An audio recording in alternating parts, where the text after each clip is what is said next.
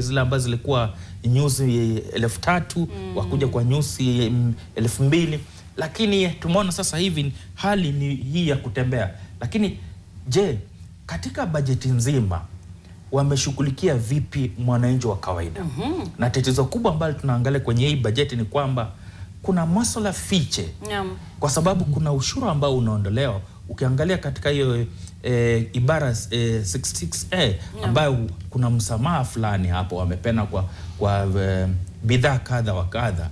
Huenda msamaha huu vile umeondolewa, basi gharama ya maisha kwa mwananchi wa kawaida unapotathmini bajeti nzima, utaona kwamba kwa kuitekeleza basi kutakuwa na gharama kiasi. Na hapo naona kwamba ni wasiwasi kubwa, kwa sababu ukiangalia pembejeo, ukiangalia kwenye ile ambayo tunatumia kama input kwa upande wa agriculture, upande wa elimu, kuna vitu ambayo umeelekezwa pale kutakuwa na ushuru. Ingawaje serikali imejaribu kupanua mapano ya wale ambao wanatakiwa kulipa ushuru, wasiwasi uliopo ni kwamba je, hawa ambao wako na hali ya maisha ya chini basi wataathiriwa vibaya sana na hii bajeti. Huenda hii bajeti itaathiri watu kati ya milioni 2 na milioni 3, ikiwa kwamba huyo ushuru ambao ulikuwa umesamehewa basi msamaha umeweza kuondolewa.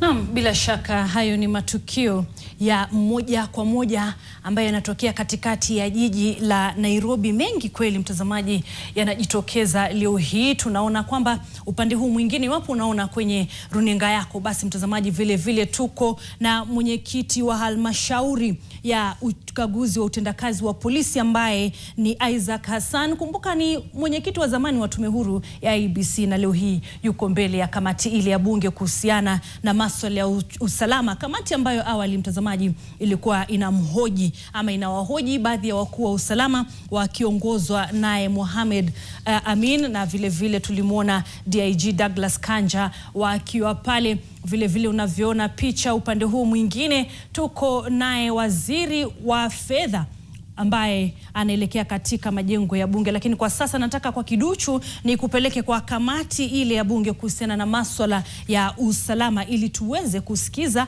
pengine Isaac Hassan ambaye ndiye mwenyekiti wa ile IPOA ama halmashauri ya kuchunguza utendakazi wa polisi humu nchini, ana yapi ya kusema kuhusiana na mauaji tata yake Albert Ojwang, swala ambalo limeendelea kuibua hisia mseto humu nchini, swala ambalo hata leo unavyoona kwenye runinga yako kuna maandamano ambayo yanashuhudiwa. Tusikilize mtazamaji. 07:32:29 hours. That the postmortem conducted on 10th of June revealed the cause of death as head injury due to blunt force trauma, neck compression, and multiple subcutaneous bruises all over the body. Of course, this disapproves the theory that he committed suicide by hitting his head against the wall. The postmortem report showed that there was torture and killing of this man. Mr. Chairman, on the issue of whether there is free or criminal proceedings against officers involved, we are still conducting the investigations. We have not yet completed, but we are very close to. And I want to assure the committee, and through the committee to the public, that IPOA is not going to be used as a fire extinguisher to extinguish all fires which are generating from police misconduct. We are not going to be used as a cover-up. We are going to talk to everyone who was involved with this matter, get all the evidence, and recommend prosecution of anyone who is involved in this death, no matter their station. And I want to assure those who are in the police station as officers who are doing their work, they need to cooperate with IPOA and give us the full information. Otherwise, everyone, from the one who arrested him from Homa Bay up to the person who took him to the mortuary, are all going to be suspects of murder. The procedure and principles guiding arrests based on social media remarks, and measures to protect police brutality. Mr. Chairman, in Kenya, arrests based on social media activity are guided by the Constitution and the law. Article 30 guarantees the freedom of expression with the limitation on hate speech and incitement to violence, while Articles 34 and 35 protect media and access to information. The Computer Misuse and Cyber Crimes Act, the Penal Code, and the National Cohesion and Integration Act criminalizes cyberbullying, false publication, and ethnic incitement. Arrests require probable cause and must comply with due process, including informing suspects on the reason for their arrest, ensuring access to legal representation, and presenting them in court within 24 hours while respecting human rights. Measures IPOA has put in place to prevent police brutality. Mr. Chairman, before I read this written remarks, again I want to say that we have been asking this committee to enforce the use of technology in policing, beginning from police officers wearing body cameras. It's a good practice. It's been established to be a very good practice which helps in maintaining human rights while we are conducting policing. Mr. Chairman, we have also been insisting on having CCTV cameras at the reporting desks and also at the cells.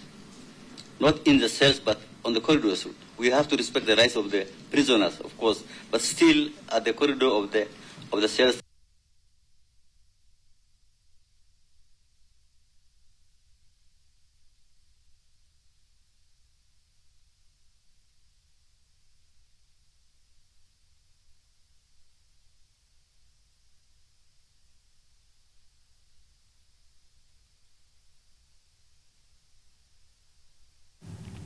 Haya mtazamaji, unavyoona kwenye runinga yako, mengi kweli yanajitokeza katikati ya jiji la Nairobi na vile vile maeneo mengine humu nchini. Leo mtazamaji, ni Alhamisi ambayo bajeti kwa kawaida inapaswa kusomwa naye waziri wa fedha John Mbadi. Tunamuona kwa sasa anafululiza hadi katika majengo ya bunge ambapo mwendo wa dhuhuri bila shaka atakuwa anatusomea hiyo bajeti ya kitita cha shilingi trilioni 4.23. Lakini vile vile mkabala na pale mtazamaji, kuna maandamano ya wananchi wa Kenya, wanaharakati, jamaa, ndugu, marafiki wake Albert Ojwang ambaye amefariki akiwa mikononi mwa polisi. Bila shaka kwa sasa ni uchunguzi wa kina ambao unaendelea na pale katika kamati ya bunge la kitaifa kuhusiana na masuala ya usalama. Kamati hiyo kwa sasa inamhoji Isaac Hassan ambaye ni mwenyekiti wa halmashauri ya kuchunguza ule utendakazi wa polisi IPOA, ambaye ni Isaac Hassan. Kumbuka maswali mengi yanaelekezwa kwake, na hata hapo awali walipokuwa wakuu usalama kwenye kamati hiyo ambayo inaongozwa na Gabriel Tongoyo, walisema kwamba walikuwa wanaulizwa ni kwa nini kufikia sasa hakuna yeyote ambaye amefikishwa mahakamani, lakini wanasema tusubiri uchunguzi wa IPOA utakuwa unatuambia ni kina nani wahusika. Lakini tumemwona vile vile Isaac Hassan akisisitiza kwamba inapaswa ikiwezekana wale wote ambao walihusika na mauaji yale ama kufariki kwa Albert Ojwang, basi kufikia sasa wanapaswa kuwa washukiwa wakuu. Hivyo basi wengi wanauliza ni kwa nini hakuna yeyote ambaye amefikishwa mahakamani. Ni swali kuu miongoni mwa baadhi ya maswali ambayo yanahitaji majibu. Bila shaka mtazamaji, nataka niwahusishe wageni wangu ambao tuko nao hapa studioni. Tuko na John Kinuthia, ni naibu mkurugenzi mkuu wa kutoka Budget Hub, na vile vile Luchetu Likaka ni mchanganuzi wa masuala ya utawala. Sijui nilikuwa nimefika wapi. Tulikuwa hapa. Kuna swala ambalo mara nyingi tunapozungumzia bajeti huwa linajitokeza, zero rating ama ushuru sufuri. Tunajua kwamba Mbadi atakuwa anataja baadaye atakapokuwa akieleza jinsi pengine ufadhili wa bajeti hii utakuwa unatoka kwa halmashauri ya KRA, alafu tuko na tax exempt, kuondolewa kwa ushuru. Sasa tofauti hapa iko wapi kwa huyu mwananchi wa kawaida? Tajaribu kusema vizuri kwa Kiswahili. Nafikiria kwamba katika mswada wa fedha mwaka huu umesikia wizara na pia waziri mwenyewe akisema kwamba hakujaongezwa ushuru. Lakini serikali imejaribu kulainisha mambo fulani ili kuhakikisha kwamba inaweza kupata ushuru zaidi.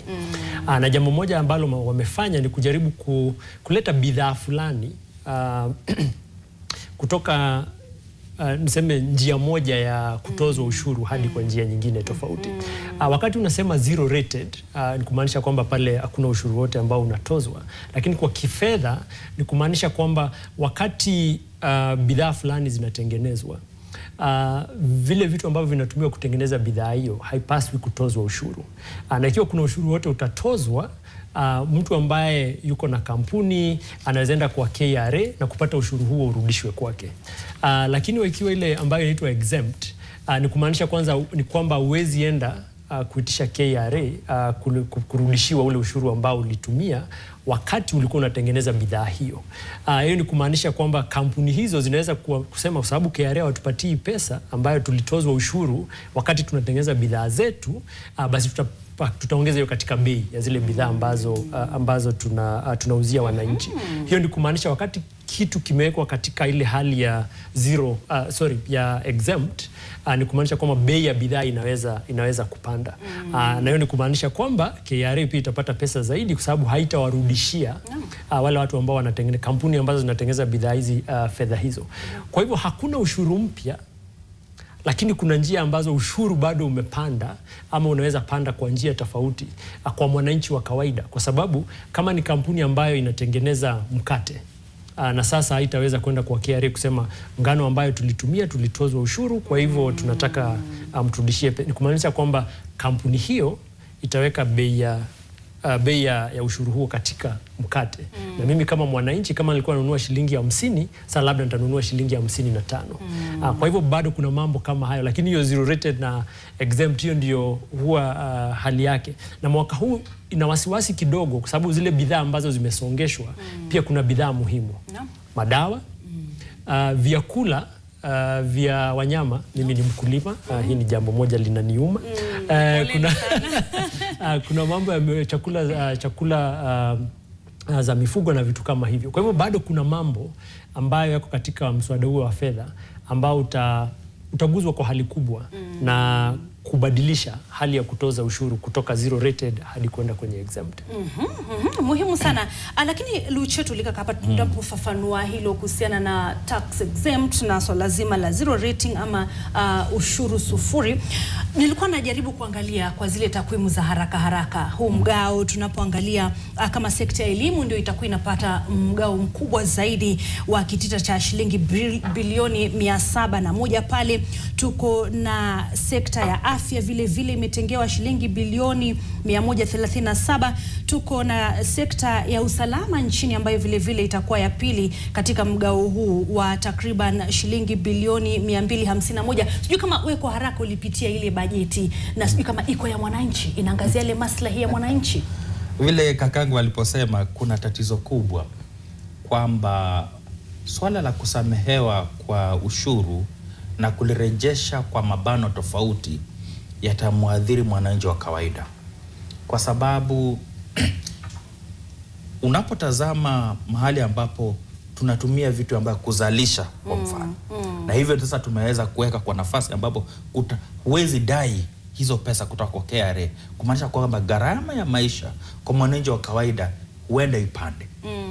Swala lingine ni kwamba ikiwa tunasema ni bajeti ya mwananchi wa kawaida, je, ni mambo yapi ambayo yangesaidia mwananchi wa kawaida?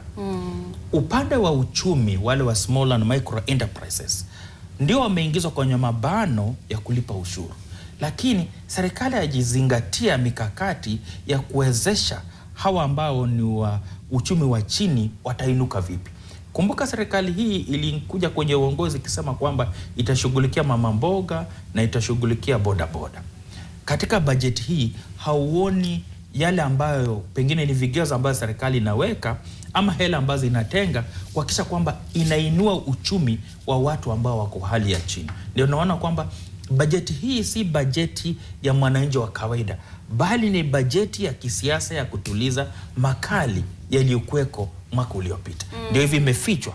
Huenda watatumia kipengee cha 223 kwa ile tunaita supplementary budget kuweza kubadilisha mambo fulani. kwa sababu kwa vile ilivyo kwa sasa, mswada mzima wakati waziri atakuwa ameusoma na baadaye aweze kujadili, kuna vigezo lazima wapitishe, na ikiwa wakapitisha hizo sheria, basi zitaanza kumkandamiza mwananchi wa kawaida. Kwa sasa haitaonekana wazi, lakini kutekeleza ni kugumu kidogo. Kutekeleza ni kugumu kidogo, na hatuwezi tukaacha swala la bajeti pasi na kuzingatia ukuaji wa uchumi. Ni swala ambalo Rais William Ruto amekuwa akijipiga kifua sana, pamoja na utawala wake ulio kwa sasa, wakisisitiza kwamba uchumi umekuwa hata barani Afrika sisi tuko mstari wa mbele katika kukua kwa uchumi. Sijui hili linafungamana vipi na hii bajeti, ilhali huyu mwananchi wa kawaida akienda pale dukani bado pengine unga uko bei ya juu, ule mkate bado uko bei ya juu. Anahisi wapi kukua huku kuimarika ama kuboreka kwa uchumi huu? Ni vizuri uchumi ukue, kwa sababu uchumi ukiwa ni kumaanisha kwamba wananchi wanajihusisha na mambo fulani ambayo wanaweka pesa katika mifuko yao. Lakini ni vizuri tuangalie, wakati tunasema uchumi unakuwa, ni vizuri pia tuangalie ni nani ambaye anafaidi uchumi huo ukikua. Ukiangalia katika zile takwimu zimetoka kwa shirika letu ambalo huwa linaokota takwimu hizi, Kenya National Bureau of Statistics, utaona kwamba ile ripoti ambayo tuko nayo ya umaskini ya hivi karibuni inaonyesha kwamba 40% ya Wakenya ni maskini. Uchumi unakuwa, lakini sehemu kubwa kiasi ya taifa ni maskini. Kwa hivyo lazima ujiulize, je, wakati uchumi unakuwa, je, ni nani anafaidi? Kwa sababu kuna Wakenya wengi tu ambao bado wameendelea kuishi katika umaskini. Kwa hivyo ni lazima serikali pia, na ni vizuri kusikia vile waziri atasema leo, ni vipi wakati uchumi unakuwa kwa kiwango chochote, ni vipi kuna usawa wa nani ambaye anafaidi katika uchumi huo. Na mambo hayo na kuongezea tu yale ambayo ndugu yangu amezungumzia, ni kwamba lazima pia wakati tunaangalia bajeti hiyo, tukisema elimu ndio ambayo inapata sehemu kubwa ya bajeti hii. Je, pesa hizo ambazo zimewekwa katika elimu zinamsaidia vipi Mkenya, haswa yule ambayo yuko katika hilo kundi la 40% ambao hawajiwezi?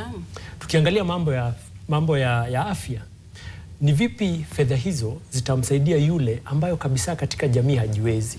Na ni vizuri leo wakati waziri atakuwa akizungumzia mambo haya, kujaribu kushikanisha mambo hayo. Si kuzungumzia tu mambo ya uchumi umekuwa na kurusha takwimu za uchumi umekuwa kwa kiasi gani. Ni lazima ailete kwa huyo mwananchi wa kawaida ambayo yuko Turbi Marsabit, ambaye anang'ang'ana leo kupata fedha za kuhakikisha mtoto wake yuko na afya nzuri, yuko na chakula, anaenda shuleni kwa wakati ambao unafaa, ili wakati uchumi unakuwa, unaweza kuona ni vipi unamsaidia kila Mkenya katika kila kona ya Kenya ambayo yupo. Jambo la pili ambalo ni la muhimu pia kushikanisha na hapo, ni kwamba wakati unafikiria juu ya uchumi, pia ni vizuri kufikiria ni vipi Wakenya wanahusishwa katika mambo ambayo yanachangia katika ukuzi wa huo uchumi. Bajeti ni sehemu moja muhimu.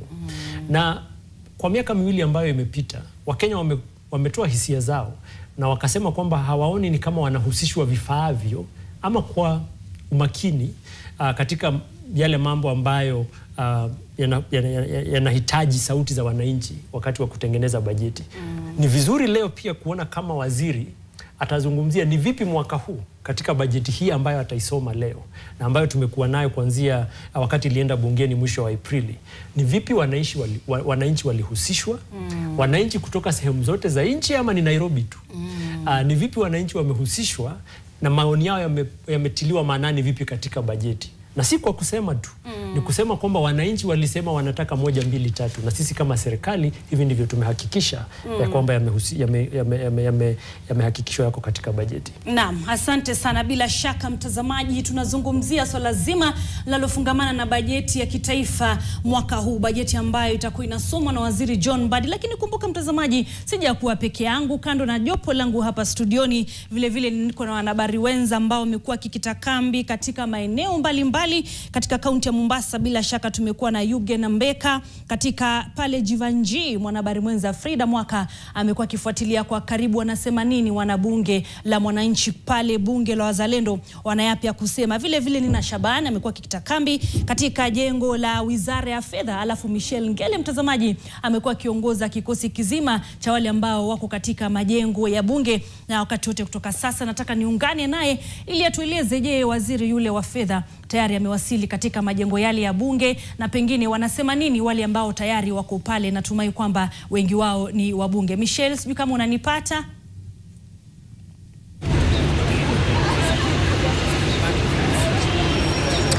Asante sana Cecilia Wakesha. We are live from Parliament buildings, where in just about an hour or so the Treasury Cabinet Secretary John Mbadi will be reading that budget, national budget for the 2025-2026 financial year. A budget reading that comes with a backdrop of a lot of activity, including growing frustration from Kenyans with regard to the high cost of economy, the high cost of living, the country's economy as well. And so many are waiting with anticipation to see how the broad-based government plans to lower the cost of living, as they promised while forming the broad-based government. And as we await the Treasury Cabinet Secretary John Mbadi, there will be able to see him with that very nostalgic briefcase, perhaps one of the most nostalgic photos for any Treasury Cabinet Secretary, when they walk into Parliament with that black briefcase that essentially was to lose its symbolism in the 2010 Constitution, with the promulgation of the Constitution, but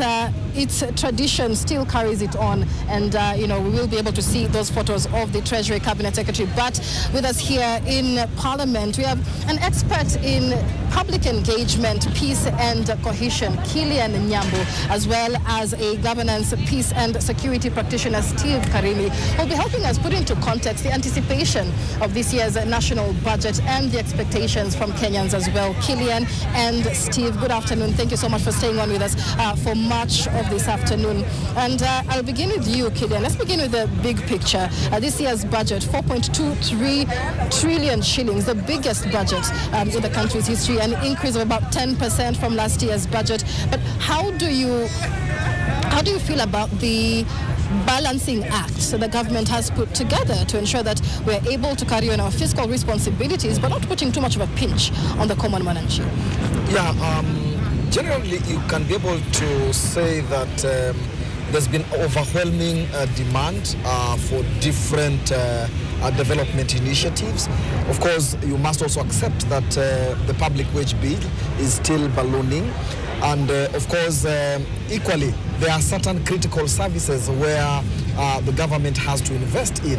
And looking at all those factors, definitely we expect, as of course it has already been put in the budget policy statement, that there's going to be increment in expenditure. However, of critical importance, we need to start seeing how the government will specifically, purposefully and intentionally invest in those sectors, two critical sectors.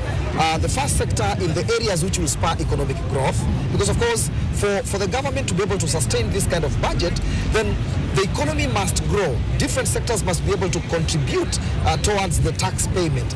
And then secondly, to be able to make the lower cadre of the population have some bit of relief. So there need to be some circulation of finances and resources at the grassroots level to enable people feel something is coming out of this budget. Mm-hmm. Yes. And Steve, of course, that is the anticipation that the broad-based government is set to deliver its first broad-based budget. What are your expectations? How broad are your expectations?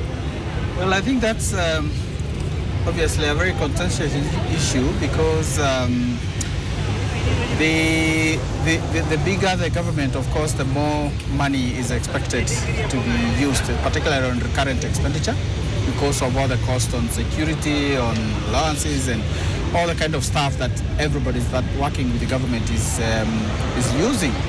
And therefore, I think one of the challenges is that how do you manage the resources that we have as a country with all the demands for this recurrent expenditure? If you look at the recurrent expenditure, is really huge, for sure. And therefore, the expectation is that we were told there will be austerity measures the government was putting in place, or rather has been putting in place since last year or the period before. So the question is really, how has that really helped the government to manage the resources that we have, so that then there is enough resources for development?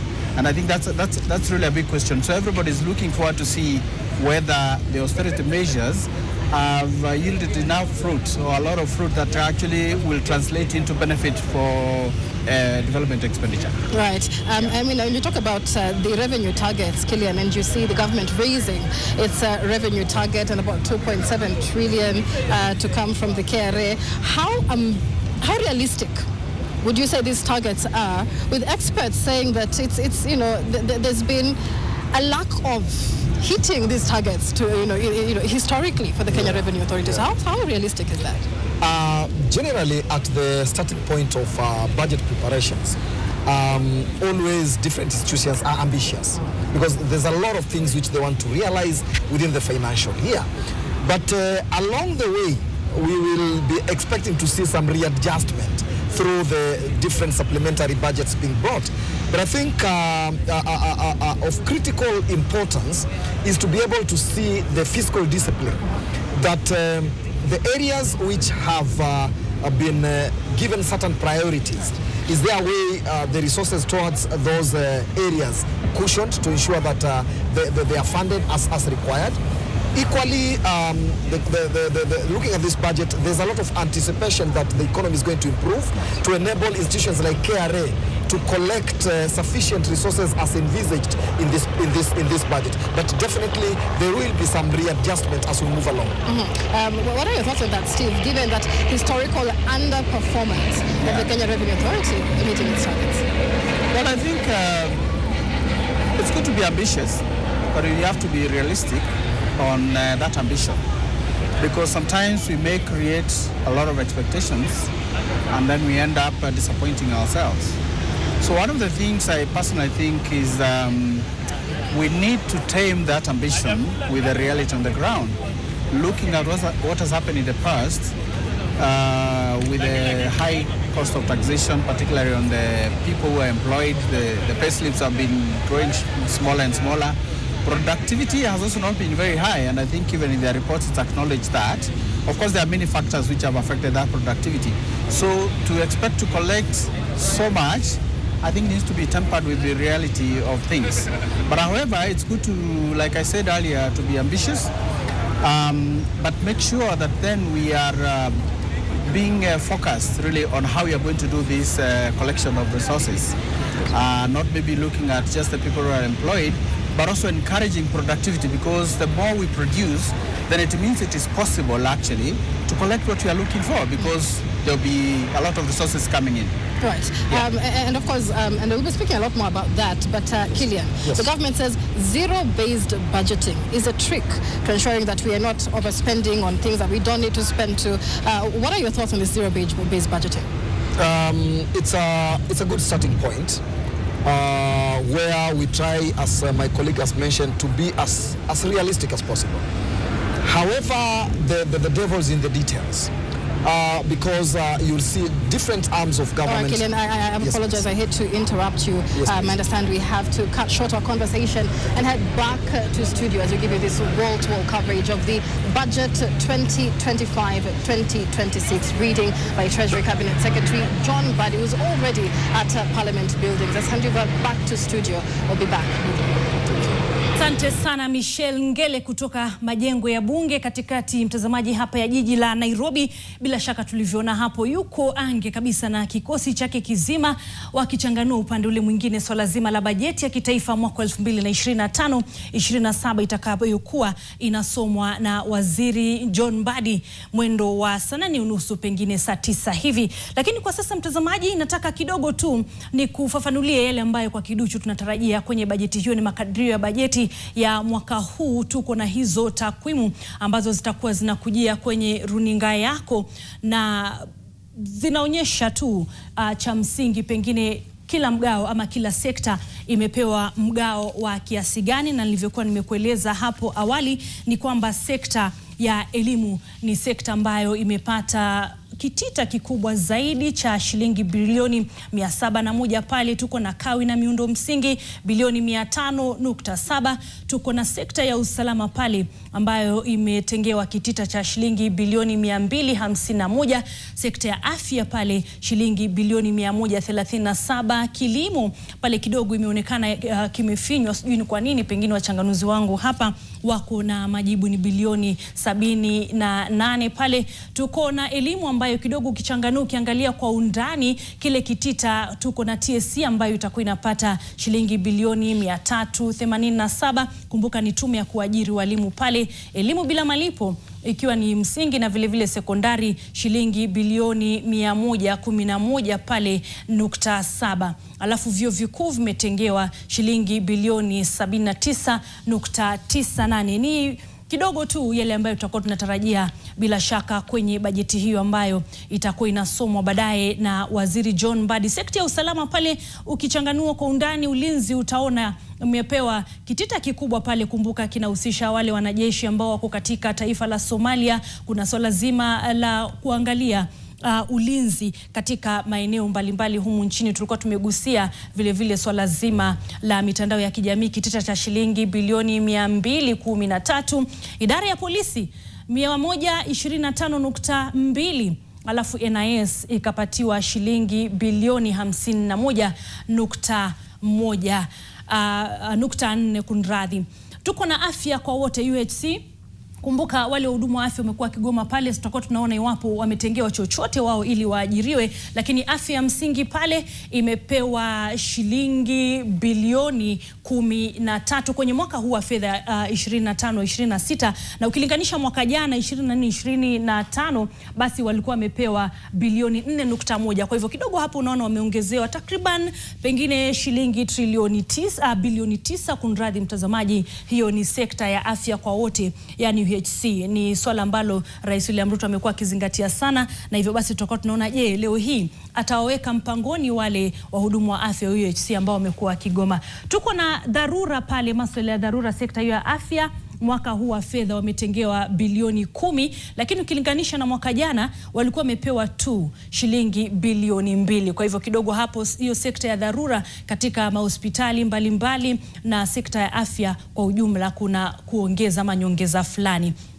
Tuangalie swala ambalo tulikuwa tumetaja hapa ili kufadhili hiki kitita ama hii bajeti ya trilioni 4.23.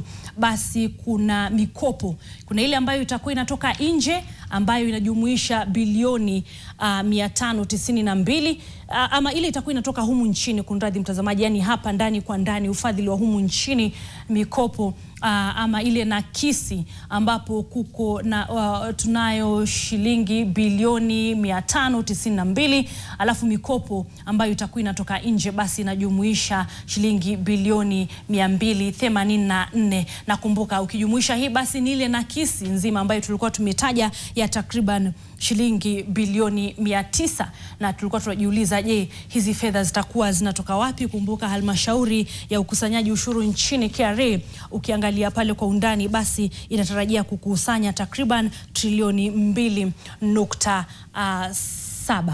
Lakini tukiangalia Ikulu pengine kuna kile kitita ambacho itakuwa inatengewa cha bilioni 8.5. Tuko na afisi ya rais itakuwa imetengewa bilioni 5.2. Alafu ile afisi ya naibu rais Kithure Kindiki kwa sasa inatengewa shilingi bilioni 3.07.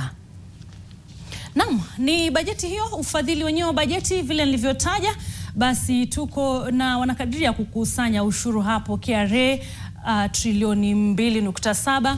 Kuna matozo ya ada, alafu kuna uhisani ukipenda grants hapo ambao wanatarajia kupata takriban shilingi bilioni 50 ama 46.9. Lakini pengine tunapomalizia hapa, manake muda ndio huwa tupa kisogo, sijui kauli za mwisho basi. Hali ndio hiyo, bajeti itakuwa inasomwa, kidogo tuborongeke pale na hizo takwimu kubwa, lakini cha msingi ni kipi pengine tunapomalizia Luchetu Likaka? Ni vyema kuweza kuzingatia gharama ya uendeshaji wa serikali. Gharama iliyopo ni kubwa sana mno, na lazima tuweze kuzingatia hilo, kwa sababu ukiangalia bajeti hii pesa nyingi ya hela ambazo tumetenga ni za kuendesha serikali wala si za kutekeleza maendeleo. Pili, je, ni hela ngapi zimetengwa kushughulikia deni? Sababu deni hilo ni tatizo kubwa kwa taifa. Tatu, katika sekta za elimu tunaona kwamba hela ndio zimetengwa nyingi, lakini hela hizi je, zitaweza kumuondoa mwanafunzi kutoka kwenye shule ya chekechea hadi chuo kikuu? Kuna mikakati kadha wa kadha ambayo haijawekwa maanani kuzingatia swala hilo upande wa elimu. Swala la afya, hela nyingi zinabaki Nairobi na swala la afya liko kwenye katuzi. Hapo ni tatizo kubwa, lazima tuangalie. Haya, tutakuwa tunaona iwapo yatakuwa yanazingatiwa pale tunapomalizia kauli zako za mwisho. Nafikiria ni vyema wakati tunaangalia bajeti ya leo tufikirie ni vipi bajeti hiyo itaweza kuzingatia kwamba kama nchi tuna mfumo wa utawala ambao tunaita devolution. Kumaanisha kuna serikali za gatuzi na kuna serikali kuu. Na kuna yale mambo ambayo yanatakiwa kufanywa na serikali za county na pia serikali kuu. Kwa hivyo kama kuna mambo ambayo ni vema yafanywe ni serikali za county, ni kumaanisha hiyo ni shida ambayo haitakuwa katika kama pengo katika bajeti ya serikali kuu. Jambo la pili, ni vyema kujua kwamba bajeti na uzito wake kamili utaanza Julai mosi wakati tunaanza kutekeleza bajeti hiyo. Je, kama serikali ni vipi itaweza kuhakikisha kwamba utekelezaji unafanywa vyema, unafanywa kwa muda ambao unafaa, na kila shilingi ambayo inawekwa katika huduma za serikali inatumika vizuri. Asante sana. Bila shaka huyu ni John Kinuthia, ni naibu mkurugenzi mkuu kutoka Budget Hub. Asante sana kwa muda wako, kauli zako. Vile vile tumekuwa na Luchetu Likaka, ni mkuu ama ni mchanganuzi wa masuala ya utawala. Asante sana Luchetu kwa muda wako na kauli zako. Nimekuwa mwendesha sehemu hii, mimi ni Cecilia Wakesho Mathuva. Kwa sasa nataka moja kwa moja nikupeperushe ama nikurushe hadi kwake Michelle Ngele Odhiambo ambaye yuko katika majengo ya bunge. Michelle, iwapo unanipata, basi sasa usukani ni wako rasmi mtazamaji, na kutakia utazamaji mwema. Kwaheri.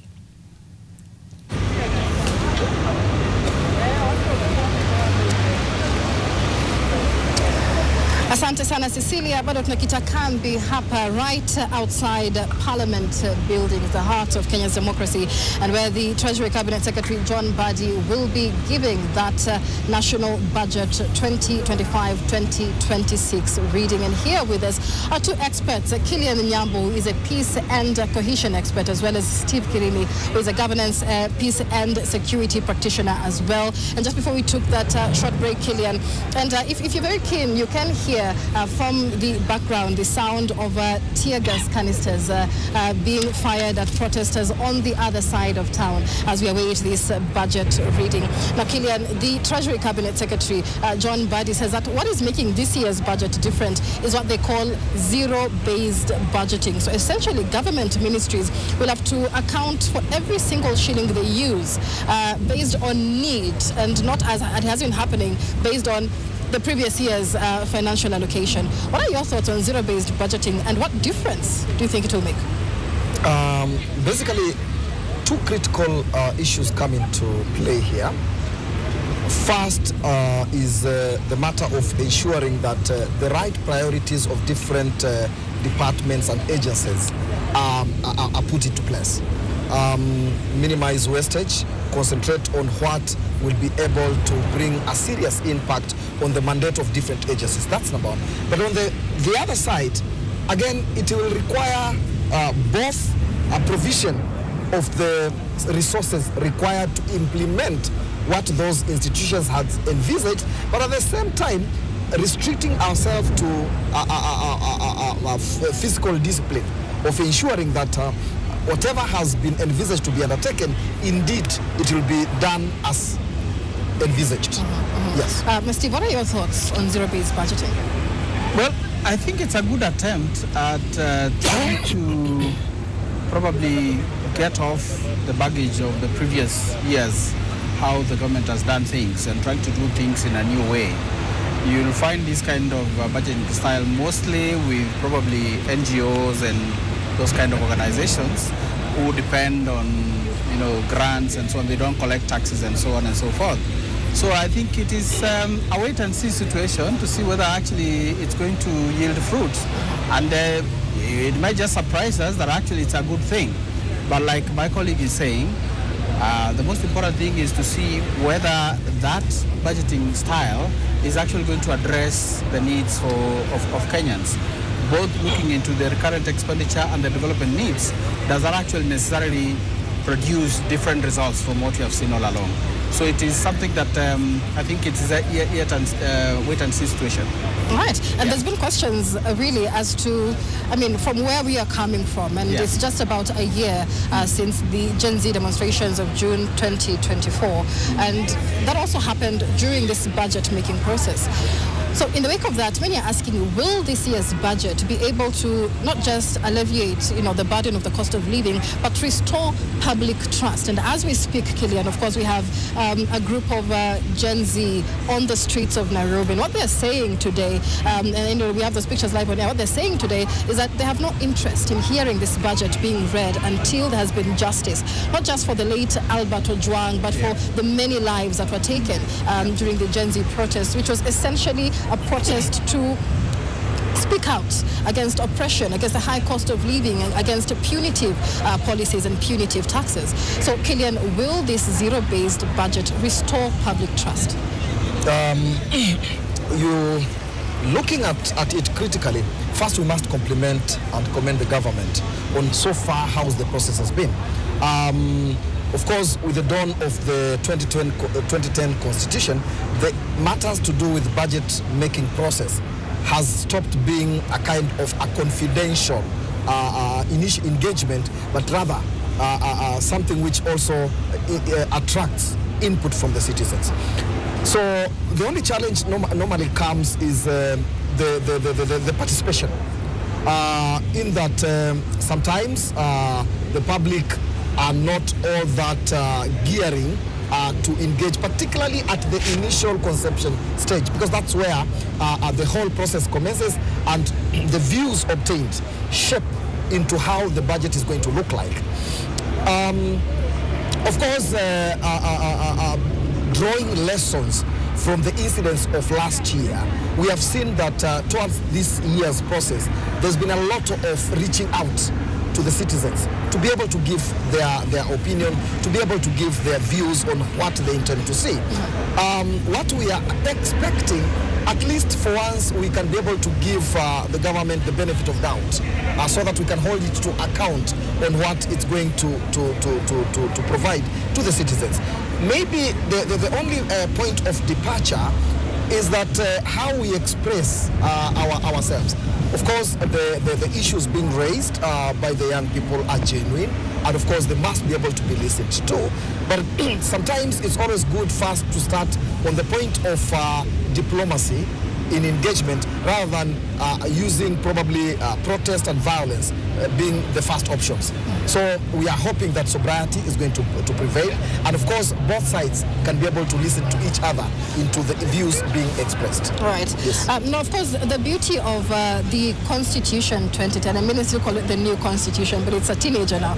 And the beauty of this Constitution is that when it comes to the budget-making process, even that briefcase that the CS carries has literally been rendered useless. Absolutely. Because it carried documents that are going to be read in Parliament for the first time. But after the Constitution, many of these statements, I mean, much of information is actually even in the public light for Kenyans to go to. So what many are expecting today is just to hear the tax measures, really, that will come out of this.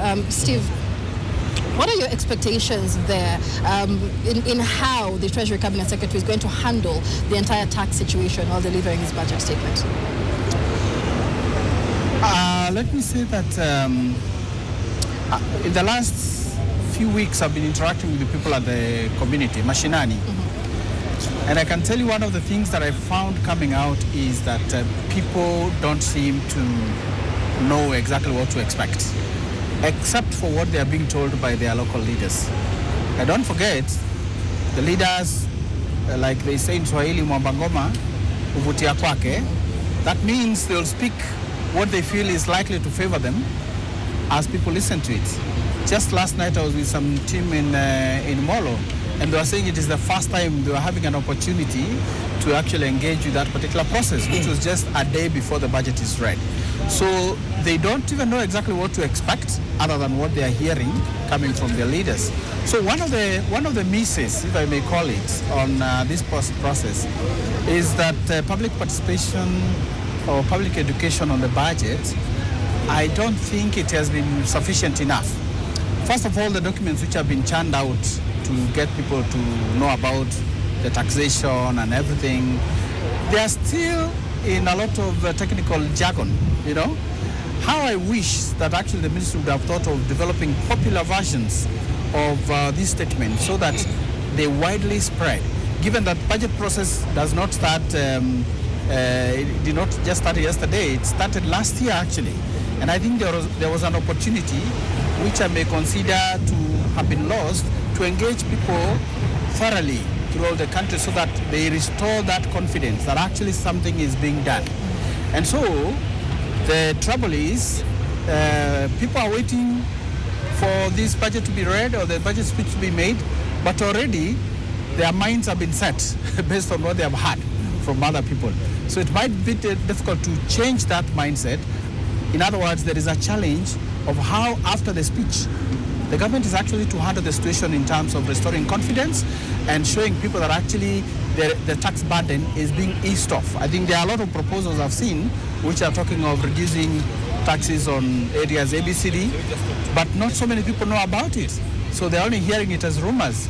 But those who are doing the education out there, mostly political leaders, they may be speaking a different language, which is actually not what is in the papers that are being presented. Absolutely, and so that is part of the job that the Treasury Cabinet Secretary has to communicate properly. And remember, you know, the President previously saying that his team had failed him when it came to communicating, and of course whether he will restore public trust. But Killian, even as we talk about zero-based budgeting, reducing the strain on Mwananchi, one of the issues that Kenyans felt weren't properly or sufficiently addressed in last year's budget was the issue of pending bills. Over 520 billion shillings in pending bills. It has caused fiscal pressures. It's risked delays in service delivery across the country. What are your expectations with regard to the issue of pending bills? We need to focus at three important critical areas as we are talking about the pending bills. One, definitely out of this budget, of course, looking at the policy statement, definitely we'll be expecting that the government will be investing heavily in its bottom-up economic transformation model. So definitely areas to do with health, areas to do with agriculture and related areas will be funded heavily.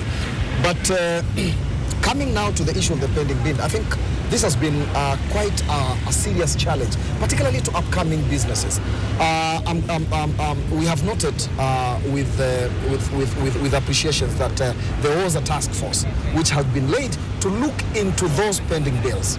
And looking at the reasons, it also makes sense because, again, we appreciate that as a country we have had a serious challenge related to matters of corruption and getting inflated bills and sometimes non-genuine bills and so on and so forth.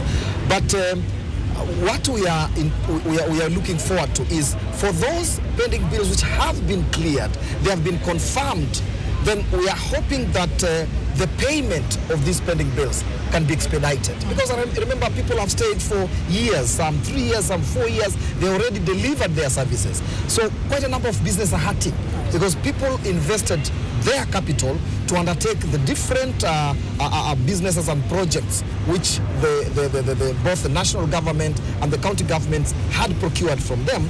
And with that one, having injected their capital into those services and goods, then it is all fair to ensure that those which have already been cleared, the payment can be expedited. And I've seen that there's a special budget set for that.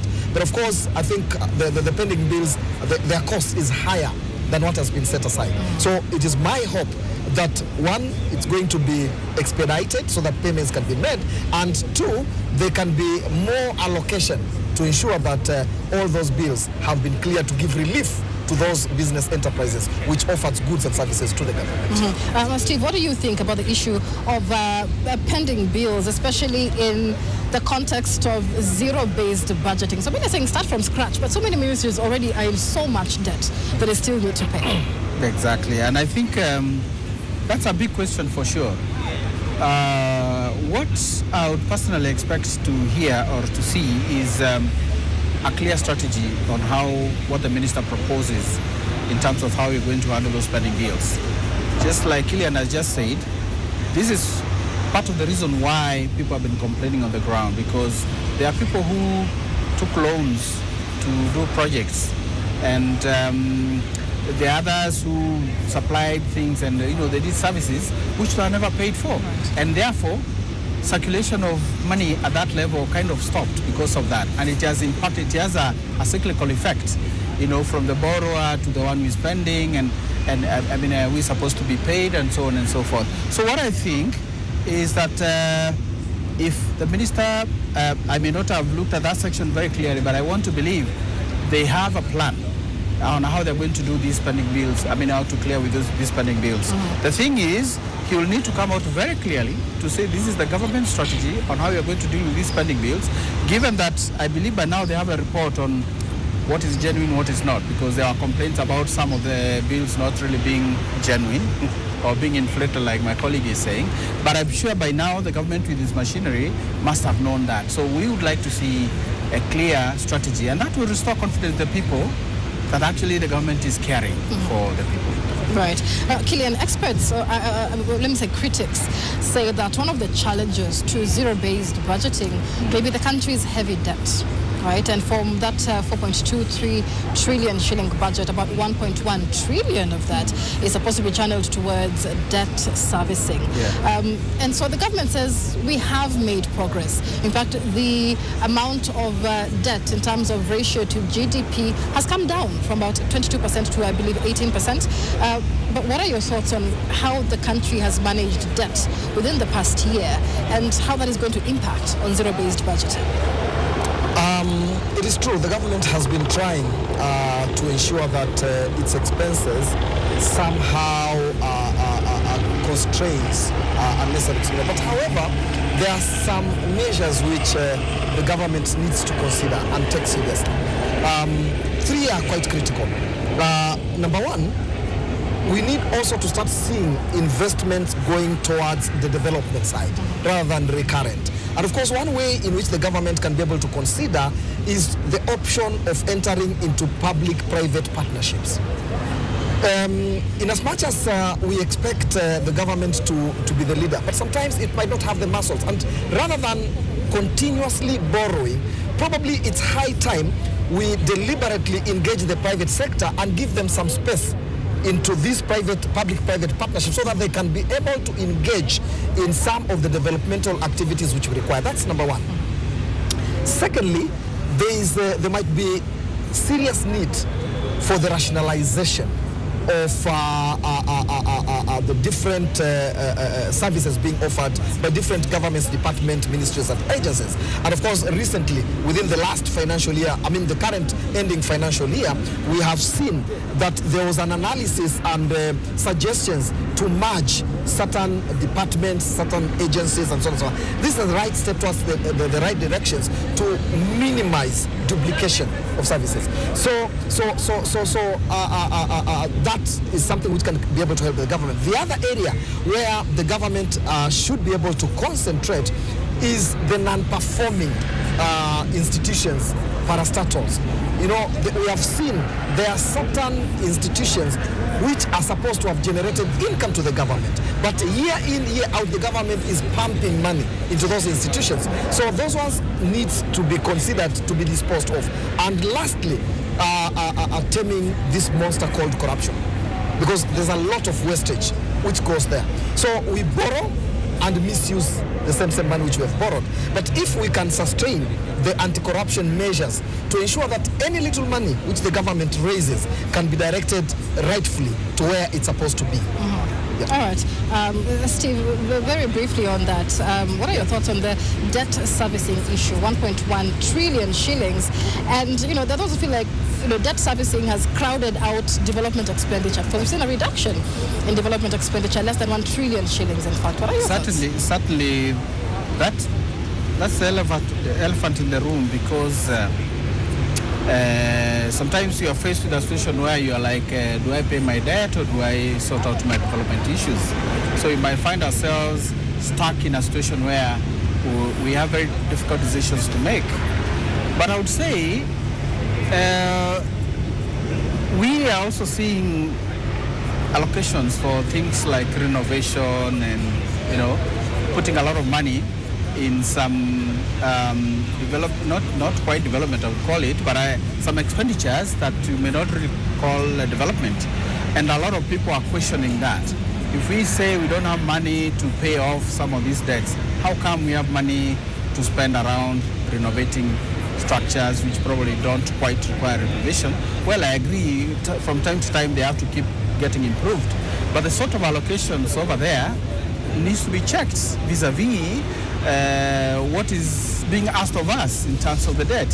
So it's a question. We also need a bit of discussion with this, with the various stakeholders, not just government sitting in its own circles. We need the private sector, we need the civil society, we need the government to sit together and actually explore these issues in depth. And I'm sure there will be a lot of wisdom coming out of these kind of conversations, which actually can give the government some way forward. But only if we're able to cultivate trust between all these institutions, because I think one of the problems we are facing is mistrust between these sectors, the private sector, the civil society, and the government. And so sometimes the government is made to feel like it's being put on the spot when the questions are being asked about those debts. So I would propose, in addition to the measures my colleague has proposed here, let's review the allocations we are putting into, I would call it non-productive expenditure. Non-productive expenditure. Renovating a building doesn't translate into production, in my view. I mean, based on the Treasury Cabinet Secretary and his thoughts on zero-based budgeting, you wonder how these ministries managed to justify, every little shilling that they needed. But Killian, speaking about development spending, I mean, we're looking at slightly over 800 billion shillings for development spending. And this is what fuels infrastructure, fuels things like healthcare infrastructure, social spending as well.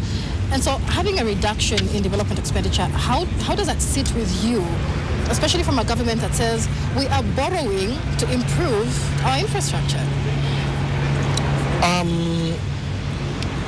When we are talking matters development, we have to look at it in two perspectives.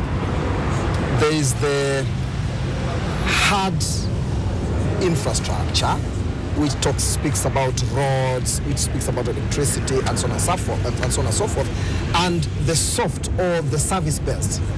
For instance, for a country to grow, for our economy to grow, number one, we need knowledgeable people.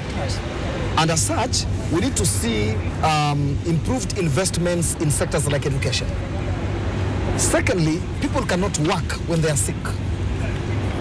So we need to see improvement within the health sector to ensure that the citizens are productive so that they can be able to engage themselves in their day-to-day activities. So it is important, again, on the third level, we must be able to ensure that there's a lot of circulations of money at the grassroots level. And how do we do this? There's need for deliberate efforts to ensure that there are certain support services to the vulnerable people, the aged people, the people living with a disability, the orphans, and so on and so forth. So the programs like the Inua Jamii can really help. But of course, again, the sectors which attract participants of the young people to be able to put some money into their pocket. It is something which is desirable, and we need to see how this is going to come out from this budget. Right. Yes. And it's interesting that we received a document here from Parliament as soon as we got here with regard to some of the allocations that will be seen in this year's budget. And, so maybe we could go through this together.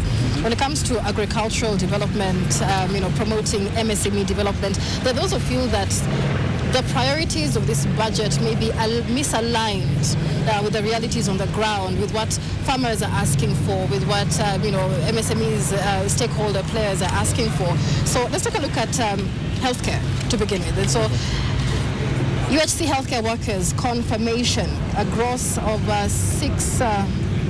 6.1 billion shillings has been allocated for that. Of course, 4.6 billion shillings for the vaccine program. Some of them arrived last night. But generally, Steve, what we've seen is that the health budget has increased, well, allocation has increased by about 73% to 204 billion shillings. What does that say to you, considering that UHC is one of the main pillars for the Kenya Kwanza administration? I agree with you. Like I mentioned when I was interacting with the communities earlier in some discussions of this nature, there was concern that the allocation for example, the community health workers, what are they called? Yeah, community health workers or something like that, I think has been reduced, even though there's allocation in other areas.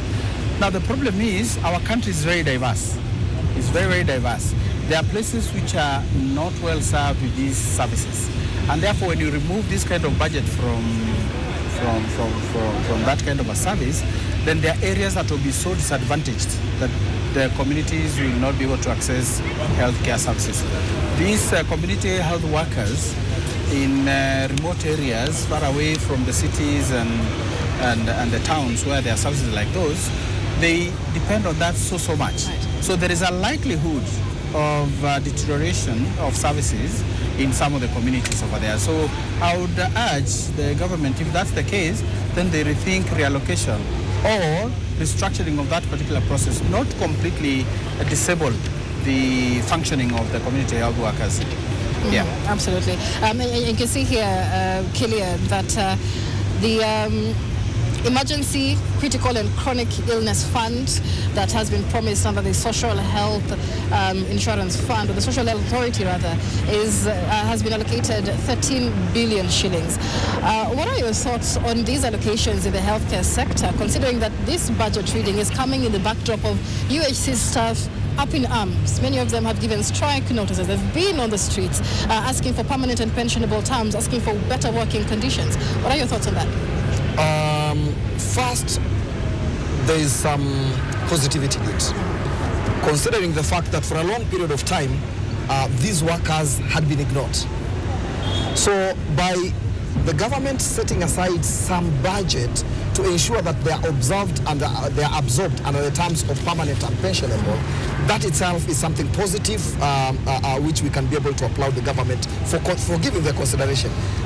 Sadly, though it has come out a little bit late after a lot of demonstrations, picketing of these workers into the street just to be heard. But at least that's something good. Now, the only area where probably we have to urge some serious consideration is that you'll find there are certain services or certain functions which have been devolved from the national government to the county governments. Services like health, services like agriculture. So we are looking forward that now that these functions have been devolved, then let the resources alone be devolved too. Because again, it is at the county governments where the rubber meets the road.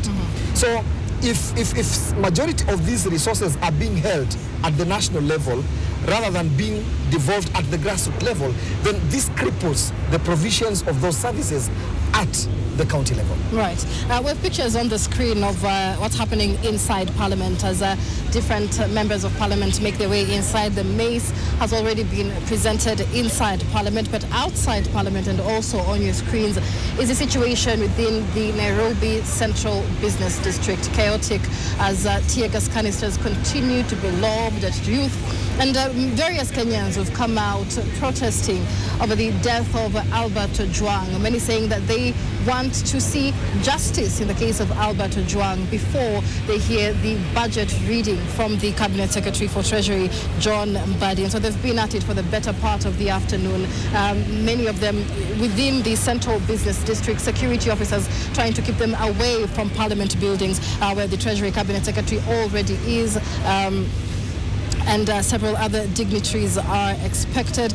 And so we'll be keeping an eye on that situation there as that unfolds. But Steve, when you look at the policy statements that have been put forth and the allocation to different sectors, so an increased allocation to health, for example, but we've also seen allocations to governance, law, justice and order, for example, 125 billion shillings to the National Police Service, 2.9 billion of that is for police recruitment.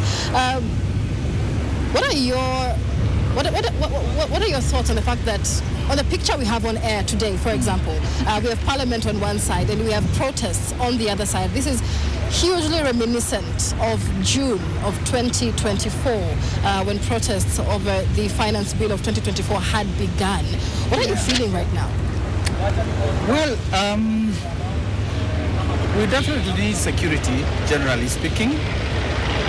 But the security should not just be like to quell riots and protests. So I'm hoping the security is also to be extended to the producers and the industrial workers and the people who are in the productive sector. So it is important.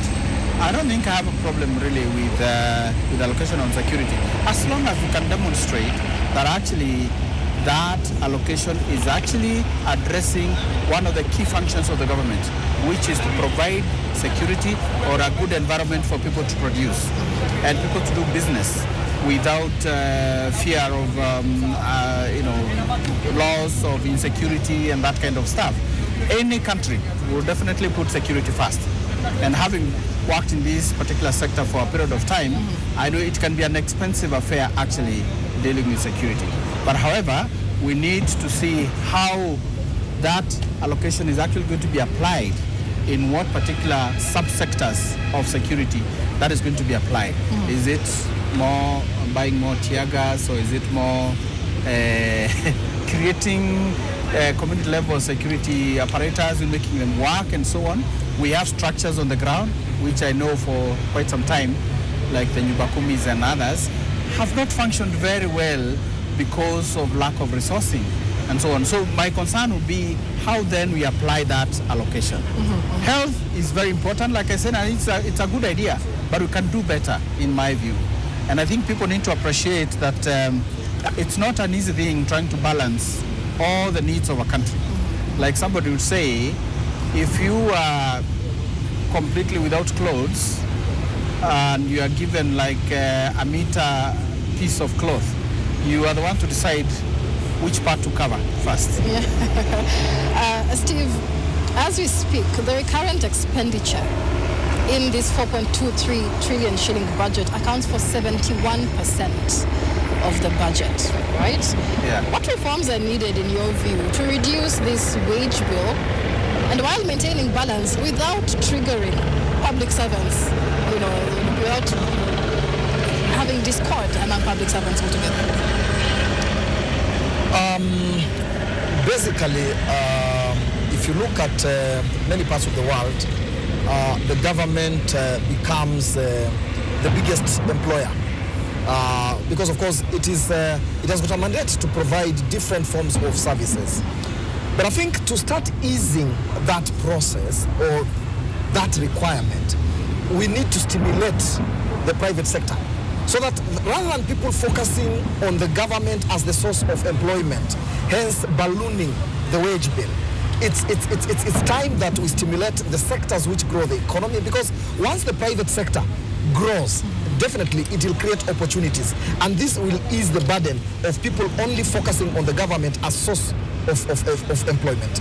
That's about. And then, of course, secondly, as we said, it's also time for different ministries, departments, and agencies to critically examine areas where there's there's kind of repetitions, people who are doing same thing. And in this regard, we are hoping that the report of the task force, which proposed some merging of institutions and so on and so forth, will help to try and start bringing the wage bill down.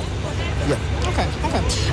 Many have really spoken about the debt, and you mentioned this before, but with the fiscal deficit and borrowing imminent to fill the fiscal deficit, what solutions are there for the government to include local players that would reduce external borrowing?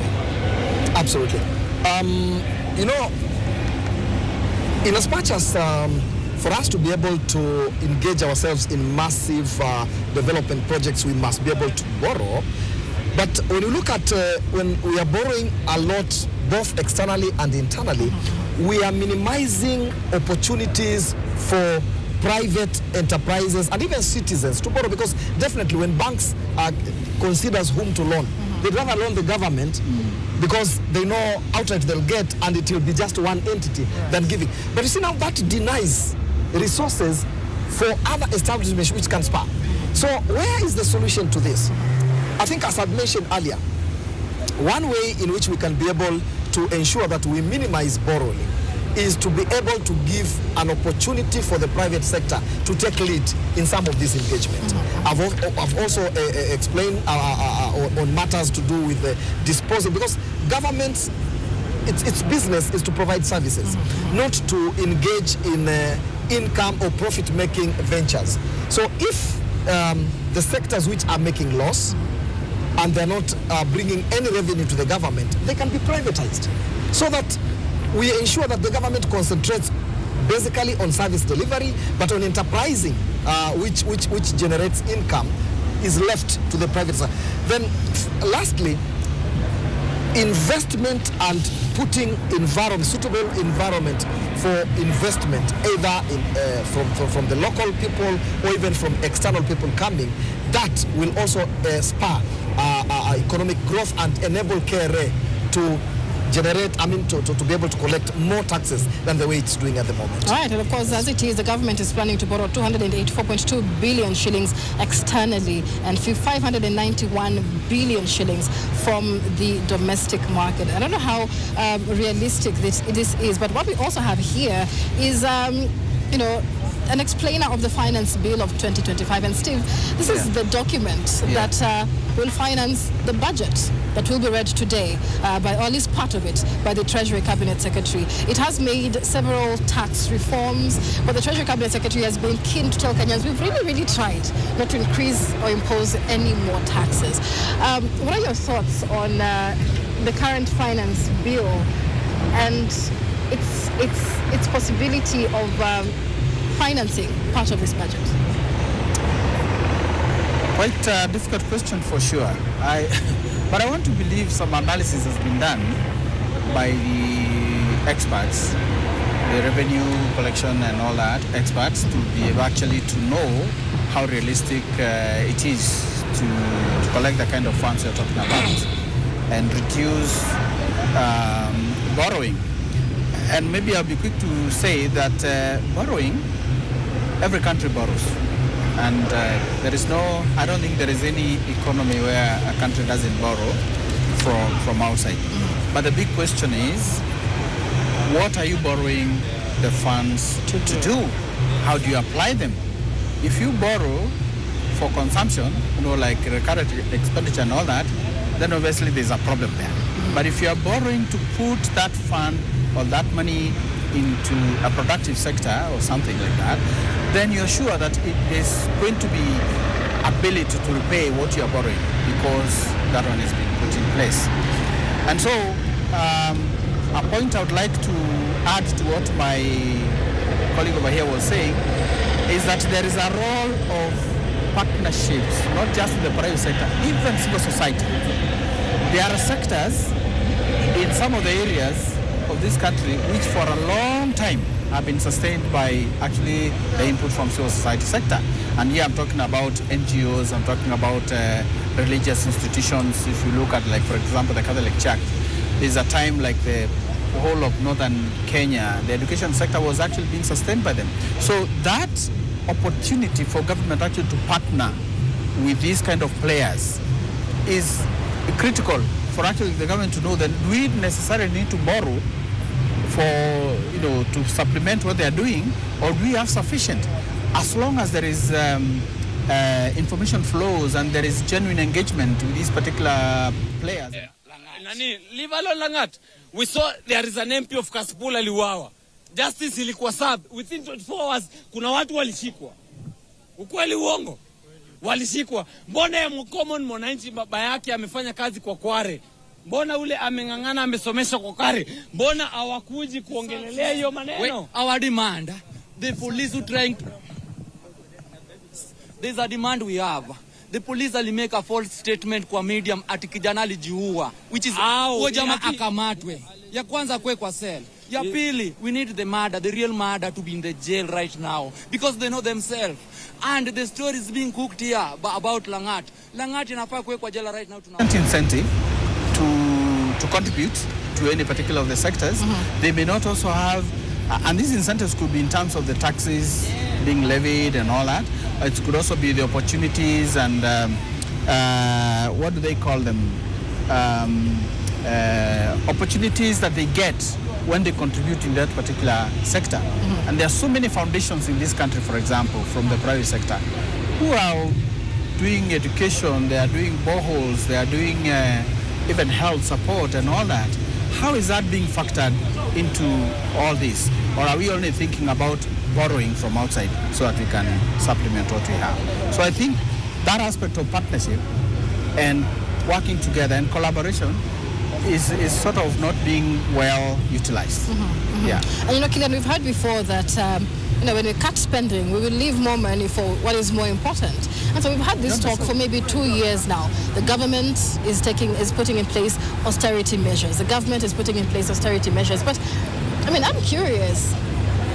Is it that the austerity measures have been more talk than walk? Because the current expenditure is still at 71% of the budget. So do we need to do more, this austerity? Do we need to walk the talk at this point? Absolutely. Absolutely. There's need to walk the talk. And there's need to look at the priorities. And what I have insisted on fiscal discipline. Because it is at this stage where we put clear statements of what we want to achieve. Now, if it is not because of incidences resulting in force majeure, floods, famine, drought, and such related stuff, then we stick to what we promised to do. But you see, along the way, sometimes we get distracted. We have planned to do ABCD, but we ended up doing EFGH, which was not in the original plan. So we must maintain discipline in terms of how we are managing our finances.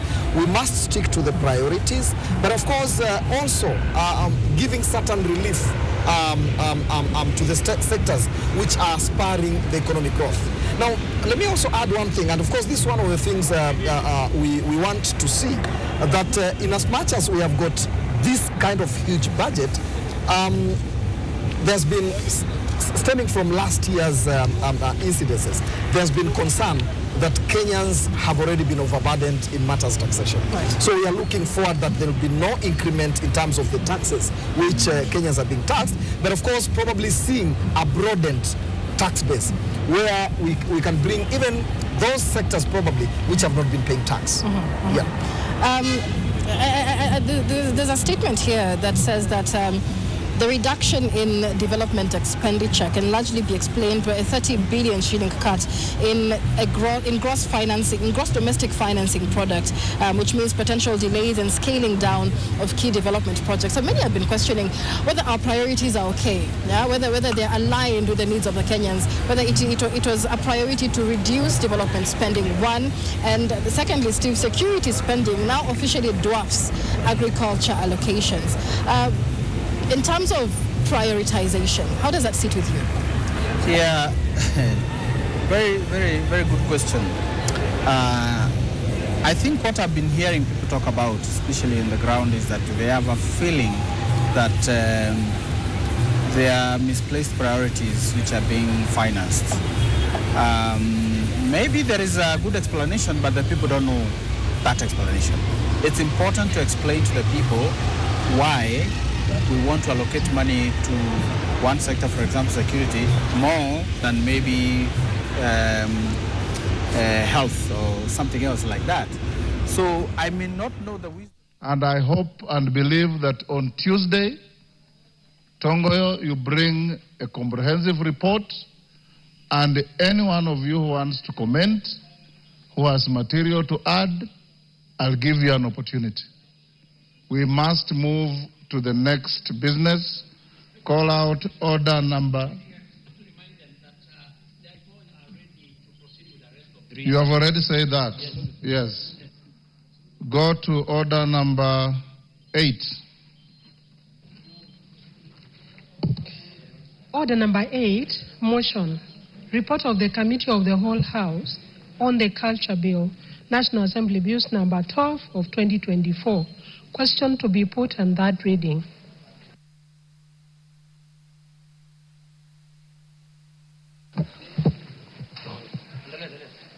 Honourable members, I'll now put the question at order number 8, which is that this House do agree with the report of the Committee of the Whole House on its consideration of the Culture Bill, National Assembly Bill number 12 of 2024.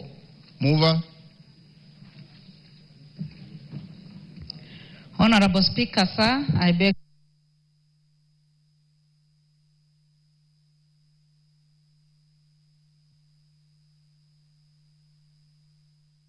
Thanks to the disruption by the minority leader. Seepage of public funds, or actually outright theft. So how do we deal with those? Because this is where a lot of money gets lost, and it cannot be explained where it has gone to. So I think there is a question, there's a big thing to explain to the public, and there is need for a continuous engagement with the public, trying to explain how government spends. Why do we have more allocation in the security sector than any of the other sectors? And what are we hoping to get with that? Is it like we are buying equipment? Are we employing more personnel? Or are we, what is it that we are doing with the increased allocations? All right. And why should that disadvantage these other sectors? So once that is explained, and I think people are intelligent, they are able actually to understand some of these explanations. But if no explanation is given, then that leaves room for a lot of speculation. Kenya. Yes, based on what you have asked, it is important to bring clarity on two issues. Issue number one, when we are talking about investment in development projects, there's been huge misconnection, particularly on establishment of new projects when the old projects have not been completed. If you move into, particularly this is the biggest challenge when you move to a different county government. When a new governor comes into a position, he discards the previous projects which were done by his predecessor. Yet those projects costed taxpayers money. So probably it's high time, as we are talking about matters to do with budget, we ensure that the projects already started, because these were not personal projects, they were public projects. And even when we come to the national government, you will see sometimes there's a mismatch that we are starting a certain project in certain areas where the earlier established projects have not been completed. So there's need to ensure that we have discipline to first complete the projects which we started before we establish the new ones. Secondly and lastly, it's true, we have seen that there's huge spending in terms of our security agencies, which is good because, of course, when we are talking about an environment which is not secure, it will not attract investment. But however, we need also to reconsider specifically working on the software, because we are looking at different parts of the country living in conflicts, areas to do with North Rift, areas to do with Northeastern, where there's a lot of incidences of violent conflicts and so on and so forth. But I think the best approach is to ensure that we first pacify those communities which are living in hostility. to start appreciating that they can be able to coexist without resorting to violently attacking each other. That's number one. Then number two, we need to put deliberate efforts to bring development in these areas. Things like road infrastructure, things like hospitals, things like education, so that these communities, rather than them engaging in maybe things like cattle rustling, they can find space for them to go to school, acquire some skills, and abandon this culture. So, in as much, we need to ensure that there's a balance between investing heavily into the hardware, but at the same time investing heavily on the software. All right. Yes. And as we continue this conversation, I mean, in just any moment now, we do expect the Treasury Cabinet Secretary to come out with that statement. But within these streets of these central business districts, things seem to be escalating. We have visuals of a vehicle that has been set on fire, a street that seems to be all up in flames as well, as police try to contain several protesters within the Nairobi Central Business District. So as we can confirm so far, 2 vehicles have been touched within the Nairobi Central Business District as the protests gain momentum. We've seen the Gen Z protesters there saying that they want justice for Albert Ojwang, that no other business should be transacted today, as they call for that justice. Police and protesters there engaged in running battles. We can hear the tear gas canisters. We have helicopters flying within the Central Business District as well, trying to keep calm as the Treasury Cabinet Secretary also prepares to read that budget statement. And so we'll continue to give you those live pictures and update you as and when we receive the information. Steve, one of the issues that angered Gen Z protesters last year was the fact that they're on the streets, members of Parliament were in Parliament, debating the very same thing that Gen Z protesters said they wanted changed. Do you expect, perhaps, that this protest happening today, in the wake of this budget day reading, will be addressed in any way during the budget reading? We can only hope that they will be addressed. But I'll quickly also note that there is anger within certain quarters or certain people. One of the complaints that I've heard repeatedly is about the youth being jobless. So they have a lot of time in their hands and they become also very vulnerable to be engaged in destructive kind of behavior. And therefore, it is important. I looked at one of the proposals which the minister has put in place is to reduce the digital tax from 3% to 1.5%. I think on the face value it looks good, and it might encourage people to use that digital space, which a lot of people, young people now, as long as you have a mobile phone, a smartphone, you're actually able to even generate money or do certain businesses using that. It might be a good thing, but I think it could have been made better. If it were possible actually to either reduce it further to 1 or even completely remove it, that now gives opportunity for young people to be engaged, meaningfully engaged, that they're able to raise resources, they're able to raise money, they're able to take care of their lives. So one of the ways to address issues of protest is to give confidence and give opportunity to the young people. So the moment they feel like there is no sufficient address to their needs, then you see them lapsing into all manner of behavior. And some of them may start even connecting that now again with the increase in the security budget that we are just preparing to deal with these young people. I don't think they are youth who are just cut for protests, but it is because of circumstances they find themselves in and the feelings they draw from the decisions that are being made on a day-to-day basis.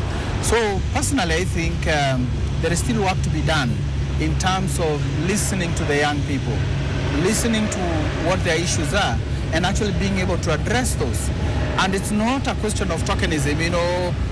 We have created a few seats for young people in these leadership positions. That may not sort out the problem. Something more holistic that actually gives the young people opportunity to generate wealth for themselves, to generate resources for themselves. some of them have grown up seeing the situations their parents and guardians have gone through. And then they also see the flashy lifestyles of our leaders, and that triggers them into lapsing into this kind of a behavior. So I'm just hoping that what's happening today is going to, it's unfortunate because now it's also complicated by now the loss of that young man that we've been talking about. We are reading the budget. We are also, there are people who are mourning, there are families who are mourning their loved ones and so on. There is need to actually demonstrate that there is genuine concern about young people and their future. Some of them are looking at it and they're wondering, what is in this budget for us? And they're also looking at all these factors we are discussing here about allocations and budgets, and they are feeling like, you see, we are not being thought about very well. If actually that kind of tax relief which is being given over there, or reduction for the digital engagement, I think it might be something good that actually the youth can talk about. If you go on mitandao everywhere, on Twitter, on YouTube, and all these platforms where they're able to post stuff and they are making money out of that, you will not find people who are busy doing good things which are productive for themselves, getting angry and having to go to the streets to protest about it. Right. So there is a balance that needs to be struck in terms of how we are targeting this group of the population. And we still have those pictures live on the screen there, drama unfolding at the the Central Business District in Nairobi. So angry youth they've lit bonfires, many of them protesting over the murder of Albert Ojwang. They are calling for the resignation of DIG Eliud Lagat as well. So far, 2 vehicles have been burnt at the Nairobi Central Business District as the protesters continue to demand for justice for Albert Ojwang. The protesters, some of them, you can actually hear, also speaking against the finance bill of 2025. There is a document that will be used to finance partly the budget that will be read today by the Treasury Cabinet Secretary John Mbadi. And so business has pretty much come to a standstill within the Nairobi Central Business District. Police and protesters there fighting, in running battles as they try to get the protesters out of the Nairobi Central Business District. And live in Parliament, the proceedings are just about to begin. We can see the Speaker there making his way into Parliament. The Cabinet Secretary for Treasury, John Mbadi, also making his way into Parliament, just sitting down. So any moment now, we expect the Cabinet Secretary to take the stand, so to speak, and read his very first budget reading. Gentlemen, maybe just to give you your final thoughts as we await the budget reading. Killian, what are you expecting? Very fast, very quickly. Definitely, as a Kenyan, one of the things I'm expecting is to see a budget which is pro-Mwananchi, putting money into the pockets of the people. I'm also expecting definitely to see that the different sectors which are going to spur the economy have been... We forgive you. Okay, other members. Section 40 of the Public Finance Management Act, Cap 412A, and Standing Order 244C require the Cabinet Secretary for the National Treasury and Economic Planning to make a public pronouncement on the budget policy highlights and revenue-raising measures for the national government each financial year. Pursuant to the said provisions, I will shortly interrupt the business of the House to allow the Cabinet Secretary for the National Treasury and Economic Planning to make a public pronouncement on the budget highlights and revenue-raising measures for the national government for the year 2025-2026 and the medium term. In accordance with the standing orders, I have also designated a suitable place in the chamber for that purpose. Honourable members, as we welcome the Cabinet Secretary to the National Assembly, I wish to remind the House that today's event is largely ceremonial. No decision will be required on the speech as the supply period, which commences with the consideration of the budget estimates and concludes with the enactment of an Appropriation Act is still ongoing. Having said that, honorable members, and before we proceed, I take this opportunity to acknowledge and recognize the presence of distinguished guests in the galleries of the House today, both the Speaker's Gallery and the Public Gallery. They include members of Cabinet, Principal Secretaries, Chairpersons, and Chief Executive Officers of various parastatal senior government officials, members of the Diplomatic Corps, and development partners. Honorable members, I also wish to recognize and appreciate the presence of university student leaders and their colleagues from our universities across the country, members of Bunge la Wananchi, representatives of various youth and women groups, a group of traders representing a cross-section of our small-scale business community, including border riders who are with us today. On behalf of the National Assembly and on my own behalf, I welcome all of you to the National Assembly. Before I invite the Cabinet Secretary to make the pronouncement, I wish to remind the House that in accordance with the provisions of Standing Order 244C3, the Cabinet Secretary shall be heard in total silence, without question or clarification being sought by any one of you. Honorable members, and you'll only cheer by thumping your feet, not by verbal expressions. Honorable members, I now interrupt the business of the House to allow the Cabinet Secretary to make a public pronouncement on the budget policy highlights and revenue-raising measures for the national government for the financial year 2025-2026. The Cabinet Secretary for the National Treasury and Economic Planning, Honorable FCPA John Mbandi Ngonga, AGH. You are now invited to proceed. I thank you, members. Yes. No.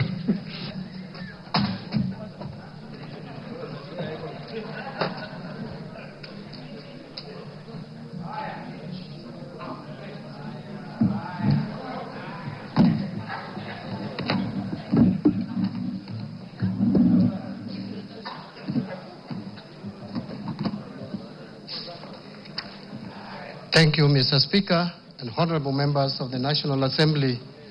I want to thank you, Mr. Speaker, for granting me this opportunity to read budget highlights and revenue-raising measures for 2025-2026. Mr. Speaker, it is with great honor and privilege that I present to this esteemed House and the people of Kenya the budget statement for the financial year 2025-2026 budget. I make this statement in compliance with Section 40 of the Public Finance Management Act, Cap 412A, and the Standing Order number 241 of the National Assembly. Mr. Speaker, these legal provisions give life to the building constitutional requirements of good governance to which the President and certainly the National Treasury and Economic Planning remain fully committed to. Mr. Speaker, at the outset, allow me to express my sincere gratitude to His Excellency, Honorable Dr. William Samoei Ruto, the President of the Republic of Kenya and Commander-in-Chief of the Defense Forces, for the trust he bestowed upon me by appointing me as the Cabinet Secretary for the National Treasury and Economic Planning to provide leadership in economic and financial affairs of our country. I remain mindful of the aspirations and high expectations of the Kenyan people as I serve in this office. The Constitution protects realization of economic, social, and cultural rights, which includes the rights to adequate food, to adequate housing, to education, right to health, to social security, and to take part in cultural life, to water and sanitation, and also right to work. This budget, Mr. Speaker, speaks to these rights and reaffirms the priority policies and strategies aimed at stimulating economic recovery articulated in the bottom-up economic transformation agenda, otherwise known as BETTER, while highlighting the achievements over the past 2.5 years in enhancing the livelihoods of Kenyans. At its core, BETA has adopted a value chain approach, focusing on strategic investment in areas that generate the highest impact, particularly in job creation and income generation at the grassroots level. Mr. Speaker, significant successes have been achieved through targeted intervention and structural reforms. These measures have laid a solid foundation for economic recovery and set us on a path towards long-term growth and stability. Mr. Speaker, let me mention just a few achievements under BETA. First, the Kenyan economy has remained resilient and registered an average growth of 5.2% for the period between 2023 and 2024, outpacing both global growth of 3.3% and 3.8% for the sub-Saharan African region over the same period. Other macroeconomic fundamentals such as inflation and exchange rates have strongly rebounded and are projected to remain stable. Second, the government has rolled out fertilizer and seed subsidies to farmers across the country, and that has boosted production in key food value chains and revived underperforming or collapsed export crops such as pyrethrum. Since February 2024, Mr. Speaker, a total of 6.5 million registered farmers have benefited from the fertilizer subsidy program. And as a result of these initiatives, the cost of fertilizer has declined by 67% from Kenya shilling 7,500 in 2022 to 2,500 in 2025. While maize production has increased by 38.9% from 61.7 million bags in 2022 to 85.7 million bags in 2024. This is a clear demonstration of the positive impact of our agricultural reforms towards food security and improved household income. Third, to support livelihoods and small businesses, the government has disbursed loans amounting to over 75 billion by the end of May 2025 through the Financial Inclusion Fund, popularly known as the Hustler Fund. This initiative has provided access to affordable credit to over 26 million customers with a strong base of 9 million repeat borrowers and a repayment rate of 79%. A total of 4.5 million borrowers are eligible to be graduated to the mainstream financing institutions. And to build a culture of savings for the future, the fund has also successfully mobilized 4.5 billion in savings from its beneficiaries. Fourth, to enhance the attainment of universal health coverage, the government has expanded social health insurance. And as of May 2025, more than 22 million Kenyans were registered with the Social Health Authority, what we call SHA, representing a remarkable 175% increase in membership compared to the 8 million previously enrolled under the defunct National Hospital Insurance Fund, NHIF. This marks a major milestone, Mr. Speaker, in our health sector reforms and brings us closer to our goal of equitable, affordable, and accessible health care for all. Fifth, in fulfillment of the commitment to deepen home ownership and close the housing gap, the government has facilitated the construction of affordable housing units across the country. Since September 2022, 2,379 affordable housing units have been completed across 4 counties, with another 11,000 units in the last stages of completion. The units have been advertised for sale to the public through the Bomayangu platform. And in addition, there are 148,465 units under active construction across the remaining 43 counties. As part of the program, the government is also supporting the development of institutional housing for the uniformed services and students. Mr. Speaker and honorable members, these efforts have created over 250,000 direct and indirect jobs for Kenyans. In addition, over 11 billion has been ring-fenced for Juakali and MSMEs to support local fabrication of steel doors, windows, and other construction materials. Sixth, to drive digital transformation and inclusion, The government has expanded last mile fiber optic connectivity to 13,590 kilometers in 2025, up from 8,900 kilometers in 2022, an increase of 53%.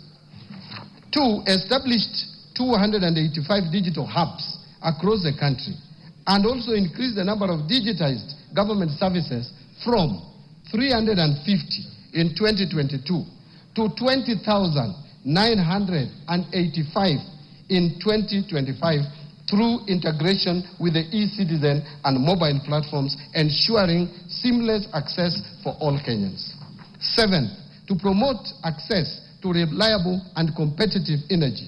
The government has expanded energy generation by installing an additional 167 megawatts of electricity from 3,076 megawatts in 2022 to 3,243 megawatts in 2025. This has enabled connection of 932,839 more customers to electricity. The system peak has increased from 2,149 megawatts of electricity in July 2022 to 2,316 megawatts of electricity in February 2025. The total number of customers connected to electricity has increased to 10 million in 2025 from 8.9 million in 2022. 8. To boost education and training outcomes in the country as a tool of creating equality in the society. The government has invested significant resources and implemented radical changes in the education sector, and these include resolving the uncertainty around the competency-based curriculum, CBC, launching of the Kenya Education Management Information System to consolidate all existing student registers from early childhood development to institutions of higher learning into a single centralized database. And 3, rolling out of a new student-focused higher education focusing model with special emphasis for students from vulnerable families. Additionally, in order to improve the teacher-student ratio, the government has recruited 76,000 teachers, including junior secondary school teachers. 9, to enhance domestic and regional connectivity, boost rural productivity, improve urban informal settlements, and reduce urban congestion, this government has constructed an additional 1,574 kilometers of roads and 129 bridges from 2022 to April 30th, 2025. Further, the government has rehabilitated an additional 212 kilometers of roads and periodically maintains 126,177 kilometers of roads. 10. The government has also made significant progress in expanding social protection through the Inua Jamii Cash Transfer Program. From 2022 to 2025, the number of households with orphans and vulnerable children receiving support has increased by 65% to 428,421. Additionally, persons living with disabilities registered for support grew by 34% to 59,637. The number of senior citizens aged 70 years and above registered for social protection also rose by 66% to over 1.2 million. These efforts have provided stable incomes to the beneficiaries and reduced their dependency on relatives, enhancing their dignity and quality of life. Mr. Speaker and honorable members, notwithstanding these achievements, we are aware that a lot remains to be done in order to address the pressing challenges facing Kenyans. And Mr. Speaker, in this year's budget-making process, we accorded Kenyans an opportunity to share their views on how to address the economic challenges facing our country. In my various engagements at open barazas and in the media, Kenyans have been very resolute in voicing their concerns that include overtaxation and high cost of living, unemployment, need for protection of the poor and vulnerable, and more importantly, the need to reduce government expenditure and wastage of resources across the national and county governments. Mr. Speaker, I am alive to these domestic challenges facing Kenyans and the external factors such as geopolitical tensions and shifting global trade dynamics that lead to escalation of the cost of essential commodities in the country, requiring comprehensive responses by government. These domestic challenges facing Kenyans and the external factors such as geopolitical tensions and shifting global trade dynamics that lead to escalation of the cost of essential commodities in the country, requiring comprehensive responses by government. As you may recall, the social unrest precipitated by the Finance Bill of 2024 budget-making process. Indeed, Mr. Speaker, I have actively engaged Kenyans in various social forums in an effort to promote inclusive dialogue on the challenges facing our economy. And as a result of these consultations, we have focused on the following broad areas. First, easing tax burden on Kenyans by increasing the pool of taxpayers and enhancing tax compliance. In this respect, the ongoing work on the digitization and automation of the Kenya Revenue Authority, in line with the Kenya's medium-term revenue strategy. Thus, all who are able shall henceforth contribute to financing the operations of government and development of our country. Second, to enhance liquidity in the economy and support small businesses, we have started the process of settling pending bills that have been validated, particularly those related to road construction, which has resulted in resumption of road construction projects across the country. Mr. Speaker, the pending bills verification committee will share their final report by the end of June 2025. This report will be analyzed and recommendations tabled in Cabinet for approval, after which we shall embark on the process of clearing the eligible bills, starting with those related to individuals, businesses, and the micro, small, and medium enterprises, majority of whom have borne the brunt of non-payment. Third, promotion of good governance on public finance matters. Mr. Speaker, Kenyans have expressed concerns about the public debt. Indeed, there is a perception of lack of transparency in the management of public debt.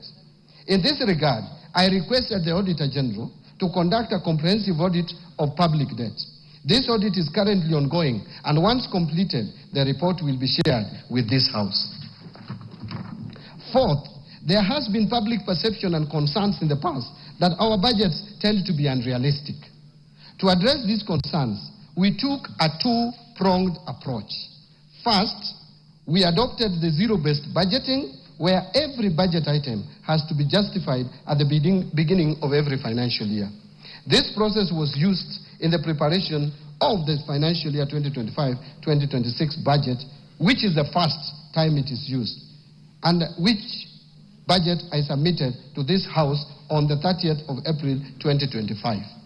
Second, in response to concerns on unrealistic revenue projections, we have reduced revenue projection to be in line with the trends.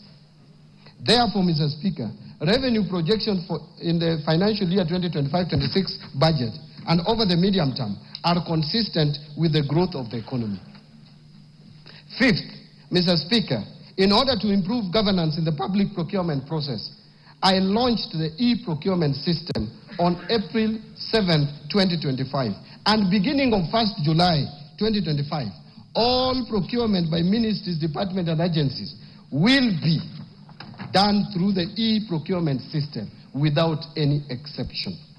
This will reduce the opaqueness and save government resources, estimated at 10% of procurable budgets.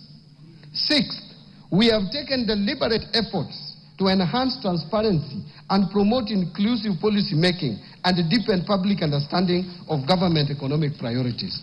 We have not only intensified media engagement through the TV stations and radios, but have also engaged the public in open places like Jivanji Garden, Bunge la Mwananchi, and Mombasa County, where we held a meeting at Swahili Port Amphitheatre. Similar engagements have also taken place in other locations in Nairobi, Mombasa, Eldoret, and Nyeri, thereby providing valuable insights and lessons which have been taken into consideration while preparing this budget. Seventh, Mr. Speaker, in order to create additional jobs for the youth, the government has begun rolling out Climate Works, a nationwide program that will engage over 110,000 youth across all 47 counties. The program started last year in Nairobi's informal settlements and has been a great success. Now it is being expanded to the rest of the country. Climate Works is designed as a social support program that gives young people paid work to improve their communities. The youth will help build roads, plant trees, and clean up the environment in their neighborhoods. Thus, through this climate work, the government is not only providing a paycheck to help young people meet their immediate needs, but also offering financial support to help them develop themselves and their families. Indeed, the program enables them to save money and prepare for their next steps, including starting businesses, continuing their education, or finding long-term jobs. I encourage all our youth to register ahead of the registration deadline. Today, Mr. Speaker, having heard Kenyans loud and clear, we have accommodated their diverse concerns in the financial year 2025-2026 budget. And in this regard, this budget provides highlights of the measures the government has taken to stimulate economic recovery, strengthen macroeconomic stability, and enhance resilience of our economy. Mr. Speaker, achieving these strategic objectives will require that we pull in the same direction. It is in this context that His Excellency the President has urged us to put our differences aside, build bridges, and focus on implementation of strategic interventions for a better Kenya. Mr. Speaker, in this respect, the theme for this year's budget is stimulating sustainable economic recovery for improved livelihoods, job creation, and business and industrial prosperity in line with better. That is bottom-up economic transformation agenda. That is the theme. Mr. Speaker, as we move forward in the implementation of the government's agenda, we are also conscious of the fiscal constraints that demand our collective attention and thoughtful action. 1, rising demands for increased public spending, which could lead to either higher debt or the need to raise taxes, both of which require careful consideration and balanced decision-making given current public concerns. 2, we face constraints on account of public debt accumulation. Progressively, our debt carrying capacity has narrowed. This calls for prudence and discipline on how we manage and take on new debt. And finally, we face the challenges of mobilizing higher tax revenues as we must balance the need for increased revenues with the need to keep the cost of doing business low to stimulate economic growth. Mr. Speaker, honorable members, these constraints are interlinked, and addressing them effectively requires strategic planning, fiscal discipline, and a commitment to long-term sustainability. In this regard, this budget will continue to implement a fiscal consolidation plan designed towards slowing down the growth of public debt while protecting service delivery to our citizens. Given the limited resources we have made tough choices by curtailing funding to lower priority areas. This has allowed us to redirect our scarce resources towards the better core pillars and enablers, accelerating outcomes for citizens while maintaining pro-poor spending in health, education, and vulnerable groups. Mr. Speaker, the rest of my statement will present the economic context around which this budget is prepared, policy priorities and structural reforms under better, the proposed resource allocations as well as revenue-raising measures that the government will implement in the financial year 2025-2026 budget. And therefore, let me start with the economic policy context. And I will first speak to the global context. Mr. Speaker, 2025-2026 budget has been prepared in the context of heightened uncertainty due to recent tariff wars and the intensification of geopolitical tensions, which continue to pose significant risks to global economies. In this regard and respect, global economic growth is expected to slow from 3.3% in 2024 to 2.8% in 2025, and finally to 3% in 2026. Now, let me come to the domestic economy. Mr. Speaker and honorable members, on the domestic front, the economy has remained resilient, as I stated earlier, recording an average growth rate of 5.2% for the years 2023 and 2024. This performance is higher than the global average of 3.3% and also higher than the sub-Saharan African region average of 3.8 over the same period. This strong growth reflects the impact of sound and deliberate policies, as well as the resilience of our well-diversified economy. These factors have enabled us to withstand significant domestic and external shocks while maintaining a steady path of progress. In 2024, the economy grew by 4.7%, supported by positive growth in all sectors except construction and mining. This growth was lower compared to 5.7% in 2023, mainly due to adverse effects of floods in the second quarter and the anti-finance bill protests in the third quarter of 2024 that disrupted economic activities. In fact, our economy closed down for about 3 months.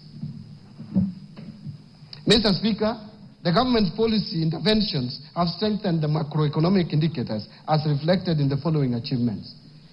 Number one, inflation rates has declined to 3.8% in May 2025 from a peak of 9.6% in October 2022. The prices of essential food items including sugar, milk, maize flour, wheat flour, bread, and rice, among others, have eased. For example, the price of 2 kilograms of sifted maize flour has declined to 156.9 shillings in May 2025 from Kenya shillings 177.7 in October 2022. Similarly, cost of energy and power has also come down over the same period. Second, in response to the decline in inflation, the Central Bank of Kenya has gradually eased monetary policy, lowering the central bank rate from 13% in August 2024 to 9.75% in June 2025. With the easing of monetary policy stance, interest rates have been declining. For example, the 91-day treasury bills rates have declined from an average of 15.9% in May 2024 to 8.3% by May 2025. In addition, the average commercial bank lending rates that peaked at 17.2% in November 2024 have since declined to 15.7% in April 2025 and are expected to decline further. This decline has not only reduced the cost on government debt, but is also expected to stimulate lending by banks to the private sector and support economic activity. And third, foreign exchange market has remained stable, supported by a narrowing in the current account deficit and improved investor sentiment and confidence in our economy. The current account deficit narrowed to an all-time low at 1.3% of GDP in 2024 from 2.5% of GDP in 2023, supported by export of goods, resilient tourism, and remittance inflows and a contraction in food imports. As a result, our foreign exchange reserves have increased to their highest levels and stood at US dollars 10.5 billion, which is equivalent to 4.7 months of import cover by 30th of May 2025, and continue to provide adequate cover and a buffer against any short-term shocks in the foreign exchange market. The exchange rate against the US dollar has also appreciated from 159.7 to the dollar in January 2024 to stabilize at Kenya shillings 129.3 shillings to the dollar by 30th of May 2025. Mr. Speaker, the economy is expected to sustain growth momentum in 2025 and 2026, with the growth projected at 5.3% per year. And Mr. Speaker, this growth outlook is premised on a stable macroeconomic environment over the medium term. To foster macroeconomic stability, the government will continue to uphold prudent monetary and fiscal policies, ensuring that our actions remain aligned with the evolving needs of the economy and of the Kenyan people. As part of the process, the government will work to ensure that inflation remains within the targeted range, maintain a competitive exchange rate to the dollar, and deliver stable interest rates. Fiscal policy stance over the medium term will continue to support the government's priority programs under better through a growth-oriented fiscal consolidation path. And as such, the fiscal deficit is projected to decline from 5.3% of GDP in the financial year 2023-24 to 2.7% of GDP in the financial year 2028-2029. Mr. Speaker, Kenya's economic outlook faces both external and domestic risks. Globally, trade tensions, financial market volatility, and geopolitical conflicts could reduce Kenya's exports, tourism, and remittances, as well as raise costs of essential commodities. In the domestic scene, extreme weather may impact agriculture, infrastructure, and food security. The government is monitoring these risks closely and will take necessary action and measures to safeguard macroeconomic stability. Mr. Speaker and honorable members, let me now expound on the policy, priorities, and structural reforms that the government is implementing to sustain economic growth and improve livelihood of Kenyans. The priorities are under the bottom-up economic transformation agenda. Mr. Speaker, as I have already affirmed earlier in my statement, government's initiatives under Better over the last 2.5 years have resulted in significant successes, notwithstanding a challenging domestic and external landscape. Over the medium term, the government will consolidate the gains already realized to stimulate sustainable economic recovery for improved livelihoods. Towards this end, the government will continue to implement policies, programs, projects, and the interventions geared towards 1. Bringing further down the cost of living, 2. Ensuring food security, 3. Creating jobs, 4. Expanding the tax base, 5. Improving foreign exchange balances, and finally, fostering inclusive growth. Priority will be given to attracting strategic investment across Better's 5 core pillars and their enablers, using a value chain approach to enhance production and add value and improve market access. This will be supported by a whole-of-government approach to service delivery. Mr. Speaker, the government will also implement the following interventions to support and accelerate economic recovery. First, continue to uphold macroeconomic stability and strengthen security to ensure a safe and supportive business environment. Second, accelerate the development of key infrastructure, including roads, railway, energy, and water systems to lower the cost of doing business and ease the movement of the people and goods. Third, boost investment in key economic sectors to drive broad-based, sustainable growth by advancing agricultural transformation, strengthening manufacturing, promoting environmental conservation and climate change mitigation, revitalizing tourism, and ensuring sustainable land use and management. Fourth, strengthen human capital development by increasing investment in health, education, and targeted social safety nets for vulnerable populations to achieve both social and economic outcomes. Fifth, promote empowerment of youth, women, and persons living with disability through government-funded programs complemented by strategic partnerships with private sector organizations. Sixth, facilitate fiscal decentralization by allocating shareable revenues to governments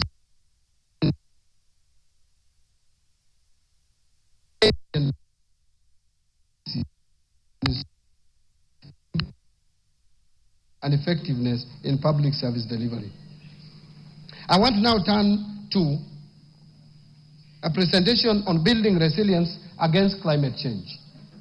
Here, Mr. Speaker and honorable members, climate change, we all know, is now a global crisis, and it's vulnerable to the impacts of the climate, which pose both economic and fiscal risks.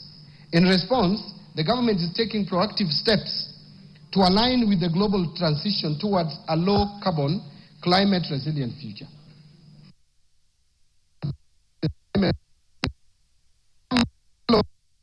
Including climate finance mobilization strategy, national policy framework on green fiscal incentives, carbon market framework, as well as the national green taxonomy.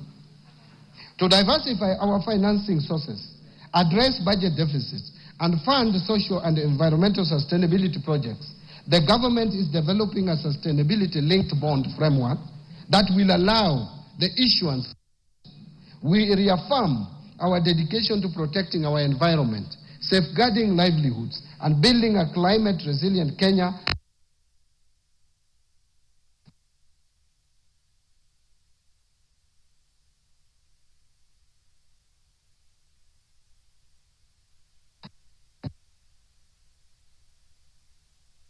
Disruptions, at the same time affecting lives and livelihoods of millions of Kenyans. Financing framework to manage disaster is finalizing the development of the Public Finance Management Disaster Risk Management Fund regulations of 2025. The regulations seek to establish a dedicated fund for addressing 4 cycles of disaster risk management, namely preparedness, mitigation, response, and recovery. Allow me now to turn to policy and legal institutional reforms. Mr. Speaker, recognizing that sustainable economic recovery depends on the timely implementation of effective policy, legal, and institutional reforms, the government is implementing the following interventions to enhance the business environment, improve efficiency in public service delivery, and bolster accountability and transparency in the management of public finances. Number 1, public procurement reforms. Mr. Speaker, to streamline public procurement, we developed the Public Procurement and Asset Disposal Amendment Bill of 2024, which is currently in Parliament for enactment. The bill seeks to enhance transparency and accountability, strengthen the role of the regulator to enforce standards, compliance and sanctions for non-compliant procuring entities, promote the use of local content, and align with international best practices. I urge the honorable members to fast-track this enactment. Its enactment. Mr. Speaker, in order to fully automate public procurement and asset disposal processes, I launched the end-to-end e-government procurement system in April 2025. The e-government procurement system is a departure, a complete departure from the manual processes, and will lead to increased bidder participation, enhance efficiency in processing of procurement requests, and increased authenticity of procurement documents through integration with various government systems. Mr. Speaker, the rollout of the e-procurement system is scheduled for July 2025. In order to ensure effective use of this system, the National Treasury rolled out the training of end users from procuring entities in both the national and county governments on the e-government procurement system phase 1 modules that cover procurement planning to contract management. We have since trained suppliers, and to date 400 e-government procurement system end users comprising public finance management staff and suppliers from both the national and county governments have been trained in readiness for full rollout in July 2025.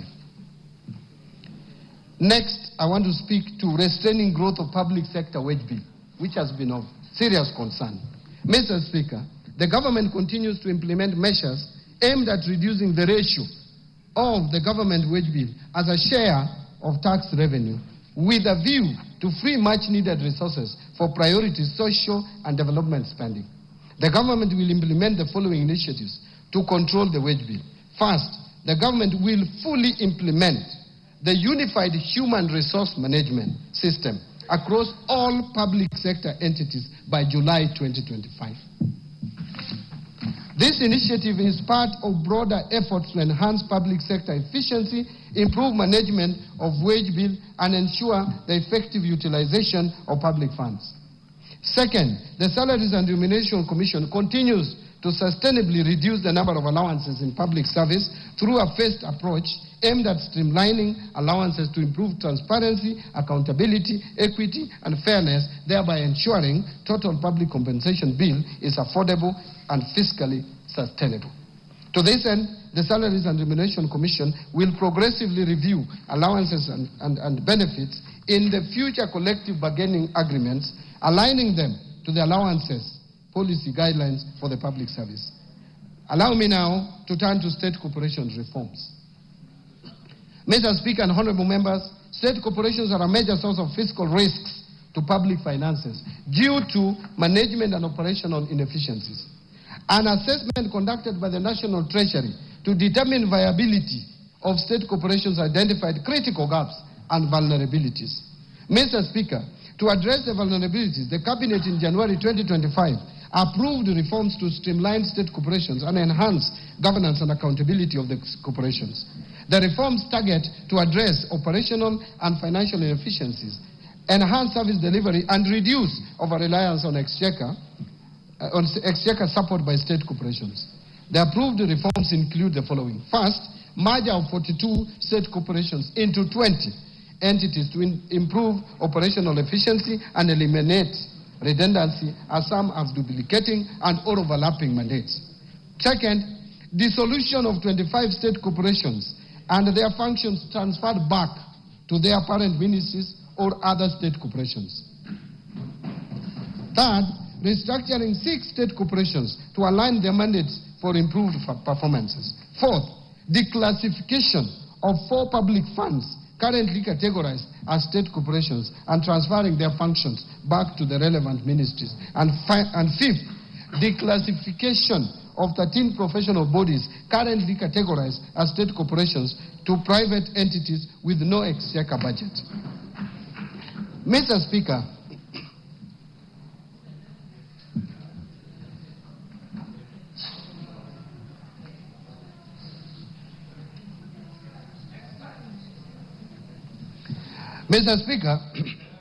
thank you. Mr. Speaker, in order to enhance operational efficiency, improve governance and ownership of state corporations, the government developed the Government-Owned Enterprises Bill of 2024.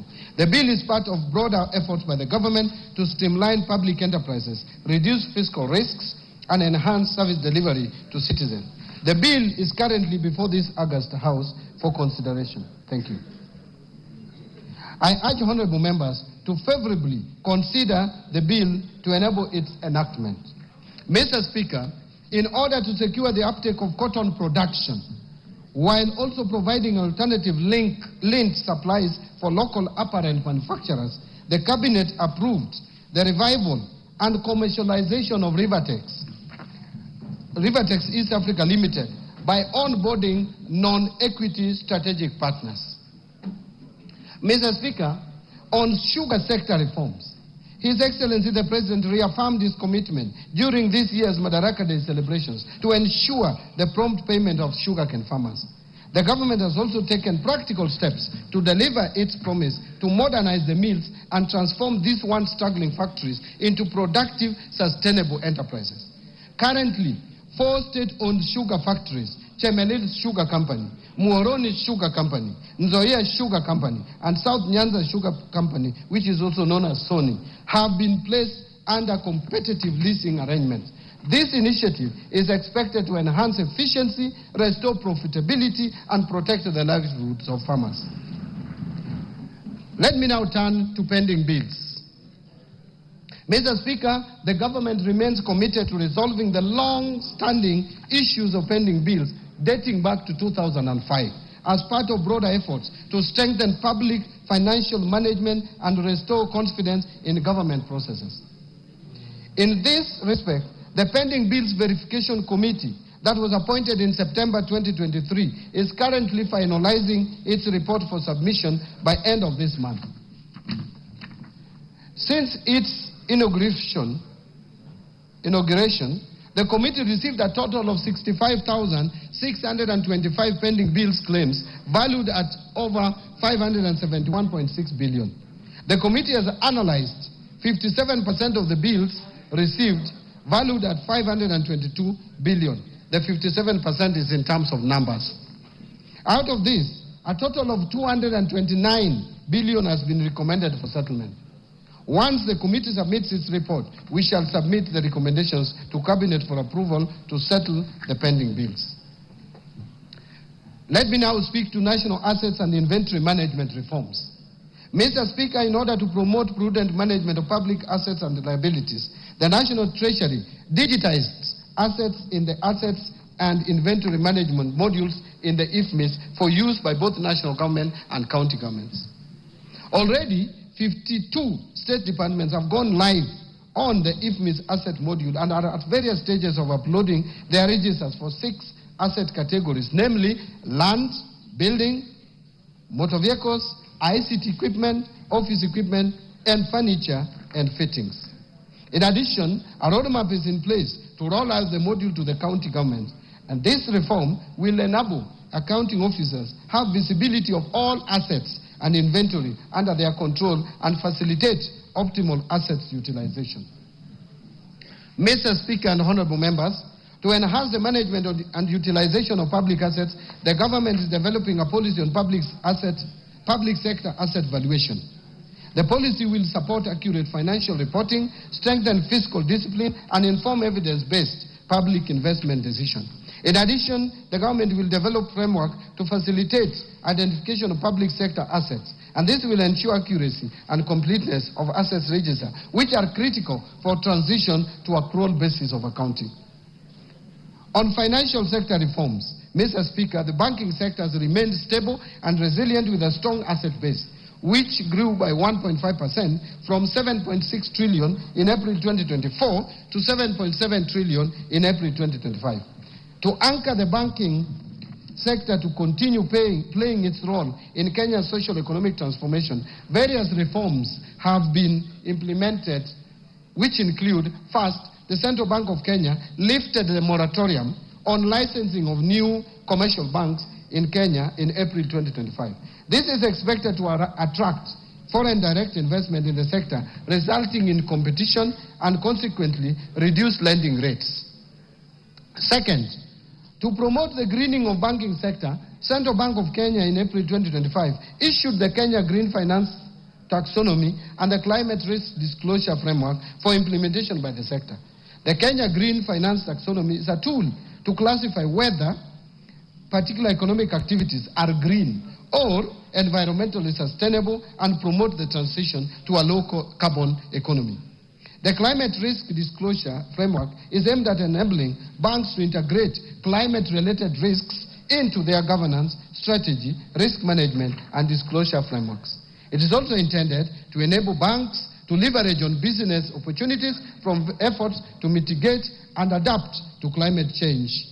And third, issuance of guidelines on global liquidity standards and leverage ratios. The Central Bank of Kenya in April 2025 issued guidelines on liquidity coverage ratio, net stable funding ratio, and leverage ratio for the banking sector. These guidelines will enhance the banking sector's liquidity and capital frameworks to promote greater financial stability and resilience, thereby ensuring that banks have the ability to withstand unexpected shocks, maintain stable funding, and manage their risk profiles effectively. Mr. Speaker, the Central Bank of Kenya, in collaboration with the National Treasury and other stakeholders, are developing the National Financial Inclusion Strategy for the period covering 2025 to 2028. The strategy provides a consolidated framework for advancing financial inclusion agenda to meet the needs of all Kenyans through deepening access and usage of financial services, enhancing quality of affordable financial products that meet consumer demands. Mr. Speaker, to strengthen digital finance in Kenya, the government will continue to implement the National Payment Strategy for the period 2022 to 2025 and fast-track finalization of a national policy on digital finance. In order to reform and modernize the national payment system, Central Bank of Kenya is doing the following. 1. Undertaking a comprehensive review of the national payment system legal and regulatory framework. 2. Implementing a fast payment system that seeks to address persistent challenges in interoperability, affordability, and the high cost of digital transaction. And third, effective 1st July 2025, the Kenya Electronic Payment and Settlement System will transition to a 24/7 settlement capability. This will support round-the-clock trade, enable faster clearing of government payments, facilitate real-time business-to-business transactions, and provide greater flexibility for consumers and financial institutions. Mr. Speaker, following the grey listing of the Republic of Kenya by the Financial Action Task Force in February 2024, the government has continuously addressed the technical deficiencies identified in Kenya's Mutual Evaluation Report, which was published by Eastern and Southern Africa Anti-Money Laundering Group in September 2024. Mr. Speaker, as you are aware, one of the technical deficiencies identified in the Kenya's Mutual Evaluation Report was lack of a policy and regulatory framework to the virtual assets and virtual assets service providers.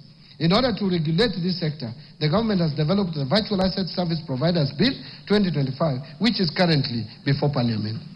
Again, I urge honorable members to fast-track its enactment. On capital markets development, to further deepen the capital markets, the government continues to review the legal and regulatory framework to address emerging issues in the sector. In particular, the government overhauled the public officer regulations and collective investment schemes regulations to spur uptake of products while ensuring that investors are protected. The government has also approved new regulatory frameworks to support credit ratings and alternative investment funds, which have attracted a lot of interest from investors. Further, the government is in the process of reviewing the regulatory framework for licensing, margin trading, conduct of business for market intermediaries and mergers, acquisitions, and takeovers. Once in place, these regulations will reinvigorate capital markets activity and make our capital markets more facilitative and efficient. Mr. Speaker, to diversify the government sources of financing, a Sukuk bond has been issued while other Sharia-compliant products are in the pipeline.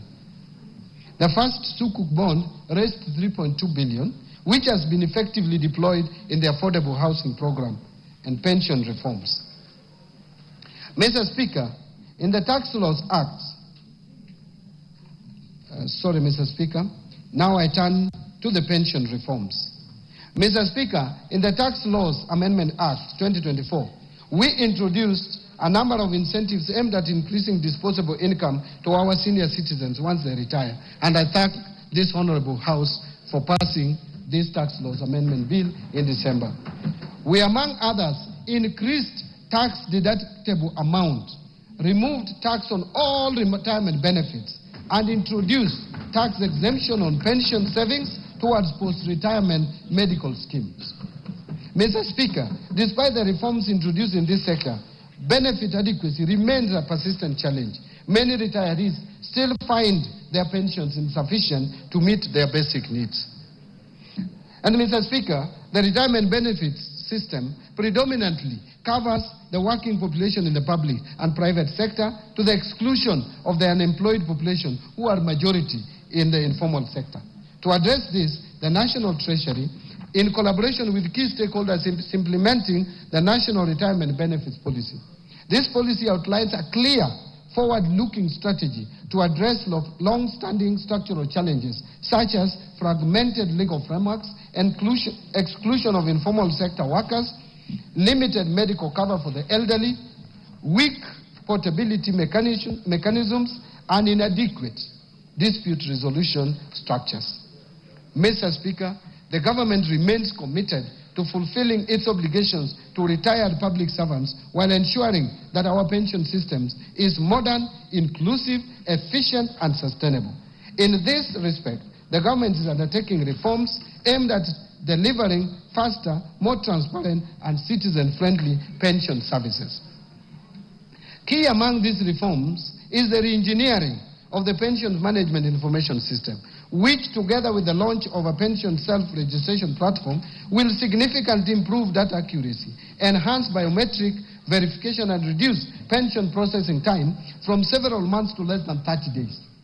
These reforms will also ensure real-time claims tracking and integration with the National Identification and Payroll System, reducing errors and potential leakages.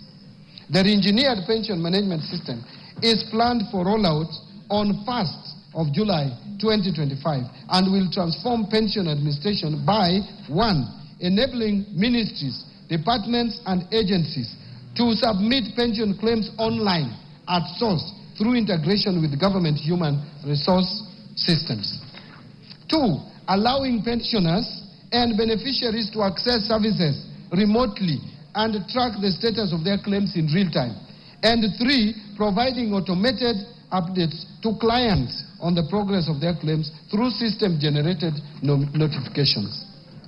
On insurance reforms, Mr. Speaker, to facilitate the growth of the insurance industry in Kenya, the government will speed up the approval of the National Insurance Policy and its implementation.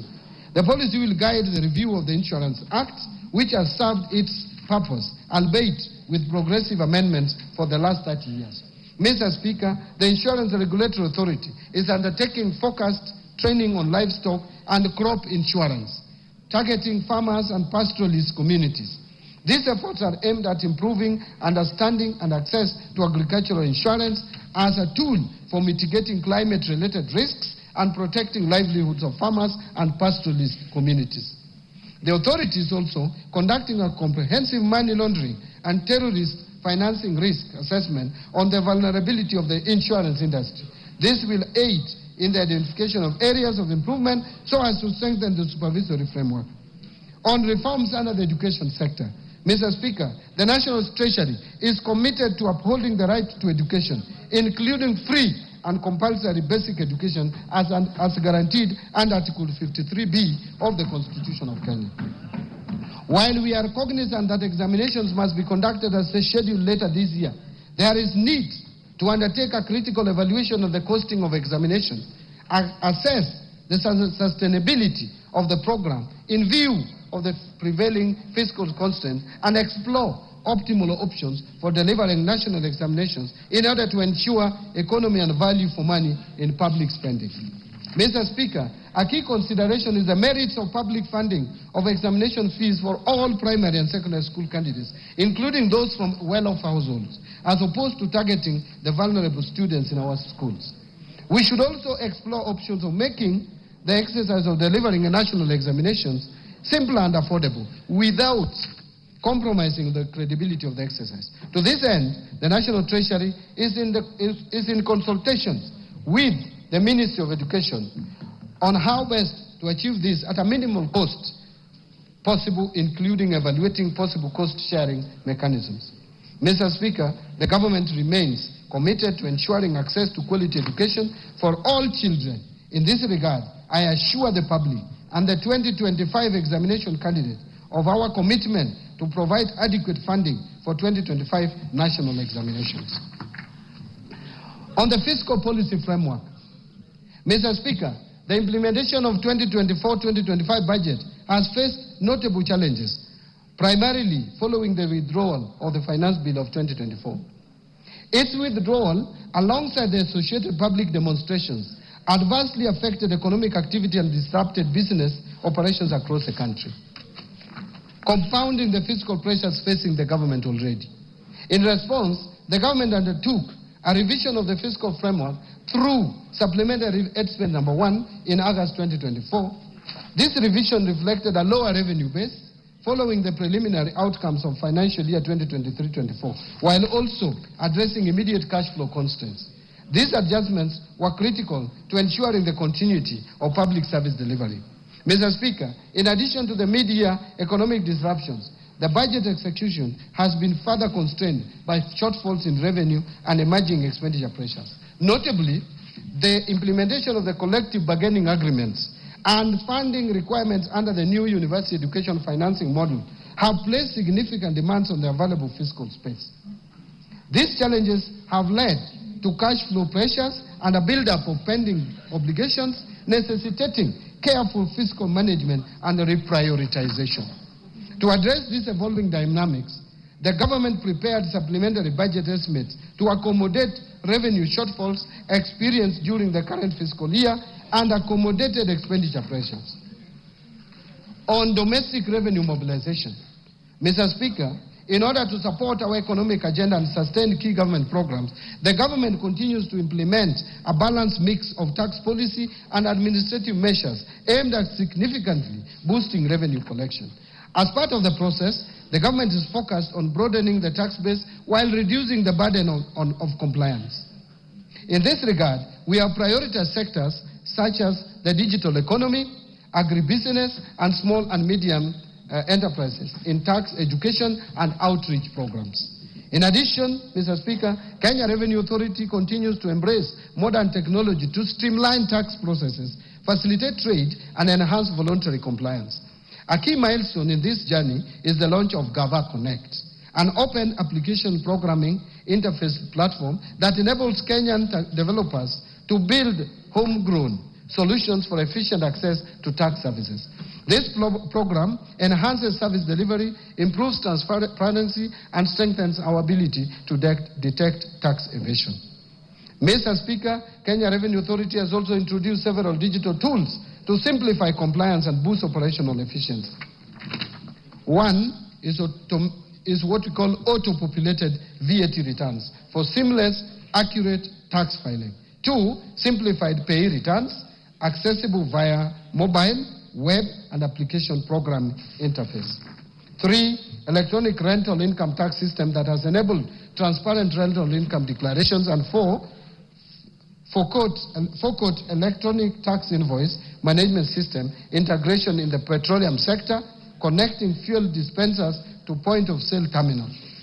This enables real-time transmission of sales data to electronic tax invoice management system, simplifying compliance and ensuring greater transparency in fuel transactions. Mr. Speaker, these solutions are more than just tech updates. They are the drivers of economic empowerment and accountability. Indeed, by simplifying tax procedures, developing user-friendly digital platforms, and providing on-the-ground support, Kenya Revenue Authority is nurturing a fair and inclusive tax culture, one that enables businesses to thrive while meeting their obligations. Mr. Speaker, building on the progress made, our focus in the financial year 2025-26 and over the medium term will be to strengthen domestic resource mobilization through the following key initiatives. First, continue with the implementation of the national tax policy and the medium-term revenue strategy to provide a consistent and predictable framework for tax administration and policy formulation. Second, continue with the automation of tax administration processes to improve the overall efficiency of the tax system.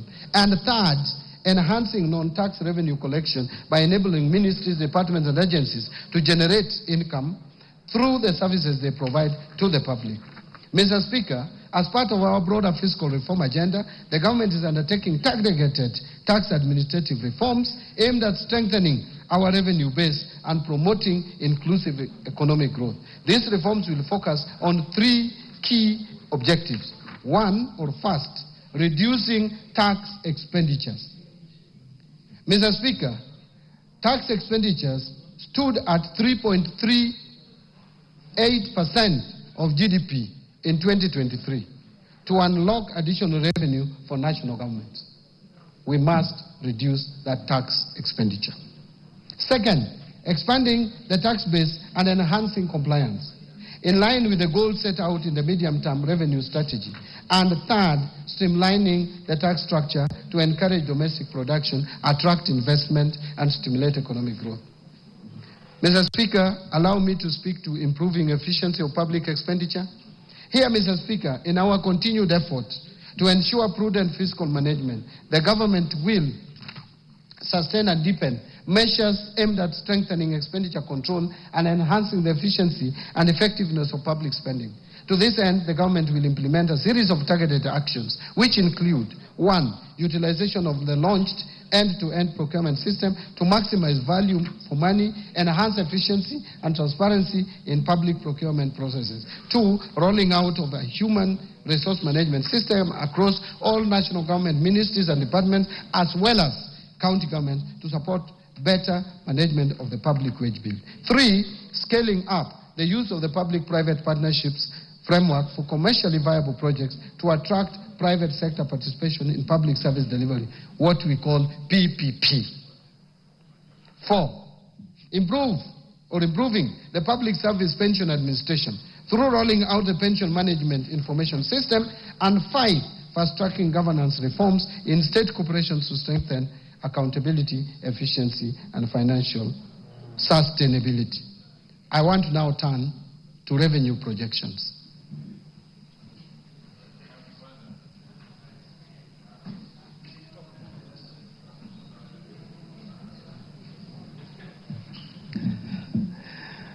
Mr. Speaker, honorable members, based on the outlined policy measures and structural reforms, total revenue collections, including appropriation in aid for the financial year 2025-26, budget is projected to be at 3,321.8 billion, equivalent to 17.2% of GDP. Of this amount, ordinary revenue is projected at Kenya shillings 2,754.7 billion, which is equivalent to 14.3% of GDP. And ministerial appropriation in aid, or if you like, non-tax revenue, is projected at 567 billion shillings. Grants are projected at 46.9 billion, or 0.2% of the GDP. Having talked about revenue projections, let me now turn to expenditure projections.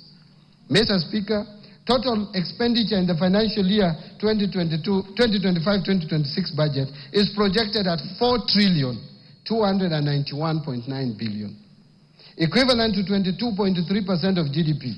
And of this, recurrent expenditures will amount to 3,134.4 billion, equivalent to 16.3% of GDP. And development expenditures, including allocations to domestic and foreign finance projects, contingency fund, and equalization fund, will amount to 693.2 billion, equivalent to 3.6% of GDP. Total allocation to county governments is projected at 474.9 billion, of which equitable share is 405.1 billion. Fiscal deficit and financing. Mr. Speaker, the resultant fiscal deficit, including grants, is projected at 923.2 billion, which is equivalent to 4.8% of GDP, down from the estimated 997.5 billion, or 5.7% of GDP in financial year 2024-25. The fiscal deficit for the financial year 25-26 budget will be financed by net external borrowing of 287.7 billion, equivalent to 1.5% of GDP, and net domestic borrowing of 635.5 billion, which is equivalent to 3.3% of GDP. Public debt management. Mr. Speaker, Kenya's public debt is projected to remain with these sustainable levels over the medium term. In present value terms, the debt to GDP is projected to progressively decline from 63% in 2024 towards the debt anchor of 55%, or minus 5% of GDP, plus or minus 5% of GDP for 2028. To support the projected decline in debt levels, the National Treasury will continue implementing various reforms as guided by the medium-term debt management strategy, including liability management operations, continue pursuing use of concessional loans from multilateral, bilateral, and limited commercial sources such as international bond issuances. Additionally, reforms targeted to support domestic market development will eventually reduce the cost of public debt while sustaining fiscal consolidation efforts to ensure debt remains within sustainable levels. Further, the government will explore emerging funding instruments such as debt swaps, diaspora bonds, sustainability-linked bonds, and environmental, social, and governance debt instruments to fund budget deficit and manage public debt.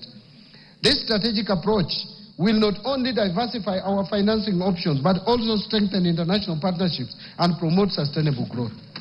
Mr. Speaker and honorable members, the government is keen on sustaining transparency and improving efficiency on public debt service. To this end, the National Treasury is in the process of integrating the Commonwealth Meridian Debt Management System with the integrated Financial Management Information System, IFMIS, and the core banking systems of Central Bank of Kenya. On public-private partnerships framework, Mr. Speaker, the government continues to strengthen the role of public-private partnerships in financing our development agenda. Currently, there are 32 PPP projects at various stages which are targeted to mobilize 70 billion shillings in the financial year 2025-2026 through private investments in priority sectors, including energy, water, housing, health, and transport. So, Mr. Speaker, to enhance transparency and accountability at all stages of project life cycle while implementing PPP, I recently issued a circular on mandatory disclosure requirements for all privately initiated proposals. This measure is part of our broader effort to strengthen the integrity of the PPP program and to ensure that private sector participation in public projects fosters public trust. Mr. Speaker, the National Treasury in May 2025 received the final report of the Committee of Experts on leveraging local financial markets for investment into public-private partnerships and implementation.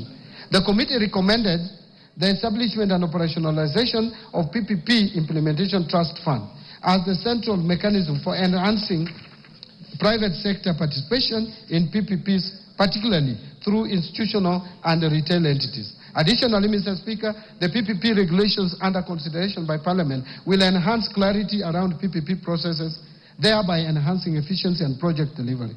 This will also unlock a pipeline of county-level specific PPP projects in partnership with development partners.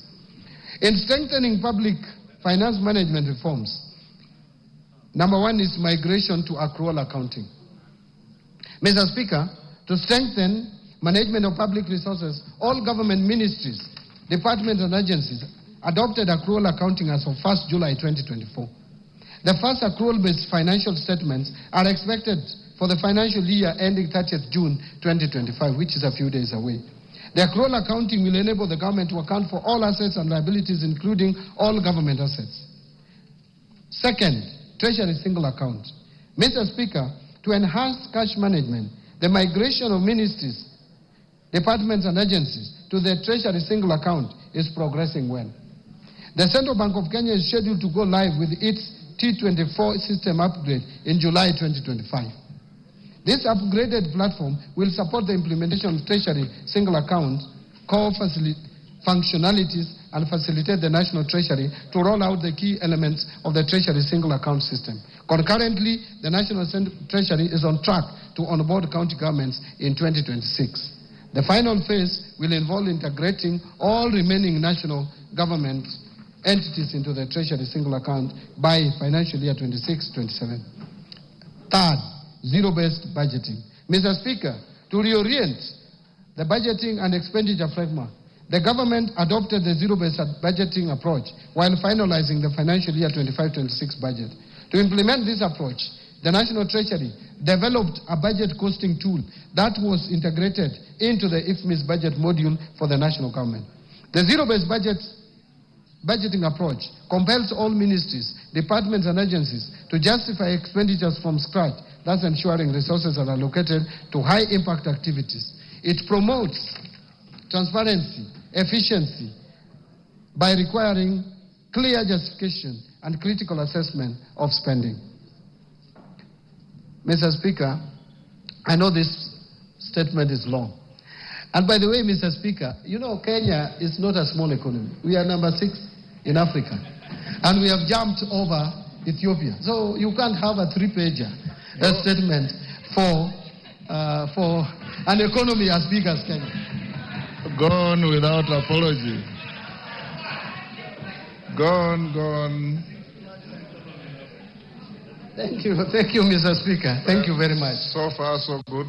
Yeah, Mr. Speaker, I'm now turning to resource allocation so that honorable members can appreciate and the Kenyan people where we have allocated the limited resources that we have. Mr. Speaker, now let me highlight the government spending priorities for financial year 25-26. Expenditures for the financial year 25-26 will consolidate the gains realized under the bottom-up economic transformation agenda with special focus placed on promoting investment in core pillars and their enablers through a value chain approach. Number one, under agricultural transformation and inclusive growth, which is the first pillar. Mr. Speaker, the government will continue to transform the agriculture sector by increasing productivity in key value chains such as fisheries and aquaculture, horticulture, food crops, livestock and rangeland development. The government will scale up support to farmers through input financing, subsidies and extension services. This will move the country from food deficit to food surplus, reduce reliance on food imports and revamp export crops. Mr. Speaker, in this respect, I have proposed an allocation of 47.6 billion for various programs under this sector, despite the fact that agriculture is largely devolved. This includes 8 billion for the fertilizer subsidy program, 10.2 billion for the National Agricultural Value Chain Development Project, 800 million for small-scale irrigation and value addition project, 1.2 billion for food security and crop diversification project, and 5.8 billion for the food systems resilience project. Mr. Speaker, to promote livestock production, I have proposed Kenya shillings 2.3 billion for de-risking, inclusion and value enhancement of pastoral economies programs, 1.6 million Kenya shillings for Kenya livestock commercialization program, and 280 million for the livestock value chain support project. I have also proposed Kenya shillings 340 million for the development leather industrial park at Kenani. Mr. Speaker, to support the growth of blue economy, I have proposed a total of 8.2 billion to the blue economy and fisheries subsector. This includes 2.3 billion for aquaculture business development project, 2.4 billion to the Kenya Marine Fisheries and Socio-Economic Development Project, and 500 million for the Kabonyo Fisheries and Aquaculture Training Center. Mr. Speaker, to raise agricultural productivity and enhance resilience to climate change risks in targeted smallholder farming and pastoral communities, I've proposed an allocation of Kenya shillings 318 million towards an ending drought emergencies project and 1.3 billion to resilience for food and the nutrition security program in Horn of Africa project. Mr. Speaker, the government is also committed to land reforms to address historical inequalities, promote equitable access, and ensure sustainable land management. To this end, I have proposed a sum of 3.8 billion for settlement of the landless.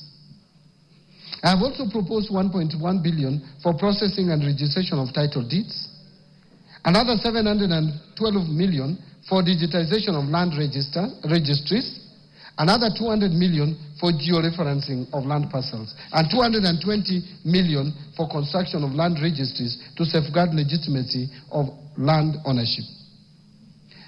The next pillar is transforming the micro, small, and medium enterprises economy.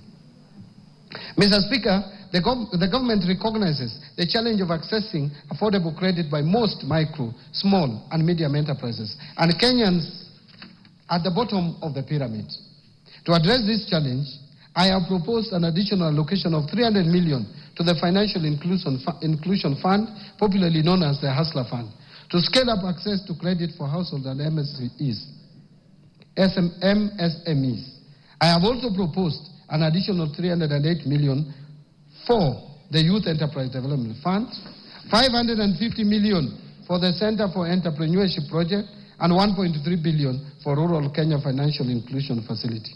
Under housing and settlement, which is the other pillar, Mr. Speaker, the government is committed to facilitating the construction of decent, safe, and affordable houses for Kenyans. Through the affordable housing program, the government is creating jobs for the youth directly in the construction sector and indirectly through the production and supply of building products. To continue supporting this initiative, I have proposed an allocation of 128.3 billion for the housing, urban development, and public works subsector. This includes 13.4 billion under the Kenya Urban Program, 64.5 billion for construction of affordable housing units, 10.5 billion for construction of social housing units, and 16.5 billion for social and fiscal infrastructure. Mr. Speaker, other proposed allocations to the housing, urban development and public works interventions include 7.2 billion shillings for the Kenya Informal Settlement Improvement Project Phase 2, 3.5 billion for the construction of housing units for the National Police and the Kenya Prison, 500 million for building climate resilience of the urban poor program, 184 million for construction of footbridges, and 454 million targeted to support construction of county headquarters. Mr. Speaker, to ensure the safety of Kenyans through compliance with building codes and standards as well as other industry regulations, I have proposed an allocation of 2.6 billion for the regulation and development of the construction industry. I am aware members are aware, I know members are aware of the challenges we have had where collapsed buildings kill many Kenyans as a result of carelessness of various developers. Let me turn to universal health coverage. Mr. Speaker, access to quality and affordable health care through the universal health coverage program is central to this government.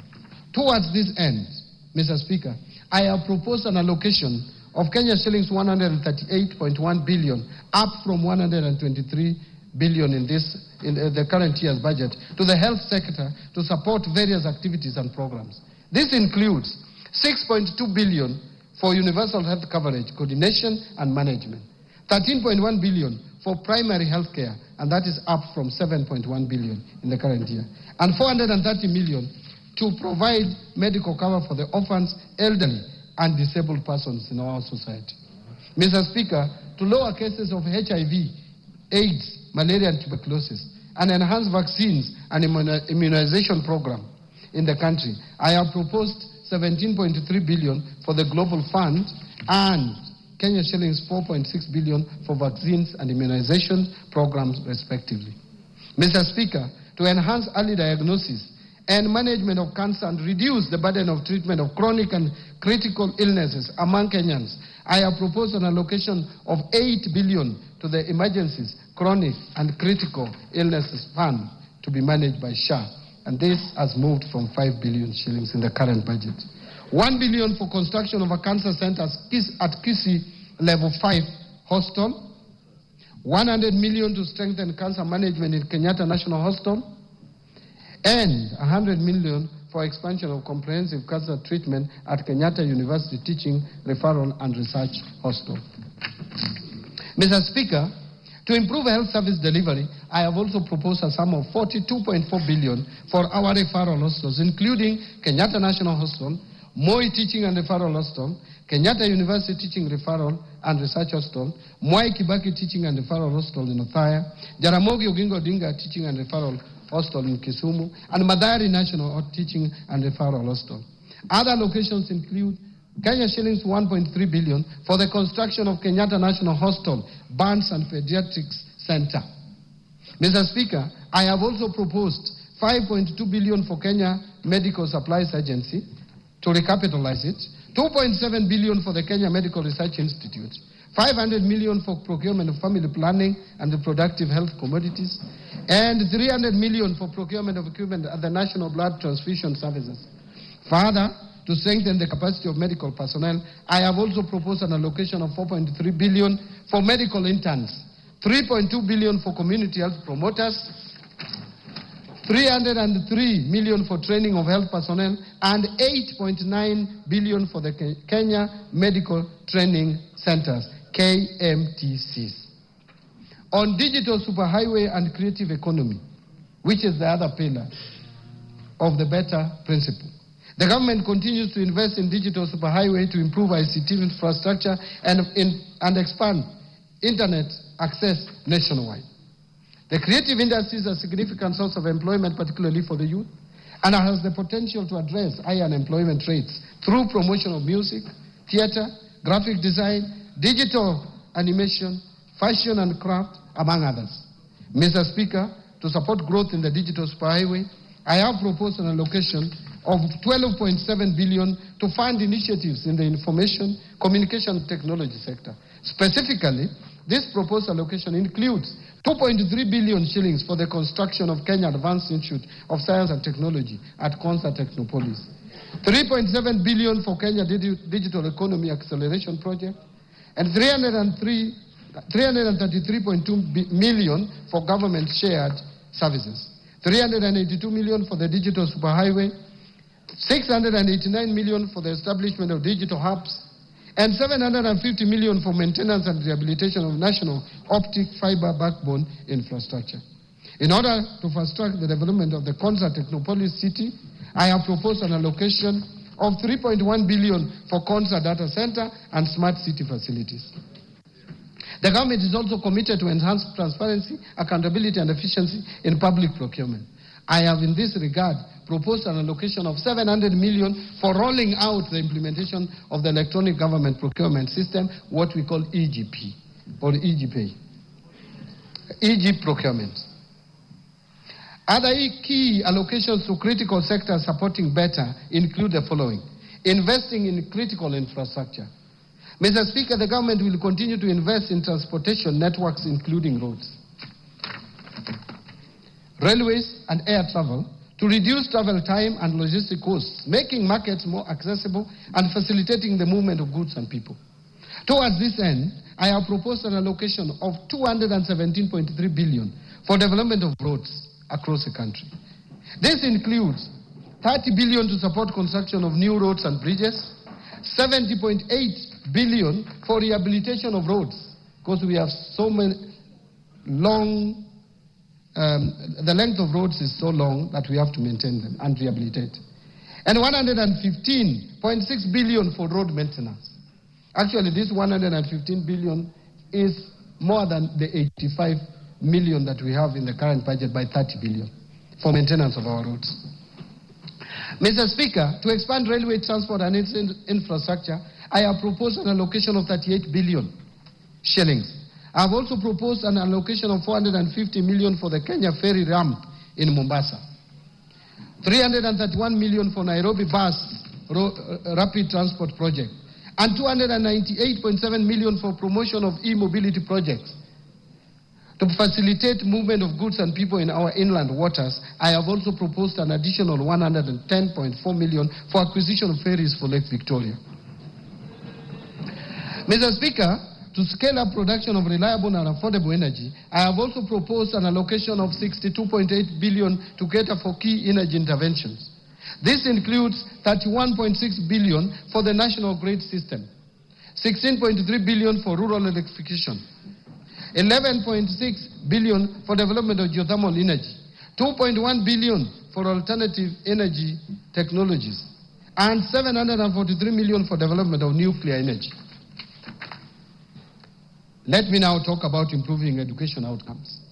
Mr. Speaker, the education sector plays a vital role in economic development by enhancing human capital, driving innovation, and improving productivity.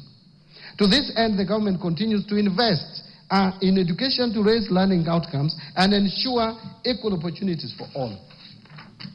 Mr. Speaker, I have proposed a total allocation of 702.7 billion to the education sector, which is almost 28% of our entire budget.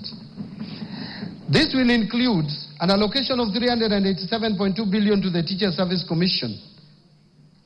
The allocation for TSC will include 7.2 billion for recruitment of intern teachers and 980 for capacity building of teachers on competence-based education curriculum. Further, I have proposed an allocation of 7 billion for free primary education, 28.9 billion for junior secondary school capitation, and 51.9 billion for free day secondary education. In addition, Mr. Speaker, I have also proposed an allocation of 5.9 billion for administering the national examinations, 3 billion for the school feeding program, and 7.2 billion for the recruitment of intern teachers. I think that one I'd already mentioned, that's a repeat, and 4 billion for the technical, vocational, educational training and entrepreneurship project.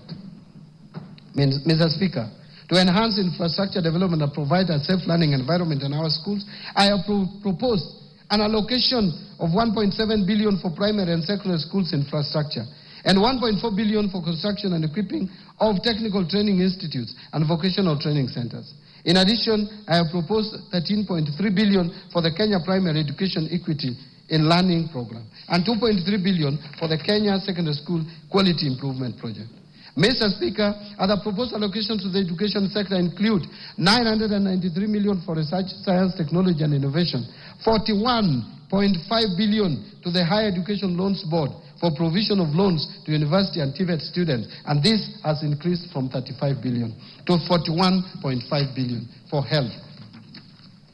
Another 16.9 billion for scholarship for university students and 7.7 billion capitation and scholarship for TVET students. In supporting manufacturing for job creation, Mr. Speaker, to continue promoting local industries, I have proposed an allocation of 18 billion under various implementing ministries, departments and agencies. Out of this, 4.5 billion will support establishment of county integrated agro-industrial parks in various counties. 2.8 billion for supporting access to finance and enterprise recovery, what we call SAFER project. 602 million for a development of Athi River Textile Hub. 705 million for establishment of flagship export processing zones hubs. 504 million for development of special economic zone textile park in Naivasha. And 798 million for Kenya jobs and economic transformation. Mr. Speaker, in order to revitalize and maximize the benefits from our cash crops, I have proposed 2 billion for coffee cherry revolving fund and another 2 billion for coffee debt waivers. This is up from the 3 billion that was allocated to this subsector in the last financial year's budget. Another 1.5 billion for sugar sector reforms and 120 million for modernization and revitalization of cotton ginneries and 245 million for horticulture produce compliance enhancement project. Mr. Speaker, to support local production and processing of edible oils, I have proposed an allocation of 300 million for the National Edible Oil Crops Promotion Project. Mr. Speaker, to enhance milk processing, I have proposed an allocation of 400 million for excess milk mop-up and 150 million for modernization of milk processing factories in Runyenjes and Narok. Mr. Speaker, to equip our youth with essential training and internship opportunities in trade and industry, I have proposed an allocation of 330 million for the Kenya Industry and Entrepreneurship Project. Another 500 million for the construction of industrial research laboratories and 109 million for constituency industrial development centers.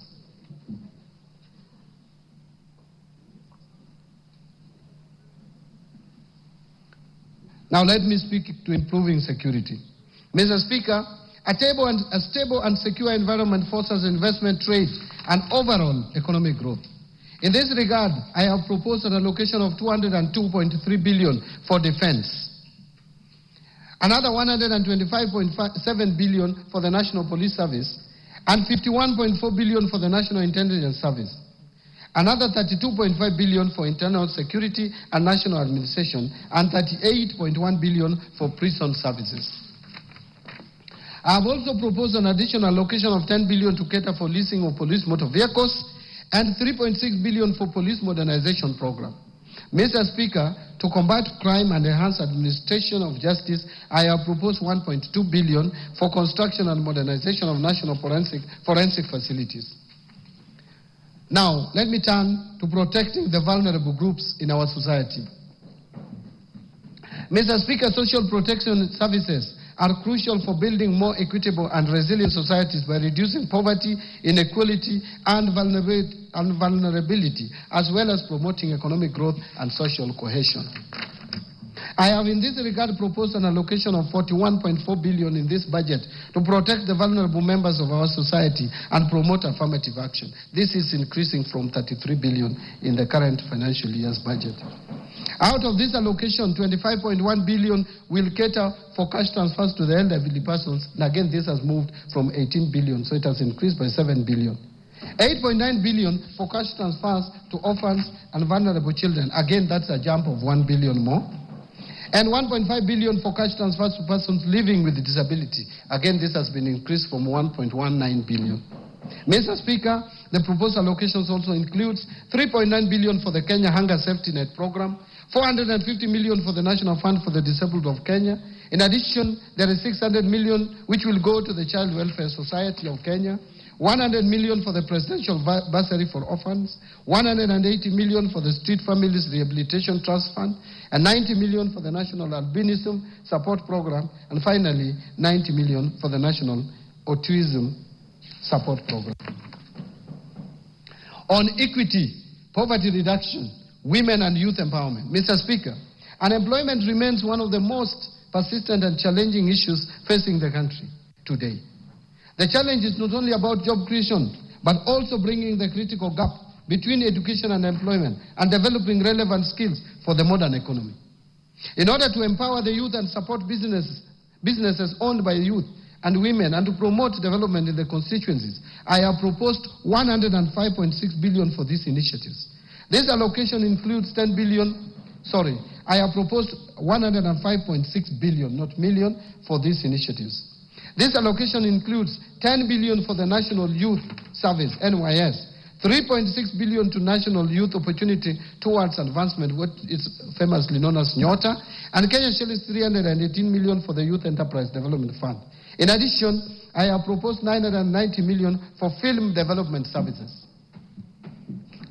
Mr. Speaker, to further empower our women and girls, I have proposed 353 million for the Women Enterprise Fund, 940 million for provision of sanitary towels to school-going girls, 254 million for strengthening prevention and response to gender-based violence in Kenya, 110 million for eradication of female genital mutilation, and 4 billion for the National Government Affirmative Action Fund, otherwise known as NGAF.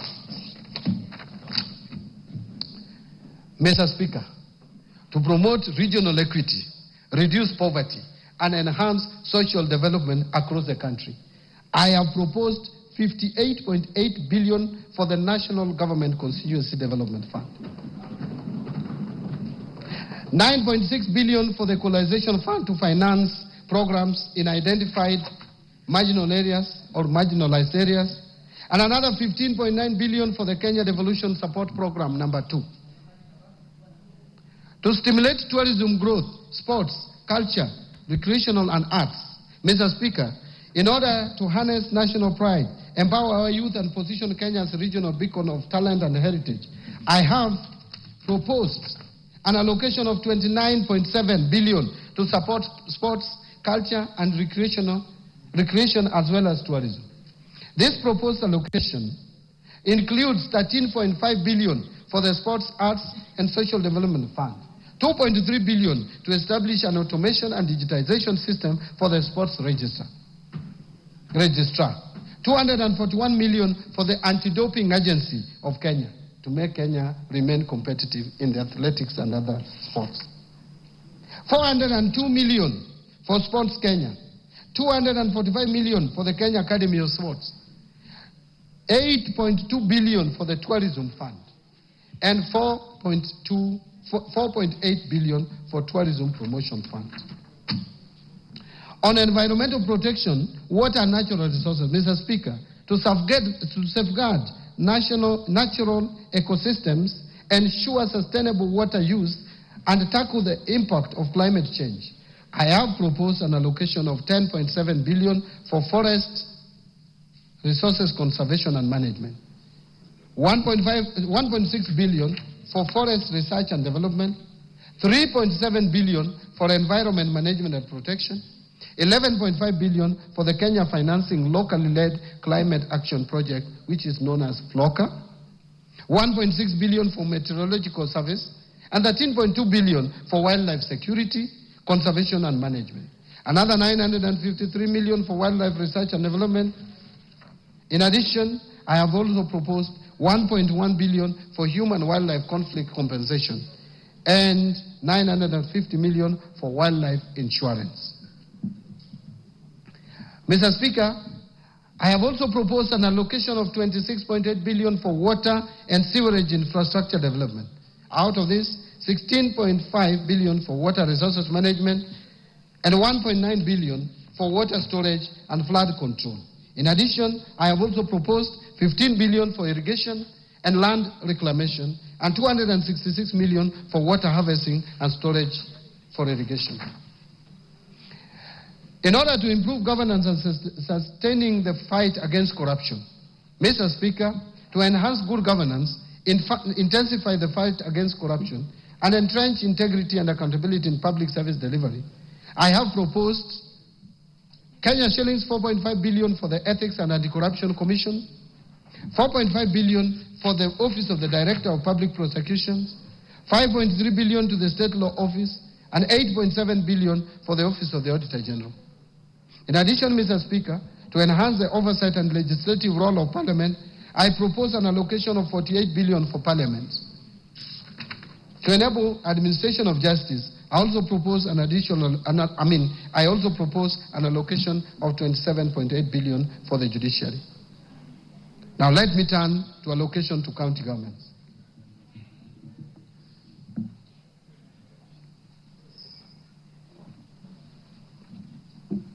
Mr. Speaker, to support devolution, county governments will receive 405.1 billion in the financial year 2025-2026 as an equitable share of revenue raised nationally, an increase of 17.6 billion from Kenya shillings 387.4 billion in financial year 24-25. The 405.1 billion represents 25.8% of the most recently audited revenues for financial year 2020-2021, way higher than the minimum of 15% prescribed in Article 203(2) of the Constitution. In order to ensure food and nutrition security, infrastructure development, improved water and sanitation systems, among others, county governments will receive an additional 69.8 billion as additional allocations. Equalization Fund. Mr. Speaker, to support implementation of projects in the marginalized areas, 7.85 billion has been proposed as an allocation to the Equalization Fund in the financial year 2025-2026, and an additional 2.74 billion to settle outstanding arrears owed to the fund. Mr. Speaker, now allow me to speak to measures to enhance county government's own source revenue. Mr. Speaker, the own source revenue policy recommended the development of a national framework legislation to regulate the introduction of taxes, fees, and charges by county governments. Consequently, the National Treasury and other stakeholders developed the County Government Revenue Raising Process Bill, which is currently before Parliament for consideration. Again, I urge the Honourable House to consider the bill and prioritize its enactment. Mr. Speaker, now let me turn to taxation measures. Mr. Speaker, I will now turn to tax policy measures supporting the financial year 2025-2026.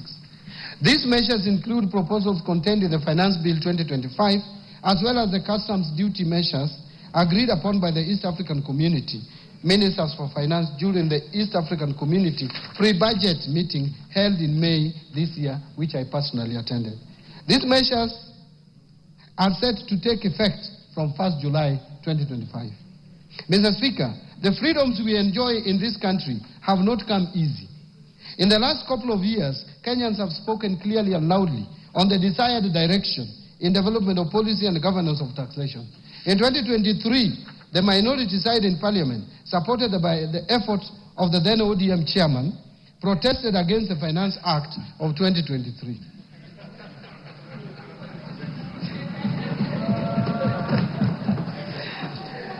Last year, Mr. Speaker, some provisions in the Finance Bill 2024 triggered protests across the country.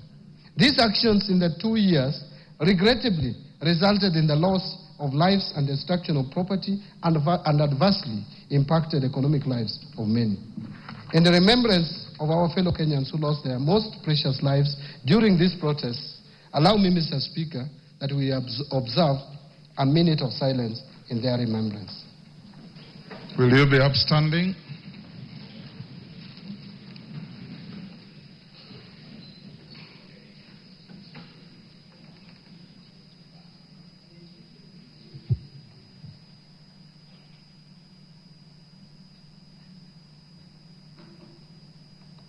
May their souls continue resting in eternal peace.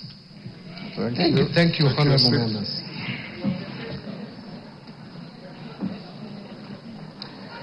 Mr. Speaker,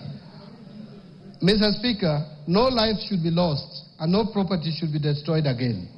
The message from Kenyans was clear. Since I took office at the National Treasury and Economic Planning, I assured Kenyans that we shall strive to reduce tax burden. In this respect, the Finance Bill of 2025 has neither proposed new taxes nor raised any tax rates. Instead, we have chosen to enhance tax revenue collection through administrative reforms by simplifying and streamlining tax laws to make them clearer and easier to implement, thereby improving taxpayer compliance. The process also involves rationalization of tax expenditure to enhance equity and fairness. Mr. Speaker, the revenue foregone through tax incentives or tax expenditure has increased significantly, rising from Kenya shillings 393.1 billion, which is equivalent to 2.9% of GDP in 2022, to 510.6 billion, which is equivalent to 3.4% of GDP in 2023. To reverse this trend, the Finance Bill of 2025 proposes reforms to rationalize tax expenditures so as to promote equity, fairness, efficiency, and reduce distortions within the tax system. The proposed reforms are in line with the national tax policy and the medium-term revenue strategy, which this Honorable House passed. So, Mr. Speaker, from the proposed reforms, we expect to raise Kenya shillings 30 billion more as additional revenue. Mr. Speaker, customs measures agreed upon by East African community ministers during the pre-budget meeting are intended to protect our industries and ensure they access raw materials and inputs at affordable prices. The meeting allowed Kenya to import tea packaging materials at a lower duty rate of 10%. In addition, Kenya was granted an extension of duty remission to import wheat at the rate of 10%. These measures will support our wheat and tea farmers.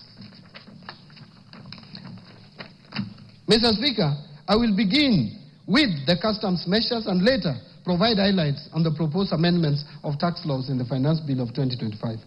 On customs measures, to meet the local demand of rice, Kenya was allowed to extend the stay of application on the East African Community Common External Tariff and import rice at the rate of 35% or USD 200 per metric ton, whichever is higher, instead of the common external tariff rate of 75% or USD 345 per metric ton. Mindful of wheat farmers in Kenya, East African community ministers agreed on duty remission of wheat at a rate of 10% instead of the common external tariff rate of 35%, provided the millers who intend to import wheat under the duty remission must first purchase locally produced wheat. Mr. Speaker, to promote local assembly of telecommunication equipment, Kenya was granted an extension of duty remission on inputs for assembly of telecommunication devices, including mobile phones, laptops, and tablets.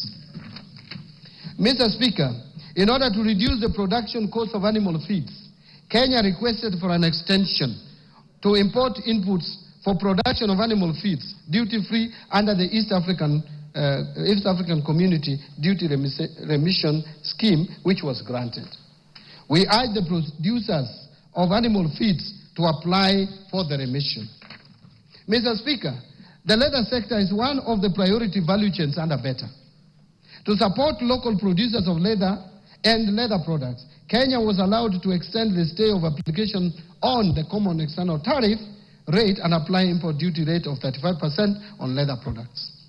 To promote tanneries to supply local manufacturers with high-quality leather, Kenya was allowed to import chemicals for leather processing under duty remission.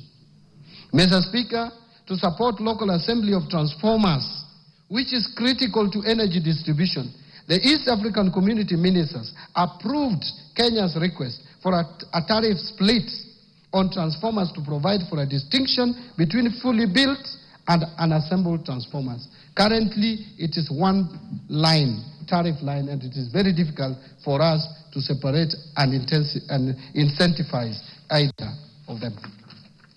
So, Mr. Speaker, to support the local assemblers of cranes, Kenya was granted approval to import inputs for assembly of cranes duty-free under duty remission. Mr. Speaker, last year Kenya was granted a stay of application on the East African East African Community Common External Tariff to apply a higher duty rate ranging from 25 to 35% on certain types of paper used in manufacturing packaging materials. This action adversely affected exporters, particularly in tea sector. To address this, Kenya opted not to request for an extension of the stay of this common external tariff. And this decision will not affect local manufacturers of packaging materials, as they will continue importing raw materials under duty remission. So, Mr. Speaker, now let me speak to the Finance Bill of 2025. Let me now highlight some of the proposals contained in the proposed Finance Bill 2025 under Income Tax Act.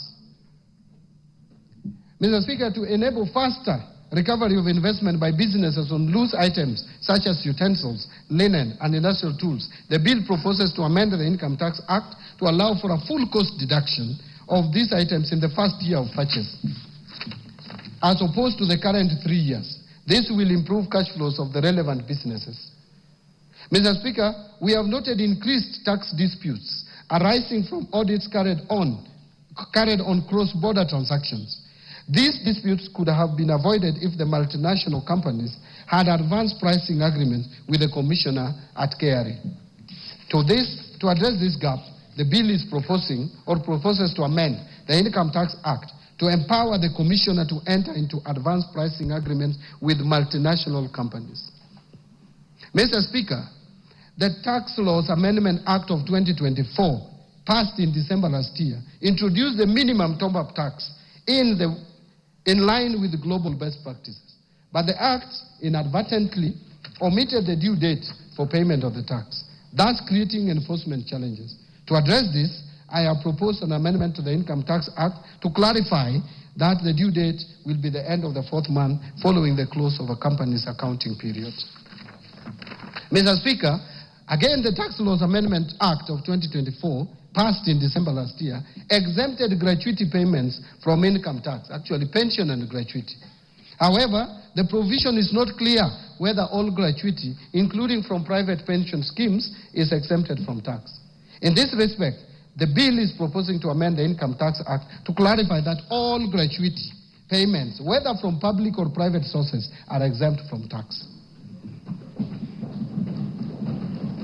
Mr. Speaker, to encourage wider participation in virtual asset transactions, especially among the youth, the bill proposes to reduce the digital asset tax rate from 3% to 1.5%. And Mr. Speaker, to ensure consistency and effective administration of the law, the bill proposes to amend the 3rd schedule to the Income Tax Act to clarify that fringe benefit tax is payable by the employer at the corporate tax rate, and that withholding tax on qualifying dividends and qualifying interest are final tax. That is not clear in the current arrangement. And Mr. Speaker, under the current Income Tax Act, individuals with mortgages, and honorable members would be interested in listening to this. Mr. Speaker, under the current Income Tax Act, individuals with mortgages for purchasing or improving residential houses can claim tax relief on interest payment on the mortgage. However, those who take up a mortgage to construct their own residential houses are excluded from this relief. That is the law as it is today. To ensure fairness, the bill proposes to extend this benefit to interest on mortgages taken for construction of residential houses. This will support home ownership and align with the better pillar on affordable housing. Mr. Speaker, the current tax-free daily subsistence allowance of $2,000 for private sector employees on official duties outside their usual workplace is lower than that of the public sector employees. To enhance equity, the bill is proposing to increase the tax-free daily subsistence allowance for private sector employees from 2,000 to 10,000 shillings. Mr. Speaker, Kenya has an opportunity to strengthen its position as a regional financial hub. In this respect, the bill proposes amendment to the Income Tax Act to provide that companies certified by the Nairobi International Financial Center Authority, NIFCA, that invest new capital of at least 3 billion over a period of 3 years to pay a reduced corporate tax rate of 15% for the first 10 years and 20% for the subsequent 10 years. The companies qualifying for this will be required to employ Kenyans at senior management level. The startup companies that are certified by Nairobi International Financial Center Authority will enjoy a 15% tax rate for the first 3 years and 20% for the subsequent 4 years. And dividends earned by certified holding companies and regional headquarters will be exempted from tax provided that at least 250 million is reinvested annually in Kenya. Mr. Speaker, we have noted that some employees seek refunds from KRA on reliefs of deductions that ought to have been deducted by their employers. To address this challenge, the bill proposes to amend the Income Tax Act to make it mandatory for employers to consider all eligible tax reliefs and deductions when computing employees' income tax. Presently, employers are not compelled to deduct these reliefs in computing pay as you earn. Value-added tax. Mr. Speaker, while a supplier is required to issue a tax invoice at the point of sale, there is currently no definition of tax invoice under the VAT Act. This creates ambiguity on what constitutes a tax invoice. To resolve this ambiguity, the bill is proposing to amend the VAT Act to define a tax invoice. Mr. Speaker, to strengthen tax administration and enhance compliance, the bill proposes to require the issuance of tax invoices for all suppliers, whether taxable or exempt. This amendment will support better record keeping by taxpayers and facilitate the pre-population of returns. Mr. Speaker, to support business operations, the bill proposes to shorten the period for claiming refunds on bad debts from 3 years to 2 years and to allow taxpayers to either request for a refund or offset it against future VAT liabilities. Mr. Speaker, again, entities in special economic zones currently benefit from VAT exemptions and zero rating, but there is no provision to recover tax when these benefits are misused or abused. To safeguard revenue and promote accountability, the bill proposes to recover VAT where exempted or zero-rated goods or services are used for purposes other than those intended. Mr. Speaker, to prevent leakages or revenue leakages, strengthen tax administration, and promote equity across sectors, the bill proposes to move some zero-rated goods and services that are consumed locally to exempt status. Further, Mr. Speaker, some of the goods exempted from VAT have multiple uses, making it difficult to effectively monitor whether they are finally used for the intended purpose. In this respect, the bill proposes to amend the VAT Act to remove such exemptions. Under excise duty, Mr. Speaker, to minimize tax disputes relating to classification of locally produced accessible goods, the bill proposes an amendment to the Excise Duty Act to clarify that the East African Community Common External Tariff and its classification rules shall apply to all accessible goods, both imported and locally manufactured. Mr. Speaker, to streamline the processing of applications for license to manufacture accessible goods by the Commissioner, the bill proposes to amend the Excise Duty Act to require the Commissioner to provide feedback on the application within 14 working days from the date of receipt of all valid documents. Mr. Speaker, the Excise Duty Act provides for taxation of alcoholic beverages based on pure alcoholic content, which increased cost for producers using spirits over 90% alcohol content as raw materials from 356 shillings to about 1,000 shillings per litre. Since undenatured extra neutral alcohol is a key input in the manufacturing of spirituous beverages, the bill proposes to amend the Excise Duty Act to provide an excise duty rate of 500 shillings per litre for undenatured extra neutral alcohol above 90% strength supplied to licensed spirituous beverage manufacturers. Mr. Speaker, to promote equity and fairness in taxation of accessible services offered through the internet or electronic network, the bill proposes to amend the Excise Duty Act to bring non-resident persons without a physical presence in Kenya into the tax net when they supply accessible services through these mediums. Mr. Speaker, to avoid double taxation of fees charged by digital lenders, the bill proposes to amend the definition of digital lender under the Excise Duty Act to exclude entities licensed under the Banking Act, the Cooperative Societies Act, and the Microfinance Act. Honorable members, to enhance clarity and consistency in the administration of excise duty legislation, the bill is proposing to amend the Excise Duty Act to clarify that imported plastic products, including plates, self-adhesive plastics, and printed polymers, will be subjected to excise duty at 25% of the excise value, or 200 per kilogram, whichever is higher. Now let me speak to miscellaneous fees and levies. Mr. Speaker, the Export and Investment Promotion Levy on billets and wire rods, which are raw materials in manufacture of nails, fencing wires, gabions, bolts, and nuts, have raised production costs of these products. In this respect, the bill proposes to amend the Miscellaneous Fees and Levies Act to review the levy downwards. Mr. Speaker, to promote Nairobi as regional aircraft maintenance hub while managing tax expenditures, the bill proposes to amend the Miscellaneous Fees and Levies Act to introduce import declaration fee and railway development levy on small aircrafts and helicopters, but retain the exemption on spare parts of all aircrafts. The Tax Procedures Act, 2015.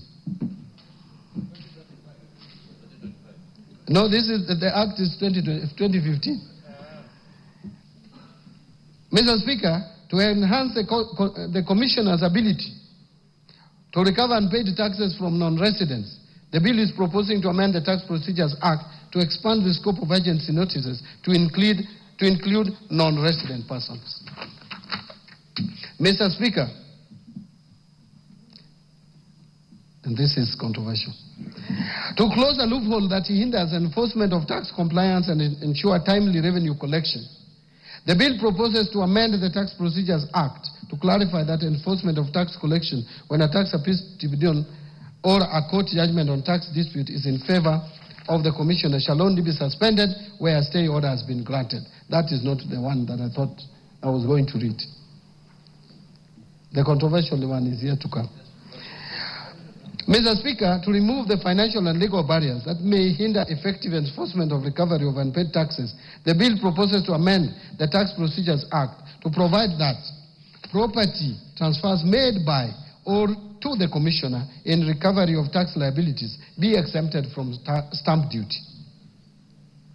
Mr. Speaker, to promote transparency, uphold fair administrative action, and strengthen trust in tax administration, the bill proposes to amend the Tax Procedures Act to require the Commissioner to provide reasons when issuing amended tax assessments to a taxpayer, so that we avoid misuse of Kenya Revenue Authority for political reasons, where they just sit and tell you that 3 years ago you did not pay such and such, and yet you had already been cleared for tax purposes. Reasons must be provided.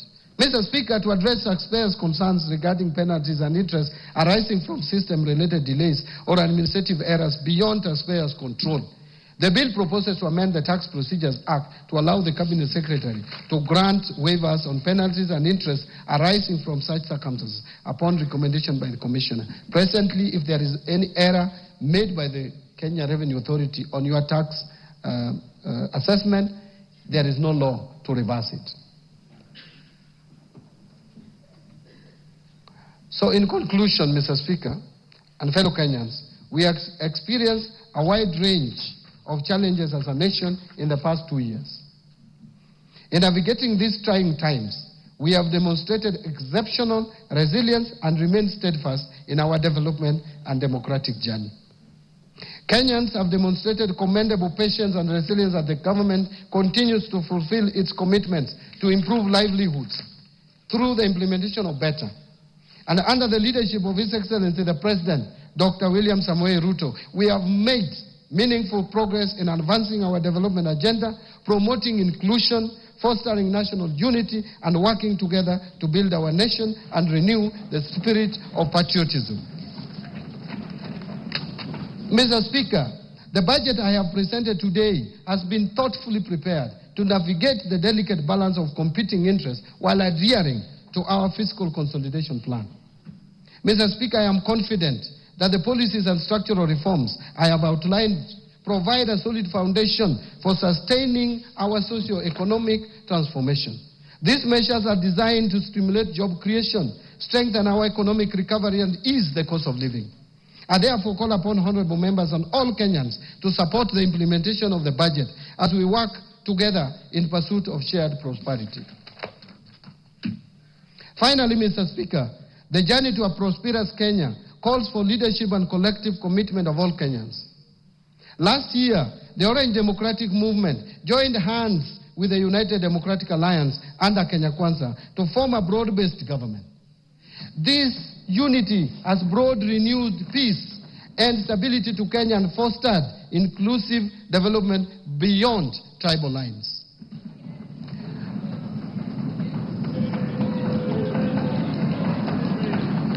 I wish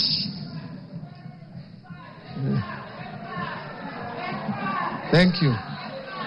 Thank you. Thank you. Thank you. Thank you. Thank you very much. I wish to acknowledge with gratitude the unwavering leadership and vision of His Excellency the President Dr. William Samoei Ruto and His Excellency the Deputy President Professor Kithure Kindiki. I also wish to recognize the invaluable efforts of the Prime Cabinet Secretary, the Attorney General, my fellow Cabinet Secretaries, Principal Secretaries, accounting officers, and all personnel across government ministries, departments, and agencies who have diligently contributed to the development of the financial year 2025-2026. Mr. Speaker, I want to sincerely thank Baba, Right Honorable Raila.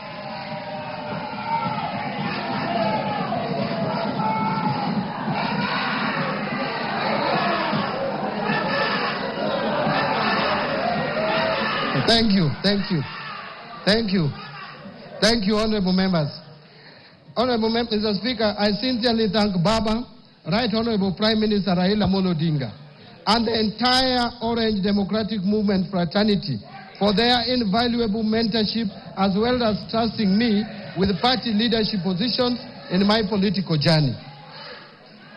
But Mr. Speaker, I will not forget that I served the people of Suba South constituency as their elected representative for a period of 15 years and a further 2 years as nominated member of parliament before my appointment to the cabinet. I truly appreciate the people of Suba South constituency for the opportunity they gave me to serve them, and I will remain forever grateful. In addition, I served in the leadership of parliament as a minority leader, and equally, I appreciate the support accorded to me by this House and its leadership during my tenure. My sincere appreciation goes first to you, Honorable Speaker of the National Assembly,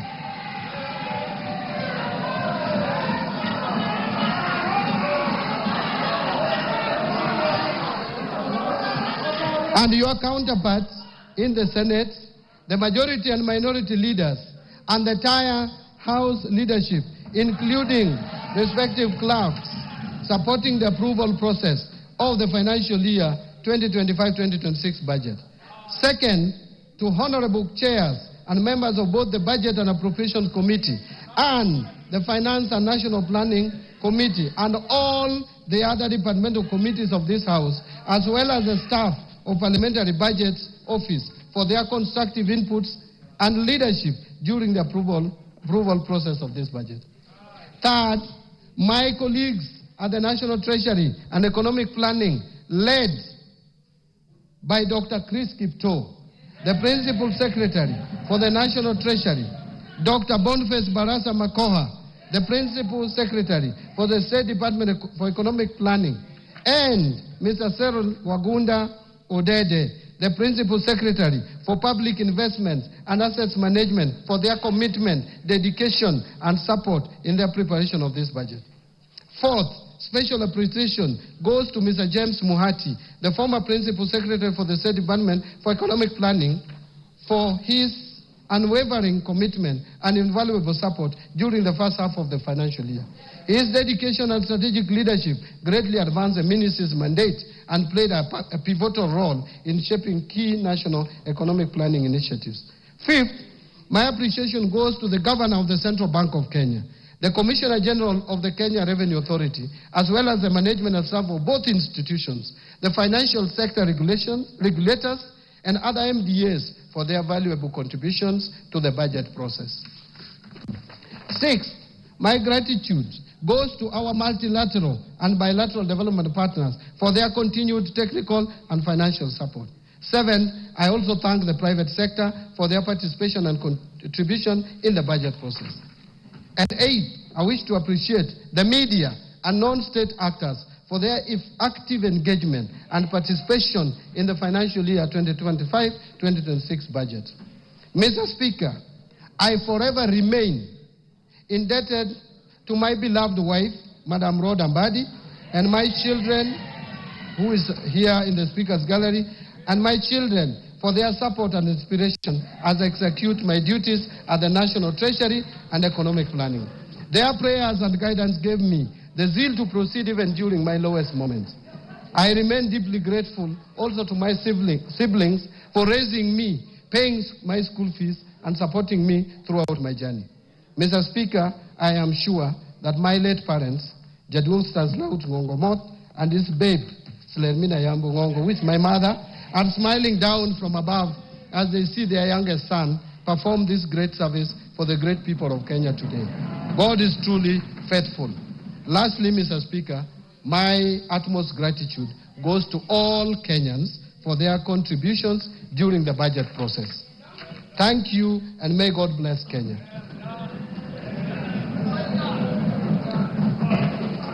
Mr. Speaker, before I resume my seat, you will recall that I have already submitted to this House the budget estimate and the Finance Bill 2025, together with the accompanying documents as required by the Public Finance Management Act 2012.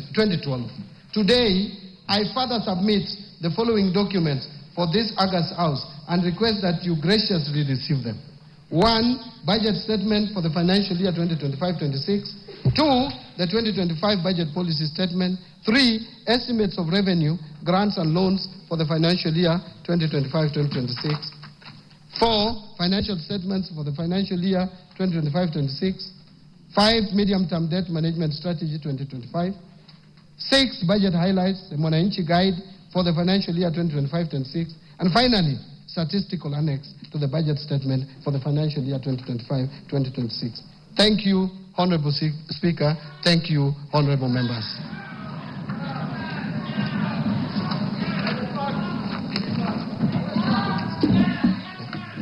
Minister, you may now take your seat.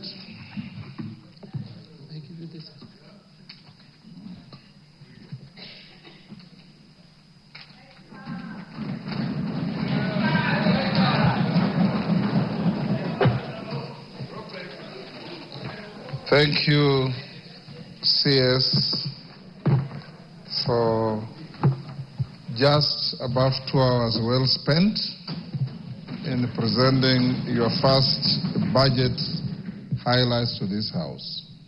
Honorable members, I wish to thank the Cabinet Secretary for the National Treasury and Economic Planning for ably making a public pronouncement of the budget policy highlights and the revenue-raising measures for the national government for the financial year 2025-2026 and the medium term.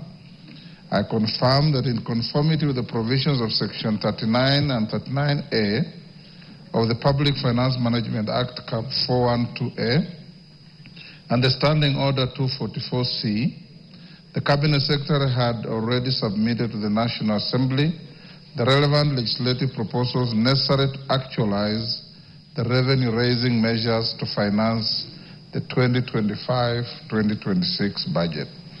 This has since culminated in the Finance Bill 2025, which is under consideration by this House.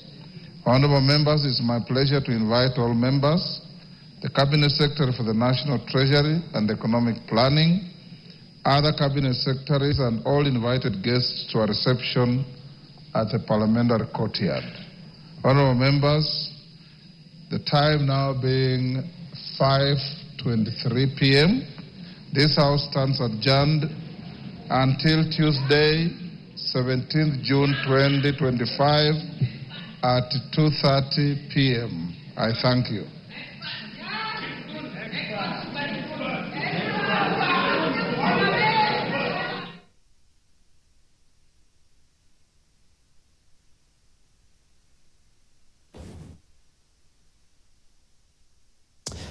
Well, there you have it. The it's now 4.29 trillion shilling budget, the statement that has been read by the National Treasury and Economic Planning Cabinet Secretary, that is John Mbadi. This is his inaugural one. And he has pointed out a number of things, like reiterating that in this, the finance bill, which is also submitted to Parliament, to the National Assembly, has not increased any taxes, and neither has it introduced new ones. He says that one of the things they're looking to do is just to ensure that they increase the collection of revenue. So that is how they're trying to basically onboard more taxpayers to be able to increase how much we get from taxes. Aside from that, he's addressed a number of things.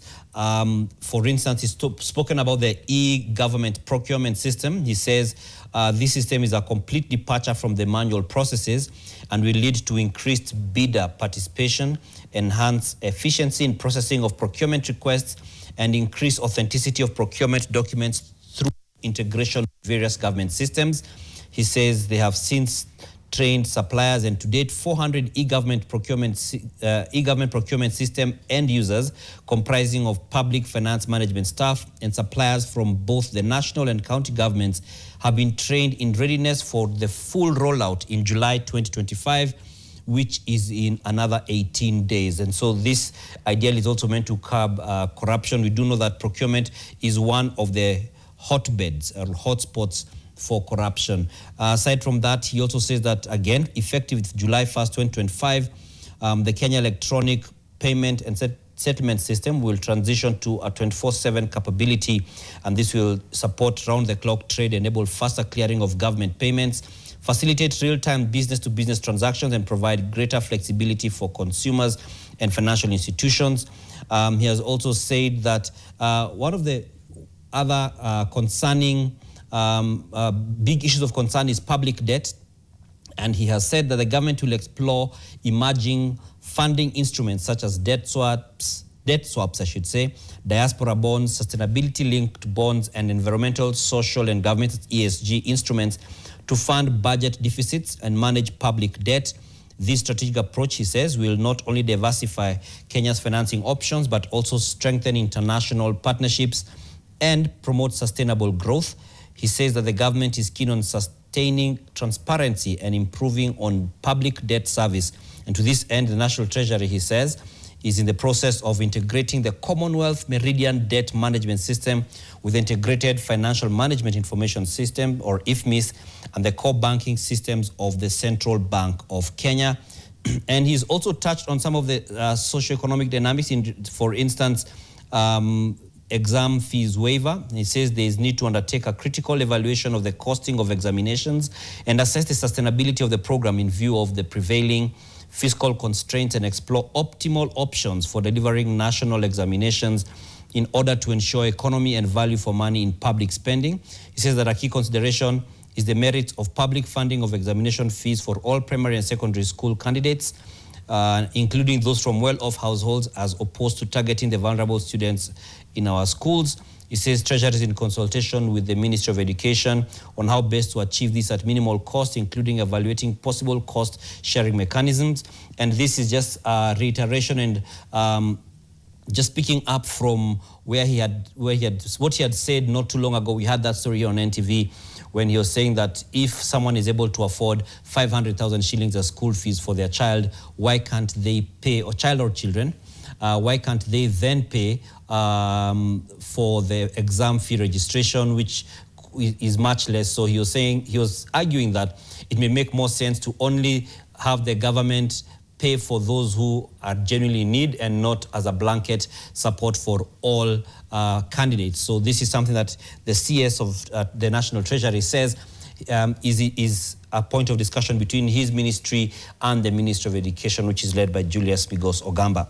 He's also spoken to Treasury single accounts, saying that to enhance cash management, the migration of ministries, departments, and agencies is ongoing, and the CBK is scheduled to go live with the T24 system upgrade in July 2025. So there's a number of things to look to in the coming just under 3 weeks. If it's 18 days, just under 3 weeks, we're expecting a number of things, which is, and this being another one in that list. He says that the upgraded platform will support the implementation of the Treasury single account core functionalities and facilitate the National Treasury to roll out the key elements, and a number of things that he has said here, which beg some questions, are going to be addressed in not too long, because he is expected to have a post-budget reading press conference, and we have Ibrahim Karanja, who's at Parliament grounds, where he is going to give us a sense of that, as well as get some of the reactions from the members of National Assembly who were there for his reading, as well as any senators who may be there who were likely to have been, who expectedly were following the proceedings in the National Assembly chambers. And we also will have a different poll, including people from the executive, that is CSAs, PSAs, etc., who would then also speak to what they think about the same, regarding how the CS has put out some of the proposals and some policy changes that would help the country to stay afloat amid an economic situation that is not the best. And regarding the Gen Z-led protests of 2024, the CS addressed it, and he actually took to the podium to say that let's first of all stop and give a moment of silence. So they all stood up in the House and gave a moment of silence in honor of those who died during the protests. And just so that it is not lost on anyone, justice is yet to be served for those individuals and their families. So that is something just to point out, even as the leaders there stood and gave a moment of silence. And he said that in regards to the protest in 2024, the message from Kenyans was clear.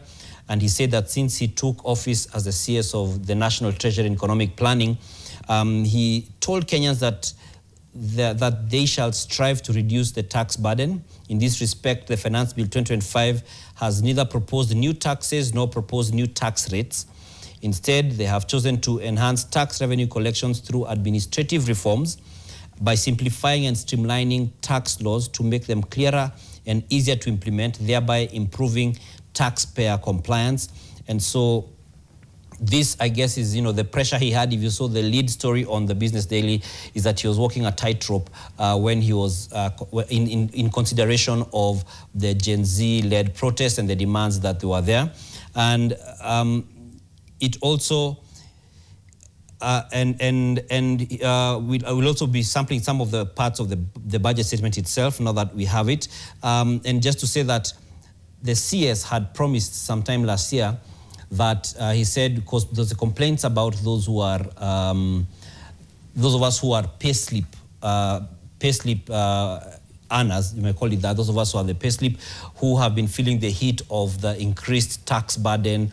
And he said that he's going to make sure that this year, 2025, by the end of the year, we shall be having less tax burden, because he's going to make sure he reforms the KRA, and then this would be implemented. However, not too long ago, I think last week, it seems after being in the government for some time, he got a smell of the coffee of reality. And so he said this may not be possible. There'll be no reductions in any tax rates in payee, that's the pay as you earn. And so he said this could only be considered in the next financial year after the coming one. So that means from July 1st, 2026. And that is if the country will have been able to recover, and KRA will have been able to successfully widen its tax net to have more people paying taxes, so that it eases the burden on those who are already in the tax ecosystem, in terms of those who are paying, to ensure that it is not only them who are paying, so that they can have less burden. And so again, that's one thing that the CS had promised that has not been fulfilled.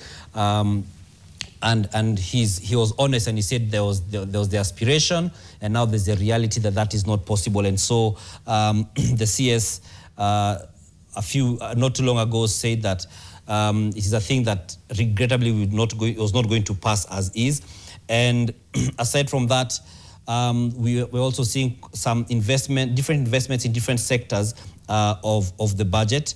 And I'm just going to check when it comes to corruption, because there is the keen aspect of funding the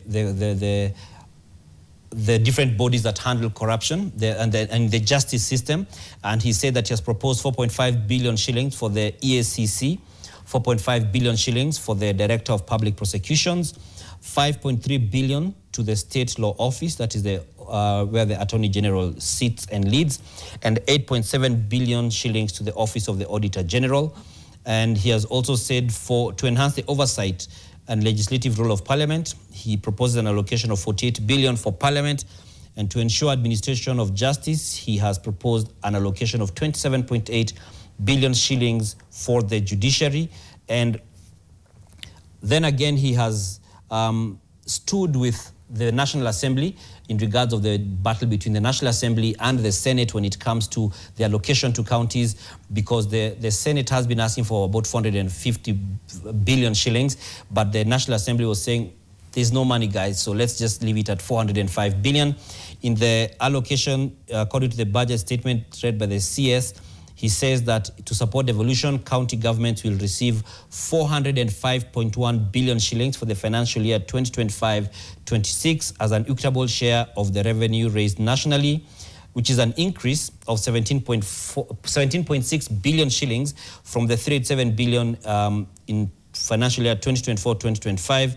And he says that, it represents 25.8% of the most recently audited revenues of the financial year of 2020-2021, which is way higher than the 15% prescribed in the Article 203(2) of the Constitution. So it is an increase from the previous allocation, but it is not the same. It is not the same as what was being expected and proposed by the senators as well as governors. And so I can see that right now the CS is about to address a press conference, and he's flanked by his PSAs. So there should be further explanation onto some of the things spoken. Some of them were in a lot of financial and economic jargon, and so hopefully he can be able to boil them down and just give us better context or more explanation on some of the things that have been put out there and the rationale behind it. And so we'll just be waiting. I can see they're just getting ready. I guess, as is the standard, he's waiting for the different representatives of the media stations to all be ready, so that none is disadvantaged. Then he shall get into his post-budget speech press conference. You can see he's also flanked by the chair of the National Assembly's budget committee, that is Sam Atandi, who replaced Ndindi Nyoro, who was ousted in the cause of the fallout in the Kenya Kwanza coalition. And so this is a person who's also critical to this whole process of budget making.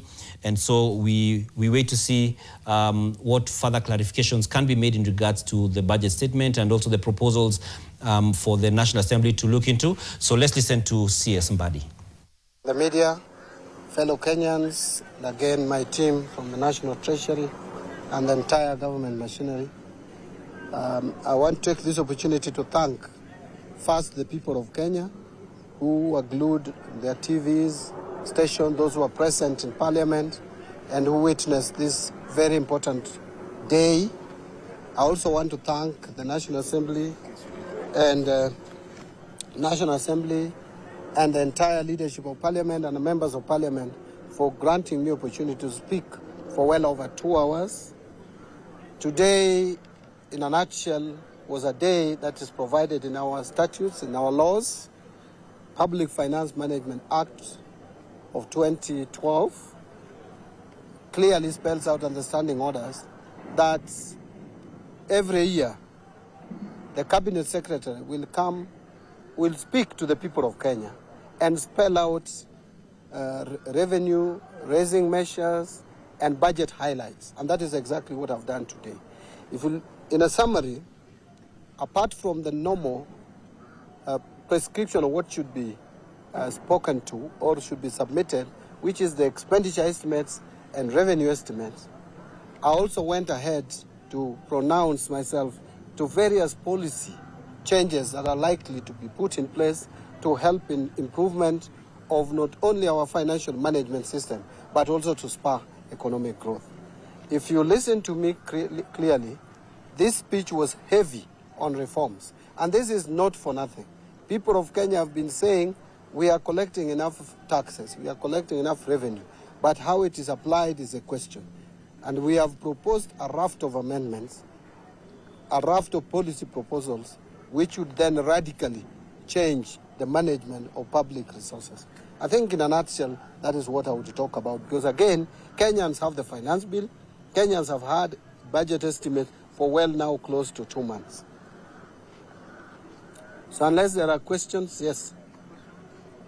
My name is Dennis Otieno from Citizen TV. You talked of streamlining public entities in terms of savings and how much is the government looking at once this is effective? The numbers are still being calculated, but a lot will be saved, and this is something that we have communicated previously. We will save upward of 30 billion if we do proper streamlining and restructuring of state-owned enterprises. And again, it is not just the saving; it's also to ensure efficiency in the way those public, state-owned enterprises are being run. When it comes to last year, Professor Nduku had said one of the biggest challenges was the pending bills, and he had said that the accrual accounting will have solved this in a year's time. What exactly are the challenges and shortfalls? Actually, let me demystify and debunk the thought that accrual accounting would solve the pending bills equation. Accrual accounting would only help in ensuring the visibility and clear accountability of the pending bills, but it doesn't solve the pending bills. However, the pending bills question has been around for a while. From 2005, we have accumulated some bills dating back to 2005. The government has taken a proactive approach by constituting a committee which has assessed these bills, and as I've mentioned, and the 229 which have been cleared for payment, about 80 billion, which is relating to road sector, is being paid as we speak. The rest also, once we conclude the exercise, we will take a proposal to the cabinet through CAB memo, which then would give us the go-ahead to come up with strategies of paying the other pending bills. But the accrual accounting will help first in clearly in capturing the data accurately to make those bills be part of the financial statements of government, and so that they will be above the above line items, as opposed to now when they're just being reported to as notes and you don't even check the accuracy of the same. Yes.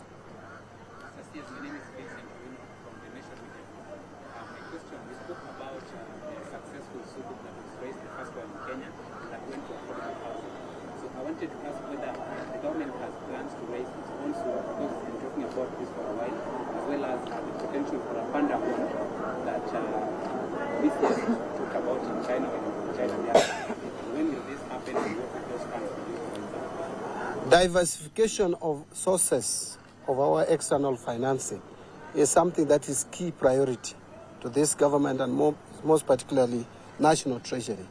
We are in the process of actualizing, raising more funds through Sukuk and even the Panda bond. We are diversifying. We are even going to UAE for other bonds. We don't want to confine ourselves to specific bonds like it has been previously, because there would be a serious risk in the event of certain turbulence in those particular markets. So we are diversifying, and our external resource mobilization department is very active in looking for various sources of funding our budget through external financing. Any last one? You okay? Satisfied? Thank you. Have a good evening. Now, you know. Well, there you have it, some of the clarifications that the CS has given in regards to the budget statement that he's just read in the National Assembly, as well as some of the things that are expected just to help understand in terms of how to raise the raising of revenue. And we do see that there's some key things that have come up as well. And I was just looking into the differences between the last budget statement that was read by Professor Njogona Ndongo, that was last year, just in terms of just the fight against corruption, because this is, you know, one of the biggest pain points for the country. And I can see that when you look at the budget statement from, the budget statement from last year, we see that there's some changes in terms of the allocations. What I can say are improvements. So I can see that EACC has been allocated 4.2 billion shillings in the budget that he has read. Last time it was 4.5 billion shillings. So EACC has gotten less. There's a reduction of 300 million for EACC. Then so that's EACC has gotten less. Then we can see 4.5 billion shillings for the ODPP. That was the previous one, and now it's 4 billion shillings. So that's a decrease also for the ODPP. Then the State Law Office has been allocated 6.9 billion shillings, and last time it was 5.3 billion. So the State Law Office has gotten an increment. So when it comes to the fight against corruption, the State Law Office has gotten more, while the ODPP and the EACC have been allocated less than they were last year. Then in the current financial year that we are in, which is just about to come to a close in just under 3 weeks. Then he talks about the oversight and legislative role of Parliament. He proposes he's proposed Parliament 44.6 billion shillings. That is for the coming financial year, but it had been allocated last year 48 billion shillings. So he has allocated less for the coming financial year. So again, that's another player in the anti-corruption fight that has gotten less. That is the allocation to Parliament, I should say. Then he's proposed 27.8 billion shillings to the judiciary. That's for the current year. But what he's proposing for the next one, for the judiciary, is 24.7 billion. So we have seen that judiciary has gotten less as well. Less from 27.8 billion to 24.7 billion shillings for the judiciary. And so we are seeing that in the fight against corruption, there's less allocation in terms of for different people such as EACC, ODPP, the State Law Office has gotten better.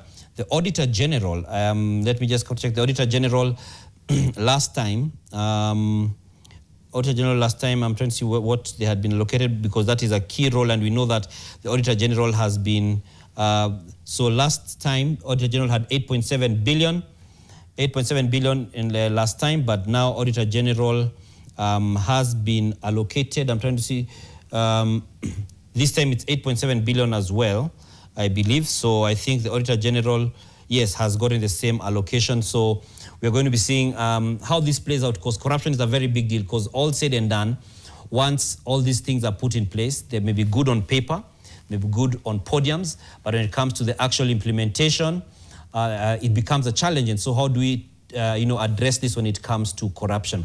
So now let's go back to Parliament, where Ibrahim Karanja, our senior reporter, is standing by with some interviews of responses and reactions by different members of Parliament or other leaders who are there. Ibrahim, over to you.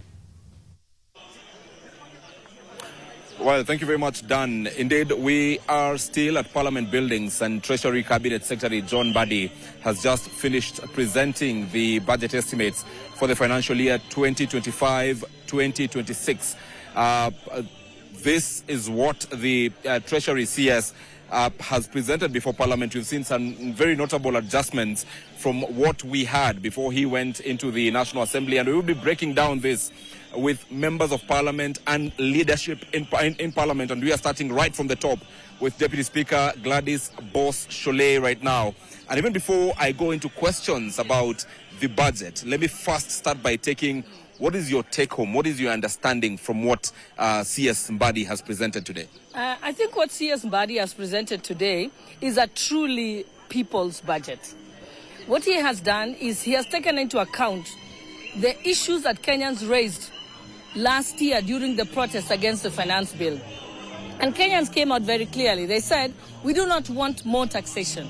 And Kenyans also said that they didn't want Kenya to take more debts. So they've struck a balance by finding how do we raise more revenue without increasing taxes. And this is how they've done it. They have realized that there's a lot of taxes that go uncollected because there's loopholes where certain people are tax cheats. So for example, a lot of people who are selling essential goods were getting VAT refunds. But sometimes the refunds was on paper. There wasn't actually anywhere where they were selling those goods. People used to get also tax refund if they were building or didn't pay VAT when they were constructing hotels for tourism, because we wanted to promote tourism. But they were not actually building the hotels. They would just claim it.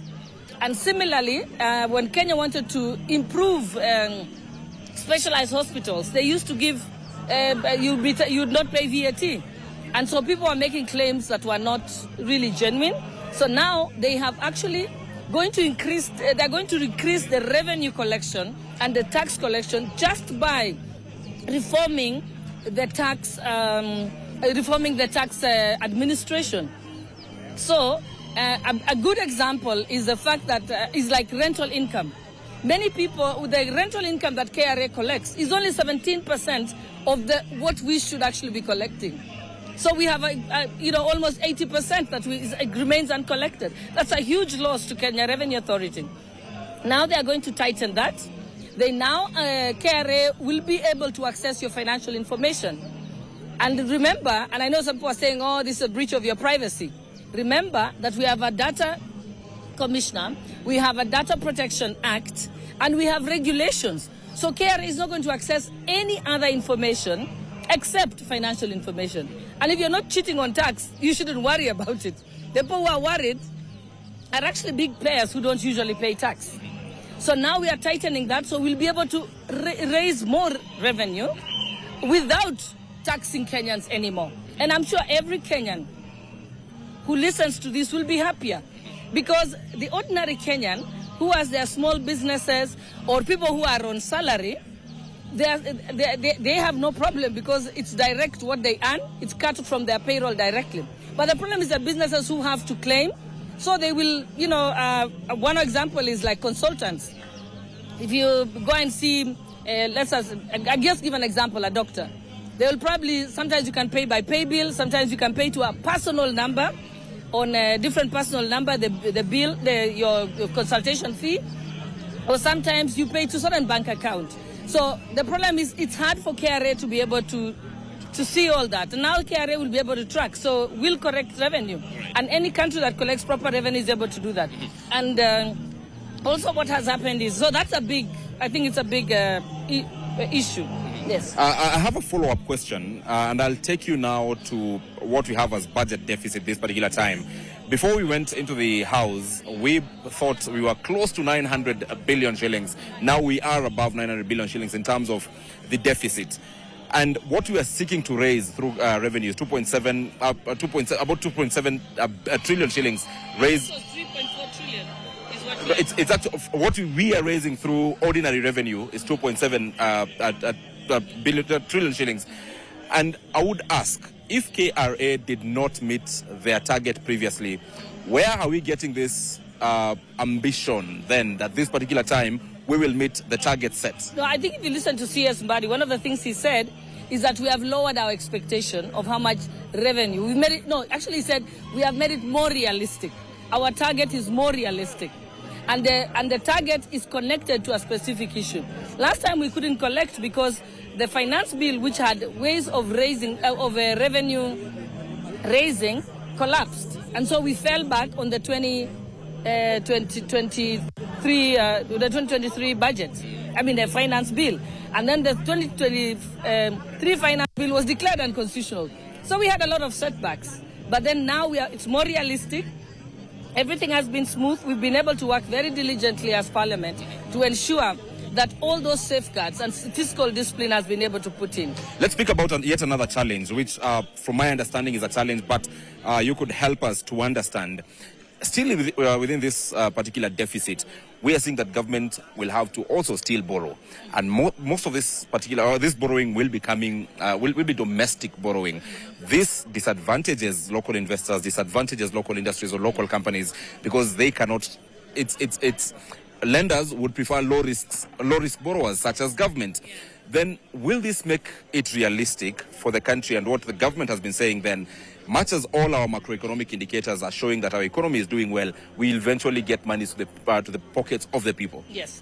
I think first of all, you must remember, everyone borrows. No one can develop without borrowing. Even America has the highest debt in the world. Yeah, so you cannot grow without borrowing. Even you personally, I'm sure you cannot buy your house without borrowing. You cannot buy your car without borrowing. Yes, some people can't even buy the furniture unless they borrow. So borrowing is okay. The most important thing is to ensure that you're borrowing for the right reasons. Where are you putting that money? If you're borrowing to put money in money that will spur economic growth, that is going to create jobs, then it is okay. And look at it. I mean, over total of our budget, we are borrowing 909 billion. And we are borrowing 147 billion from external sources. And we have another 762 billion that is from domestic sources. You see, you cannot make the argument that you must borrow only from external sources. Right now, the economies externally are fragile and they're not doing well. Look at what's happening in America. Do you want to peg all your borrowing from there? Because then you're not immune from shocks. So the most important thing is to spread out your borrowing. Different types. So you have from bilateral, then you have the ones that are for financial institutions. Then you balance it so that you can cushion yourself from any economic shocks externally. Yes. Well, aside from the budget, what we saw the chair of the Finance Committee, Kuria Kimani, do today was also table the report on the finance bill, because we have to finance this particular budget. This is the elephant in the room. Kenyans, informed or misinformed, are already starting conversations about not accepting. Actually, the word they are using is reject even this particular finance bill. What would you tell the country about financing our budget right now and the conversations that we have about the 2025 finance bill? You know, sometimes it's laughable, but you have to realize something. You can't say reject the finance bill. You can say what has happened this time with the big public participation that was done. We listened out to Kenyans. The finance committee went around the country, every constituency, and listened to Kenyans. And like I said, we isolated what Kenyans wanted to hear. But Kenyans also wanted to know how their money is being used. And that's why this particular budget has ensured that public engagement has become very high. Our own CS was at the forefront, where he himself was going to Bunge la Wananchi, he was going to the youth parliament. We were going out on the streets and speaking to people. Personally, I've been making social media YouTube videos just to educate people. So that we are able to educate people that the finance bill has to be there, because you can't have a budget as a country and you have to know how to finance it. So the finance bill is the sources of the money. So usually you tell yourself, how much do we need as a country? 4.2 trillion. Then you say, how much can we raise? 3.4 trillion. Then you ask yourself, what is our shortfall? 900 billion. Then what do? You say, where do I get this one? And it's simple. It's exactly, appeal to Kenyans. It's exactly what you do at your homes. I tell myself, I need to pay school fees. I need to buy new furniture. I need to buy food. I need to pay for water. I have this amount of money. Where are my shortages are? Then I go and borrow. Yeah, and look for the sources. That's the only way you can do it. But one thing we have promised Kenyans is that we listen to you about wanting to have public participation. And that's why the public participation level of this particular budget was at an all-time high. And I think that's what we must do to engage Kenyans. So then, even when you say, you should say specifically what should be rejected.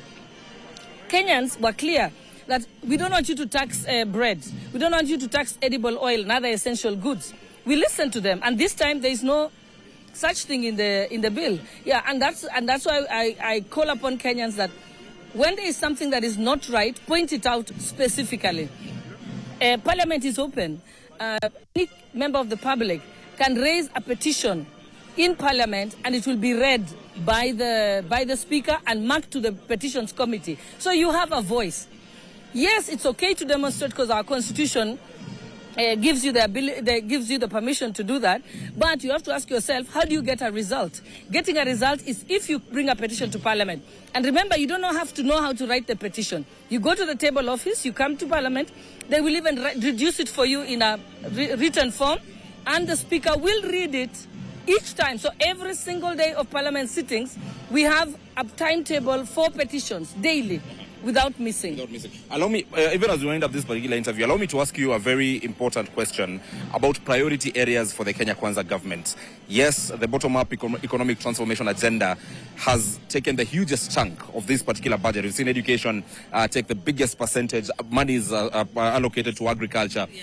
And these are things that will be used to rate this particular government. Yeah.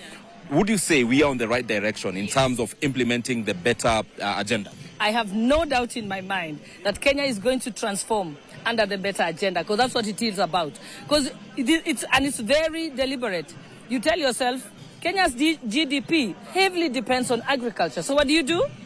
Provide subsidized fertilizer so that you can boost agriculture. That's why for the first time this time, Kenya does not have to import maize and does not have to import sugar for the first time. We've also put money in edible oil. Reason being, so that we can subsidize production of edible oil to encourage it, because edible oil is the second largest import into this country after petroleum. Can you believe that? Yet we can produce canola oil, we can produce sunflower oil, we can produce sesame seed, coconut, avocado.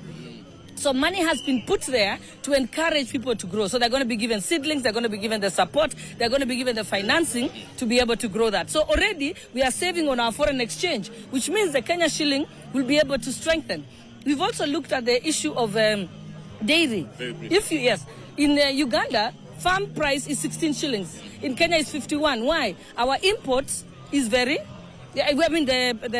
fodder, the feed for the cattle, is very expensive. I'm a cattle farmer and I know that. We import it from Uganda most of the time and other countries. So we are saying is that if that is subsidized, and also they've reduced the taxes, they've agreed with the East African communities so that there is no tax on it, which means if I can have cheaper fodder for my cattle, it means my milk price can be more competitive. That is controlling the cost of production so that... thank you very much, Deputy Speaker Gladys Boschole, also Uasin Gishu woman representative. I would have wished to speak to more members of Parliament. Several of them are here, but I am being reminded to hand back to studio because of normal programming. But several members of Parliament, including the same member of Parliament, James Nikal, was here to comment about this, and I'm sure we will have him later on our broadcast. Dan.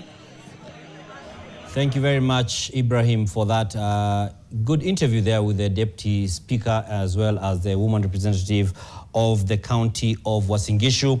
And I stand corrected. I apologize. Earlier on, I was speaking about the allocations that have gone towards the sector that addresses corruption, and I had read them swapped. So I'm just going to go through it. This is the governance, judiciary, and parliament sector. These are the people, the actors who are meant to be handling the fight against corruption. And so EACC in the current financial year 24-25 had been allocated 4.2 billion shillings, but for the coming financial year 25-26 has been allocated 4.5 billion shillings. ODPP had gotten 4.0 billion and now 4.5 billion shillings. State Law Office moving from 6.9 billion to 5.3 billion, which is a drop. Then we have the Auditor General flat at 8.7 billion shillings on both year allocations. Parliament from 44.6 billion to 48 billion, and Judiciary 24.7 billion to 27.8 billion, which is an increment. And so the overall increase in governance sector funding when you compare the 2 years based on what had been allocated by Professor Njuguna Ndung'u last year and compared to now what John Mbadi has also has tabled. Then some of the key highlights here are the total budget increased by about 300 billion shillings. Agriculture funding slightly reduced except for value chains. Water, climate and irrigation is considered a strategic boost. Governance and justice sector has gotten more money. Education reforms on exam funding has been hinted. Counties are allocated more in line with the evolution, but less than what had been asked for. When we talk about climate change being a very key aspect, a key matter today, whether some people may acknowledge it or not, let's just cut some of the allocation, some of it when it comes to forests, wildlife. We see that there has been over 10 billion shillings for forests and 13.2 billion for environment, for wildlife, I should say. Then we have, basically we're seeing that there's a significant scale up when it comes to environmental and climate allocations. So that shows that there's the boost to fight the effects of climate change. And aside from that, we can also just touch on irrigation and water. Irrigation and land reclamation has moved from 1.9 billion shillings in the current financial year 24-25 to 15 billion in 25-26, which is a significant increase. We can see that water storage and control has got 1.9 billion shillings and sewerage and water infrastructure 26.8 billion. And so there's a massive increase toward water and irrigation, indicating a climate resilience focus. So again, this is also partly just to ensure that there's food security and also ensuring the cost of living because of basic items does not go up, because we still battle things like hunger, famine, drought in different parts of this country. Health, a very key one, is that UHC and several coverage and several continued reforms are likely, but no major new insurance reviews, sorry, no major new allocation announcements noted. Amid the continued reforms, we are seeing that, again, some of these things are not so much about allocation, it's about the policy behind it, such as we've seen with education. So there's a lot to unpack here. Like we said, agriculture has gotten a decline in the overall revenue for agriculture, but there's more targeted funding in fewer sub-programs. And we shall unpack a number of these things. Already, if you check our different platforms online at ntvkenya.co.ke. That is the website, ntvkenya.co.ke, nation.africa, bdafrica.com, and the East African as well as Taifa Leo. You can find some of these things beginning to be broken down, and in our bulletins at 7 and 9 p.m. and even beyond today, we shall be giving you more breakdowns to understand what some of these things mean to you and to myself, just so that you can appreciate that what John Mbadi was doing today is not just another presentation at a podium, but it is something that has impact on the lives of Kenyans, and we'll see how the reactions will be. We can see, just briefly, I can see there is already a reaction from the national chairman of KANU, assuming that is Gideon Moi, who's also the former senator of Baringo County, and he has already put out a statement criticizing the budget, saying that KANU expected the executive to be more sensitive and responsive to the economic challenges facing Kenyans. And so he says that the projected budget allocates 3.1 trillion shillings to recurrent expenditure, that is including salaries, and I'm quoting it verbatim, including salaries, consolidated fund services, and lavish government operations, while development expenditures receive a meager 693 billion, and as such, Kenya cannot achieve economic stability and create wealth with such gaping disparity between recurrent and development expenditure. He also speaks about the move to borrow 635.5 billion shillings internally from local financial institutions is going to have a net effect of crowding out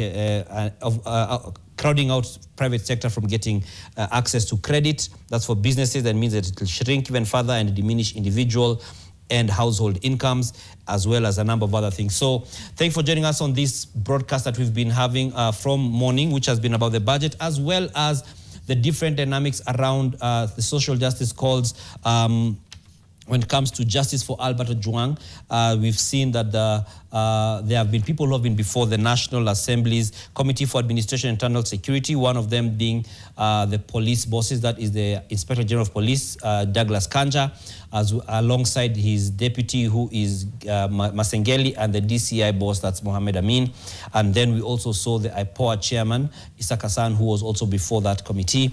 And we have also seen protests on the streets of Nairobi, where we've had protesters calling for justice for Albert Ojwang, with reports that some of them may be heading towards the Central Police Station. And there has been vandalism with concerns around the genuine protesters and people who have goons who have infiltrated this genuine protest. Again, we shall be giving you updates on the same. Check our social media pages at NTV Kenya, and we shall be having that information for you. Have yourselves a great evening. In not too long, Lois Ongo will be joining us with NTV Mashinani. Have yourselves a great evening.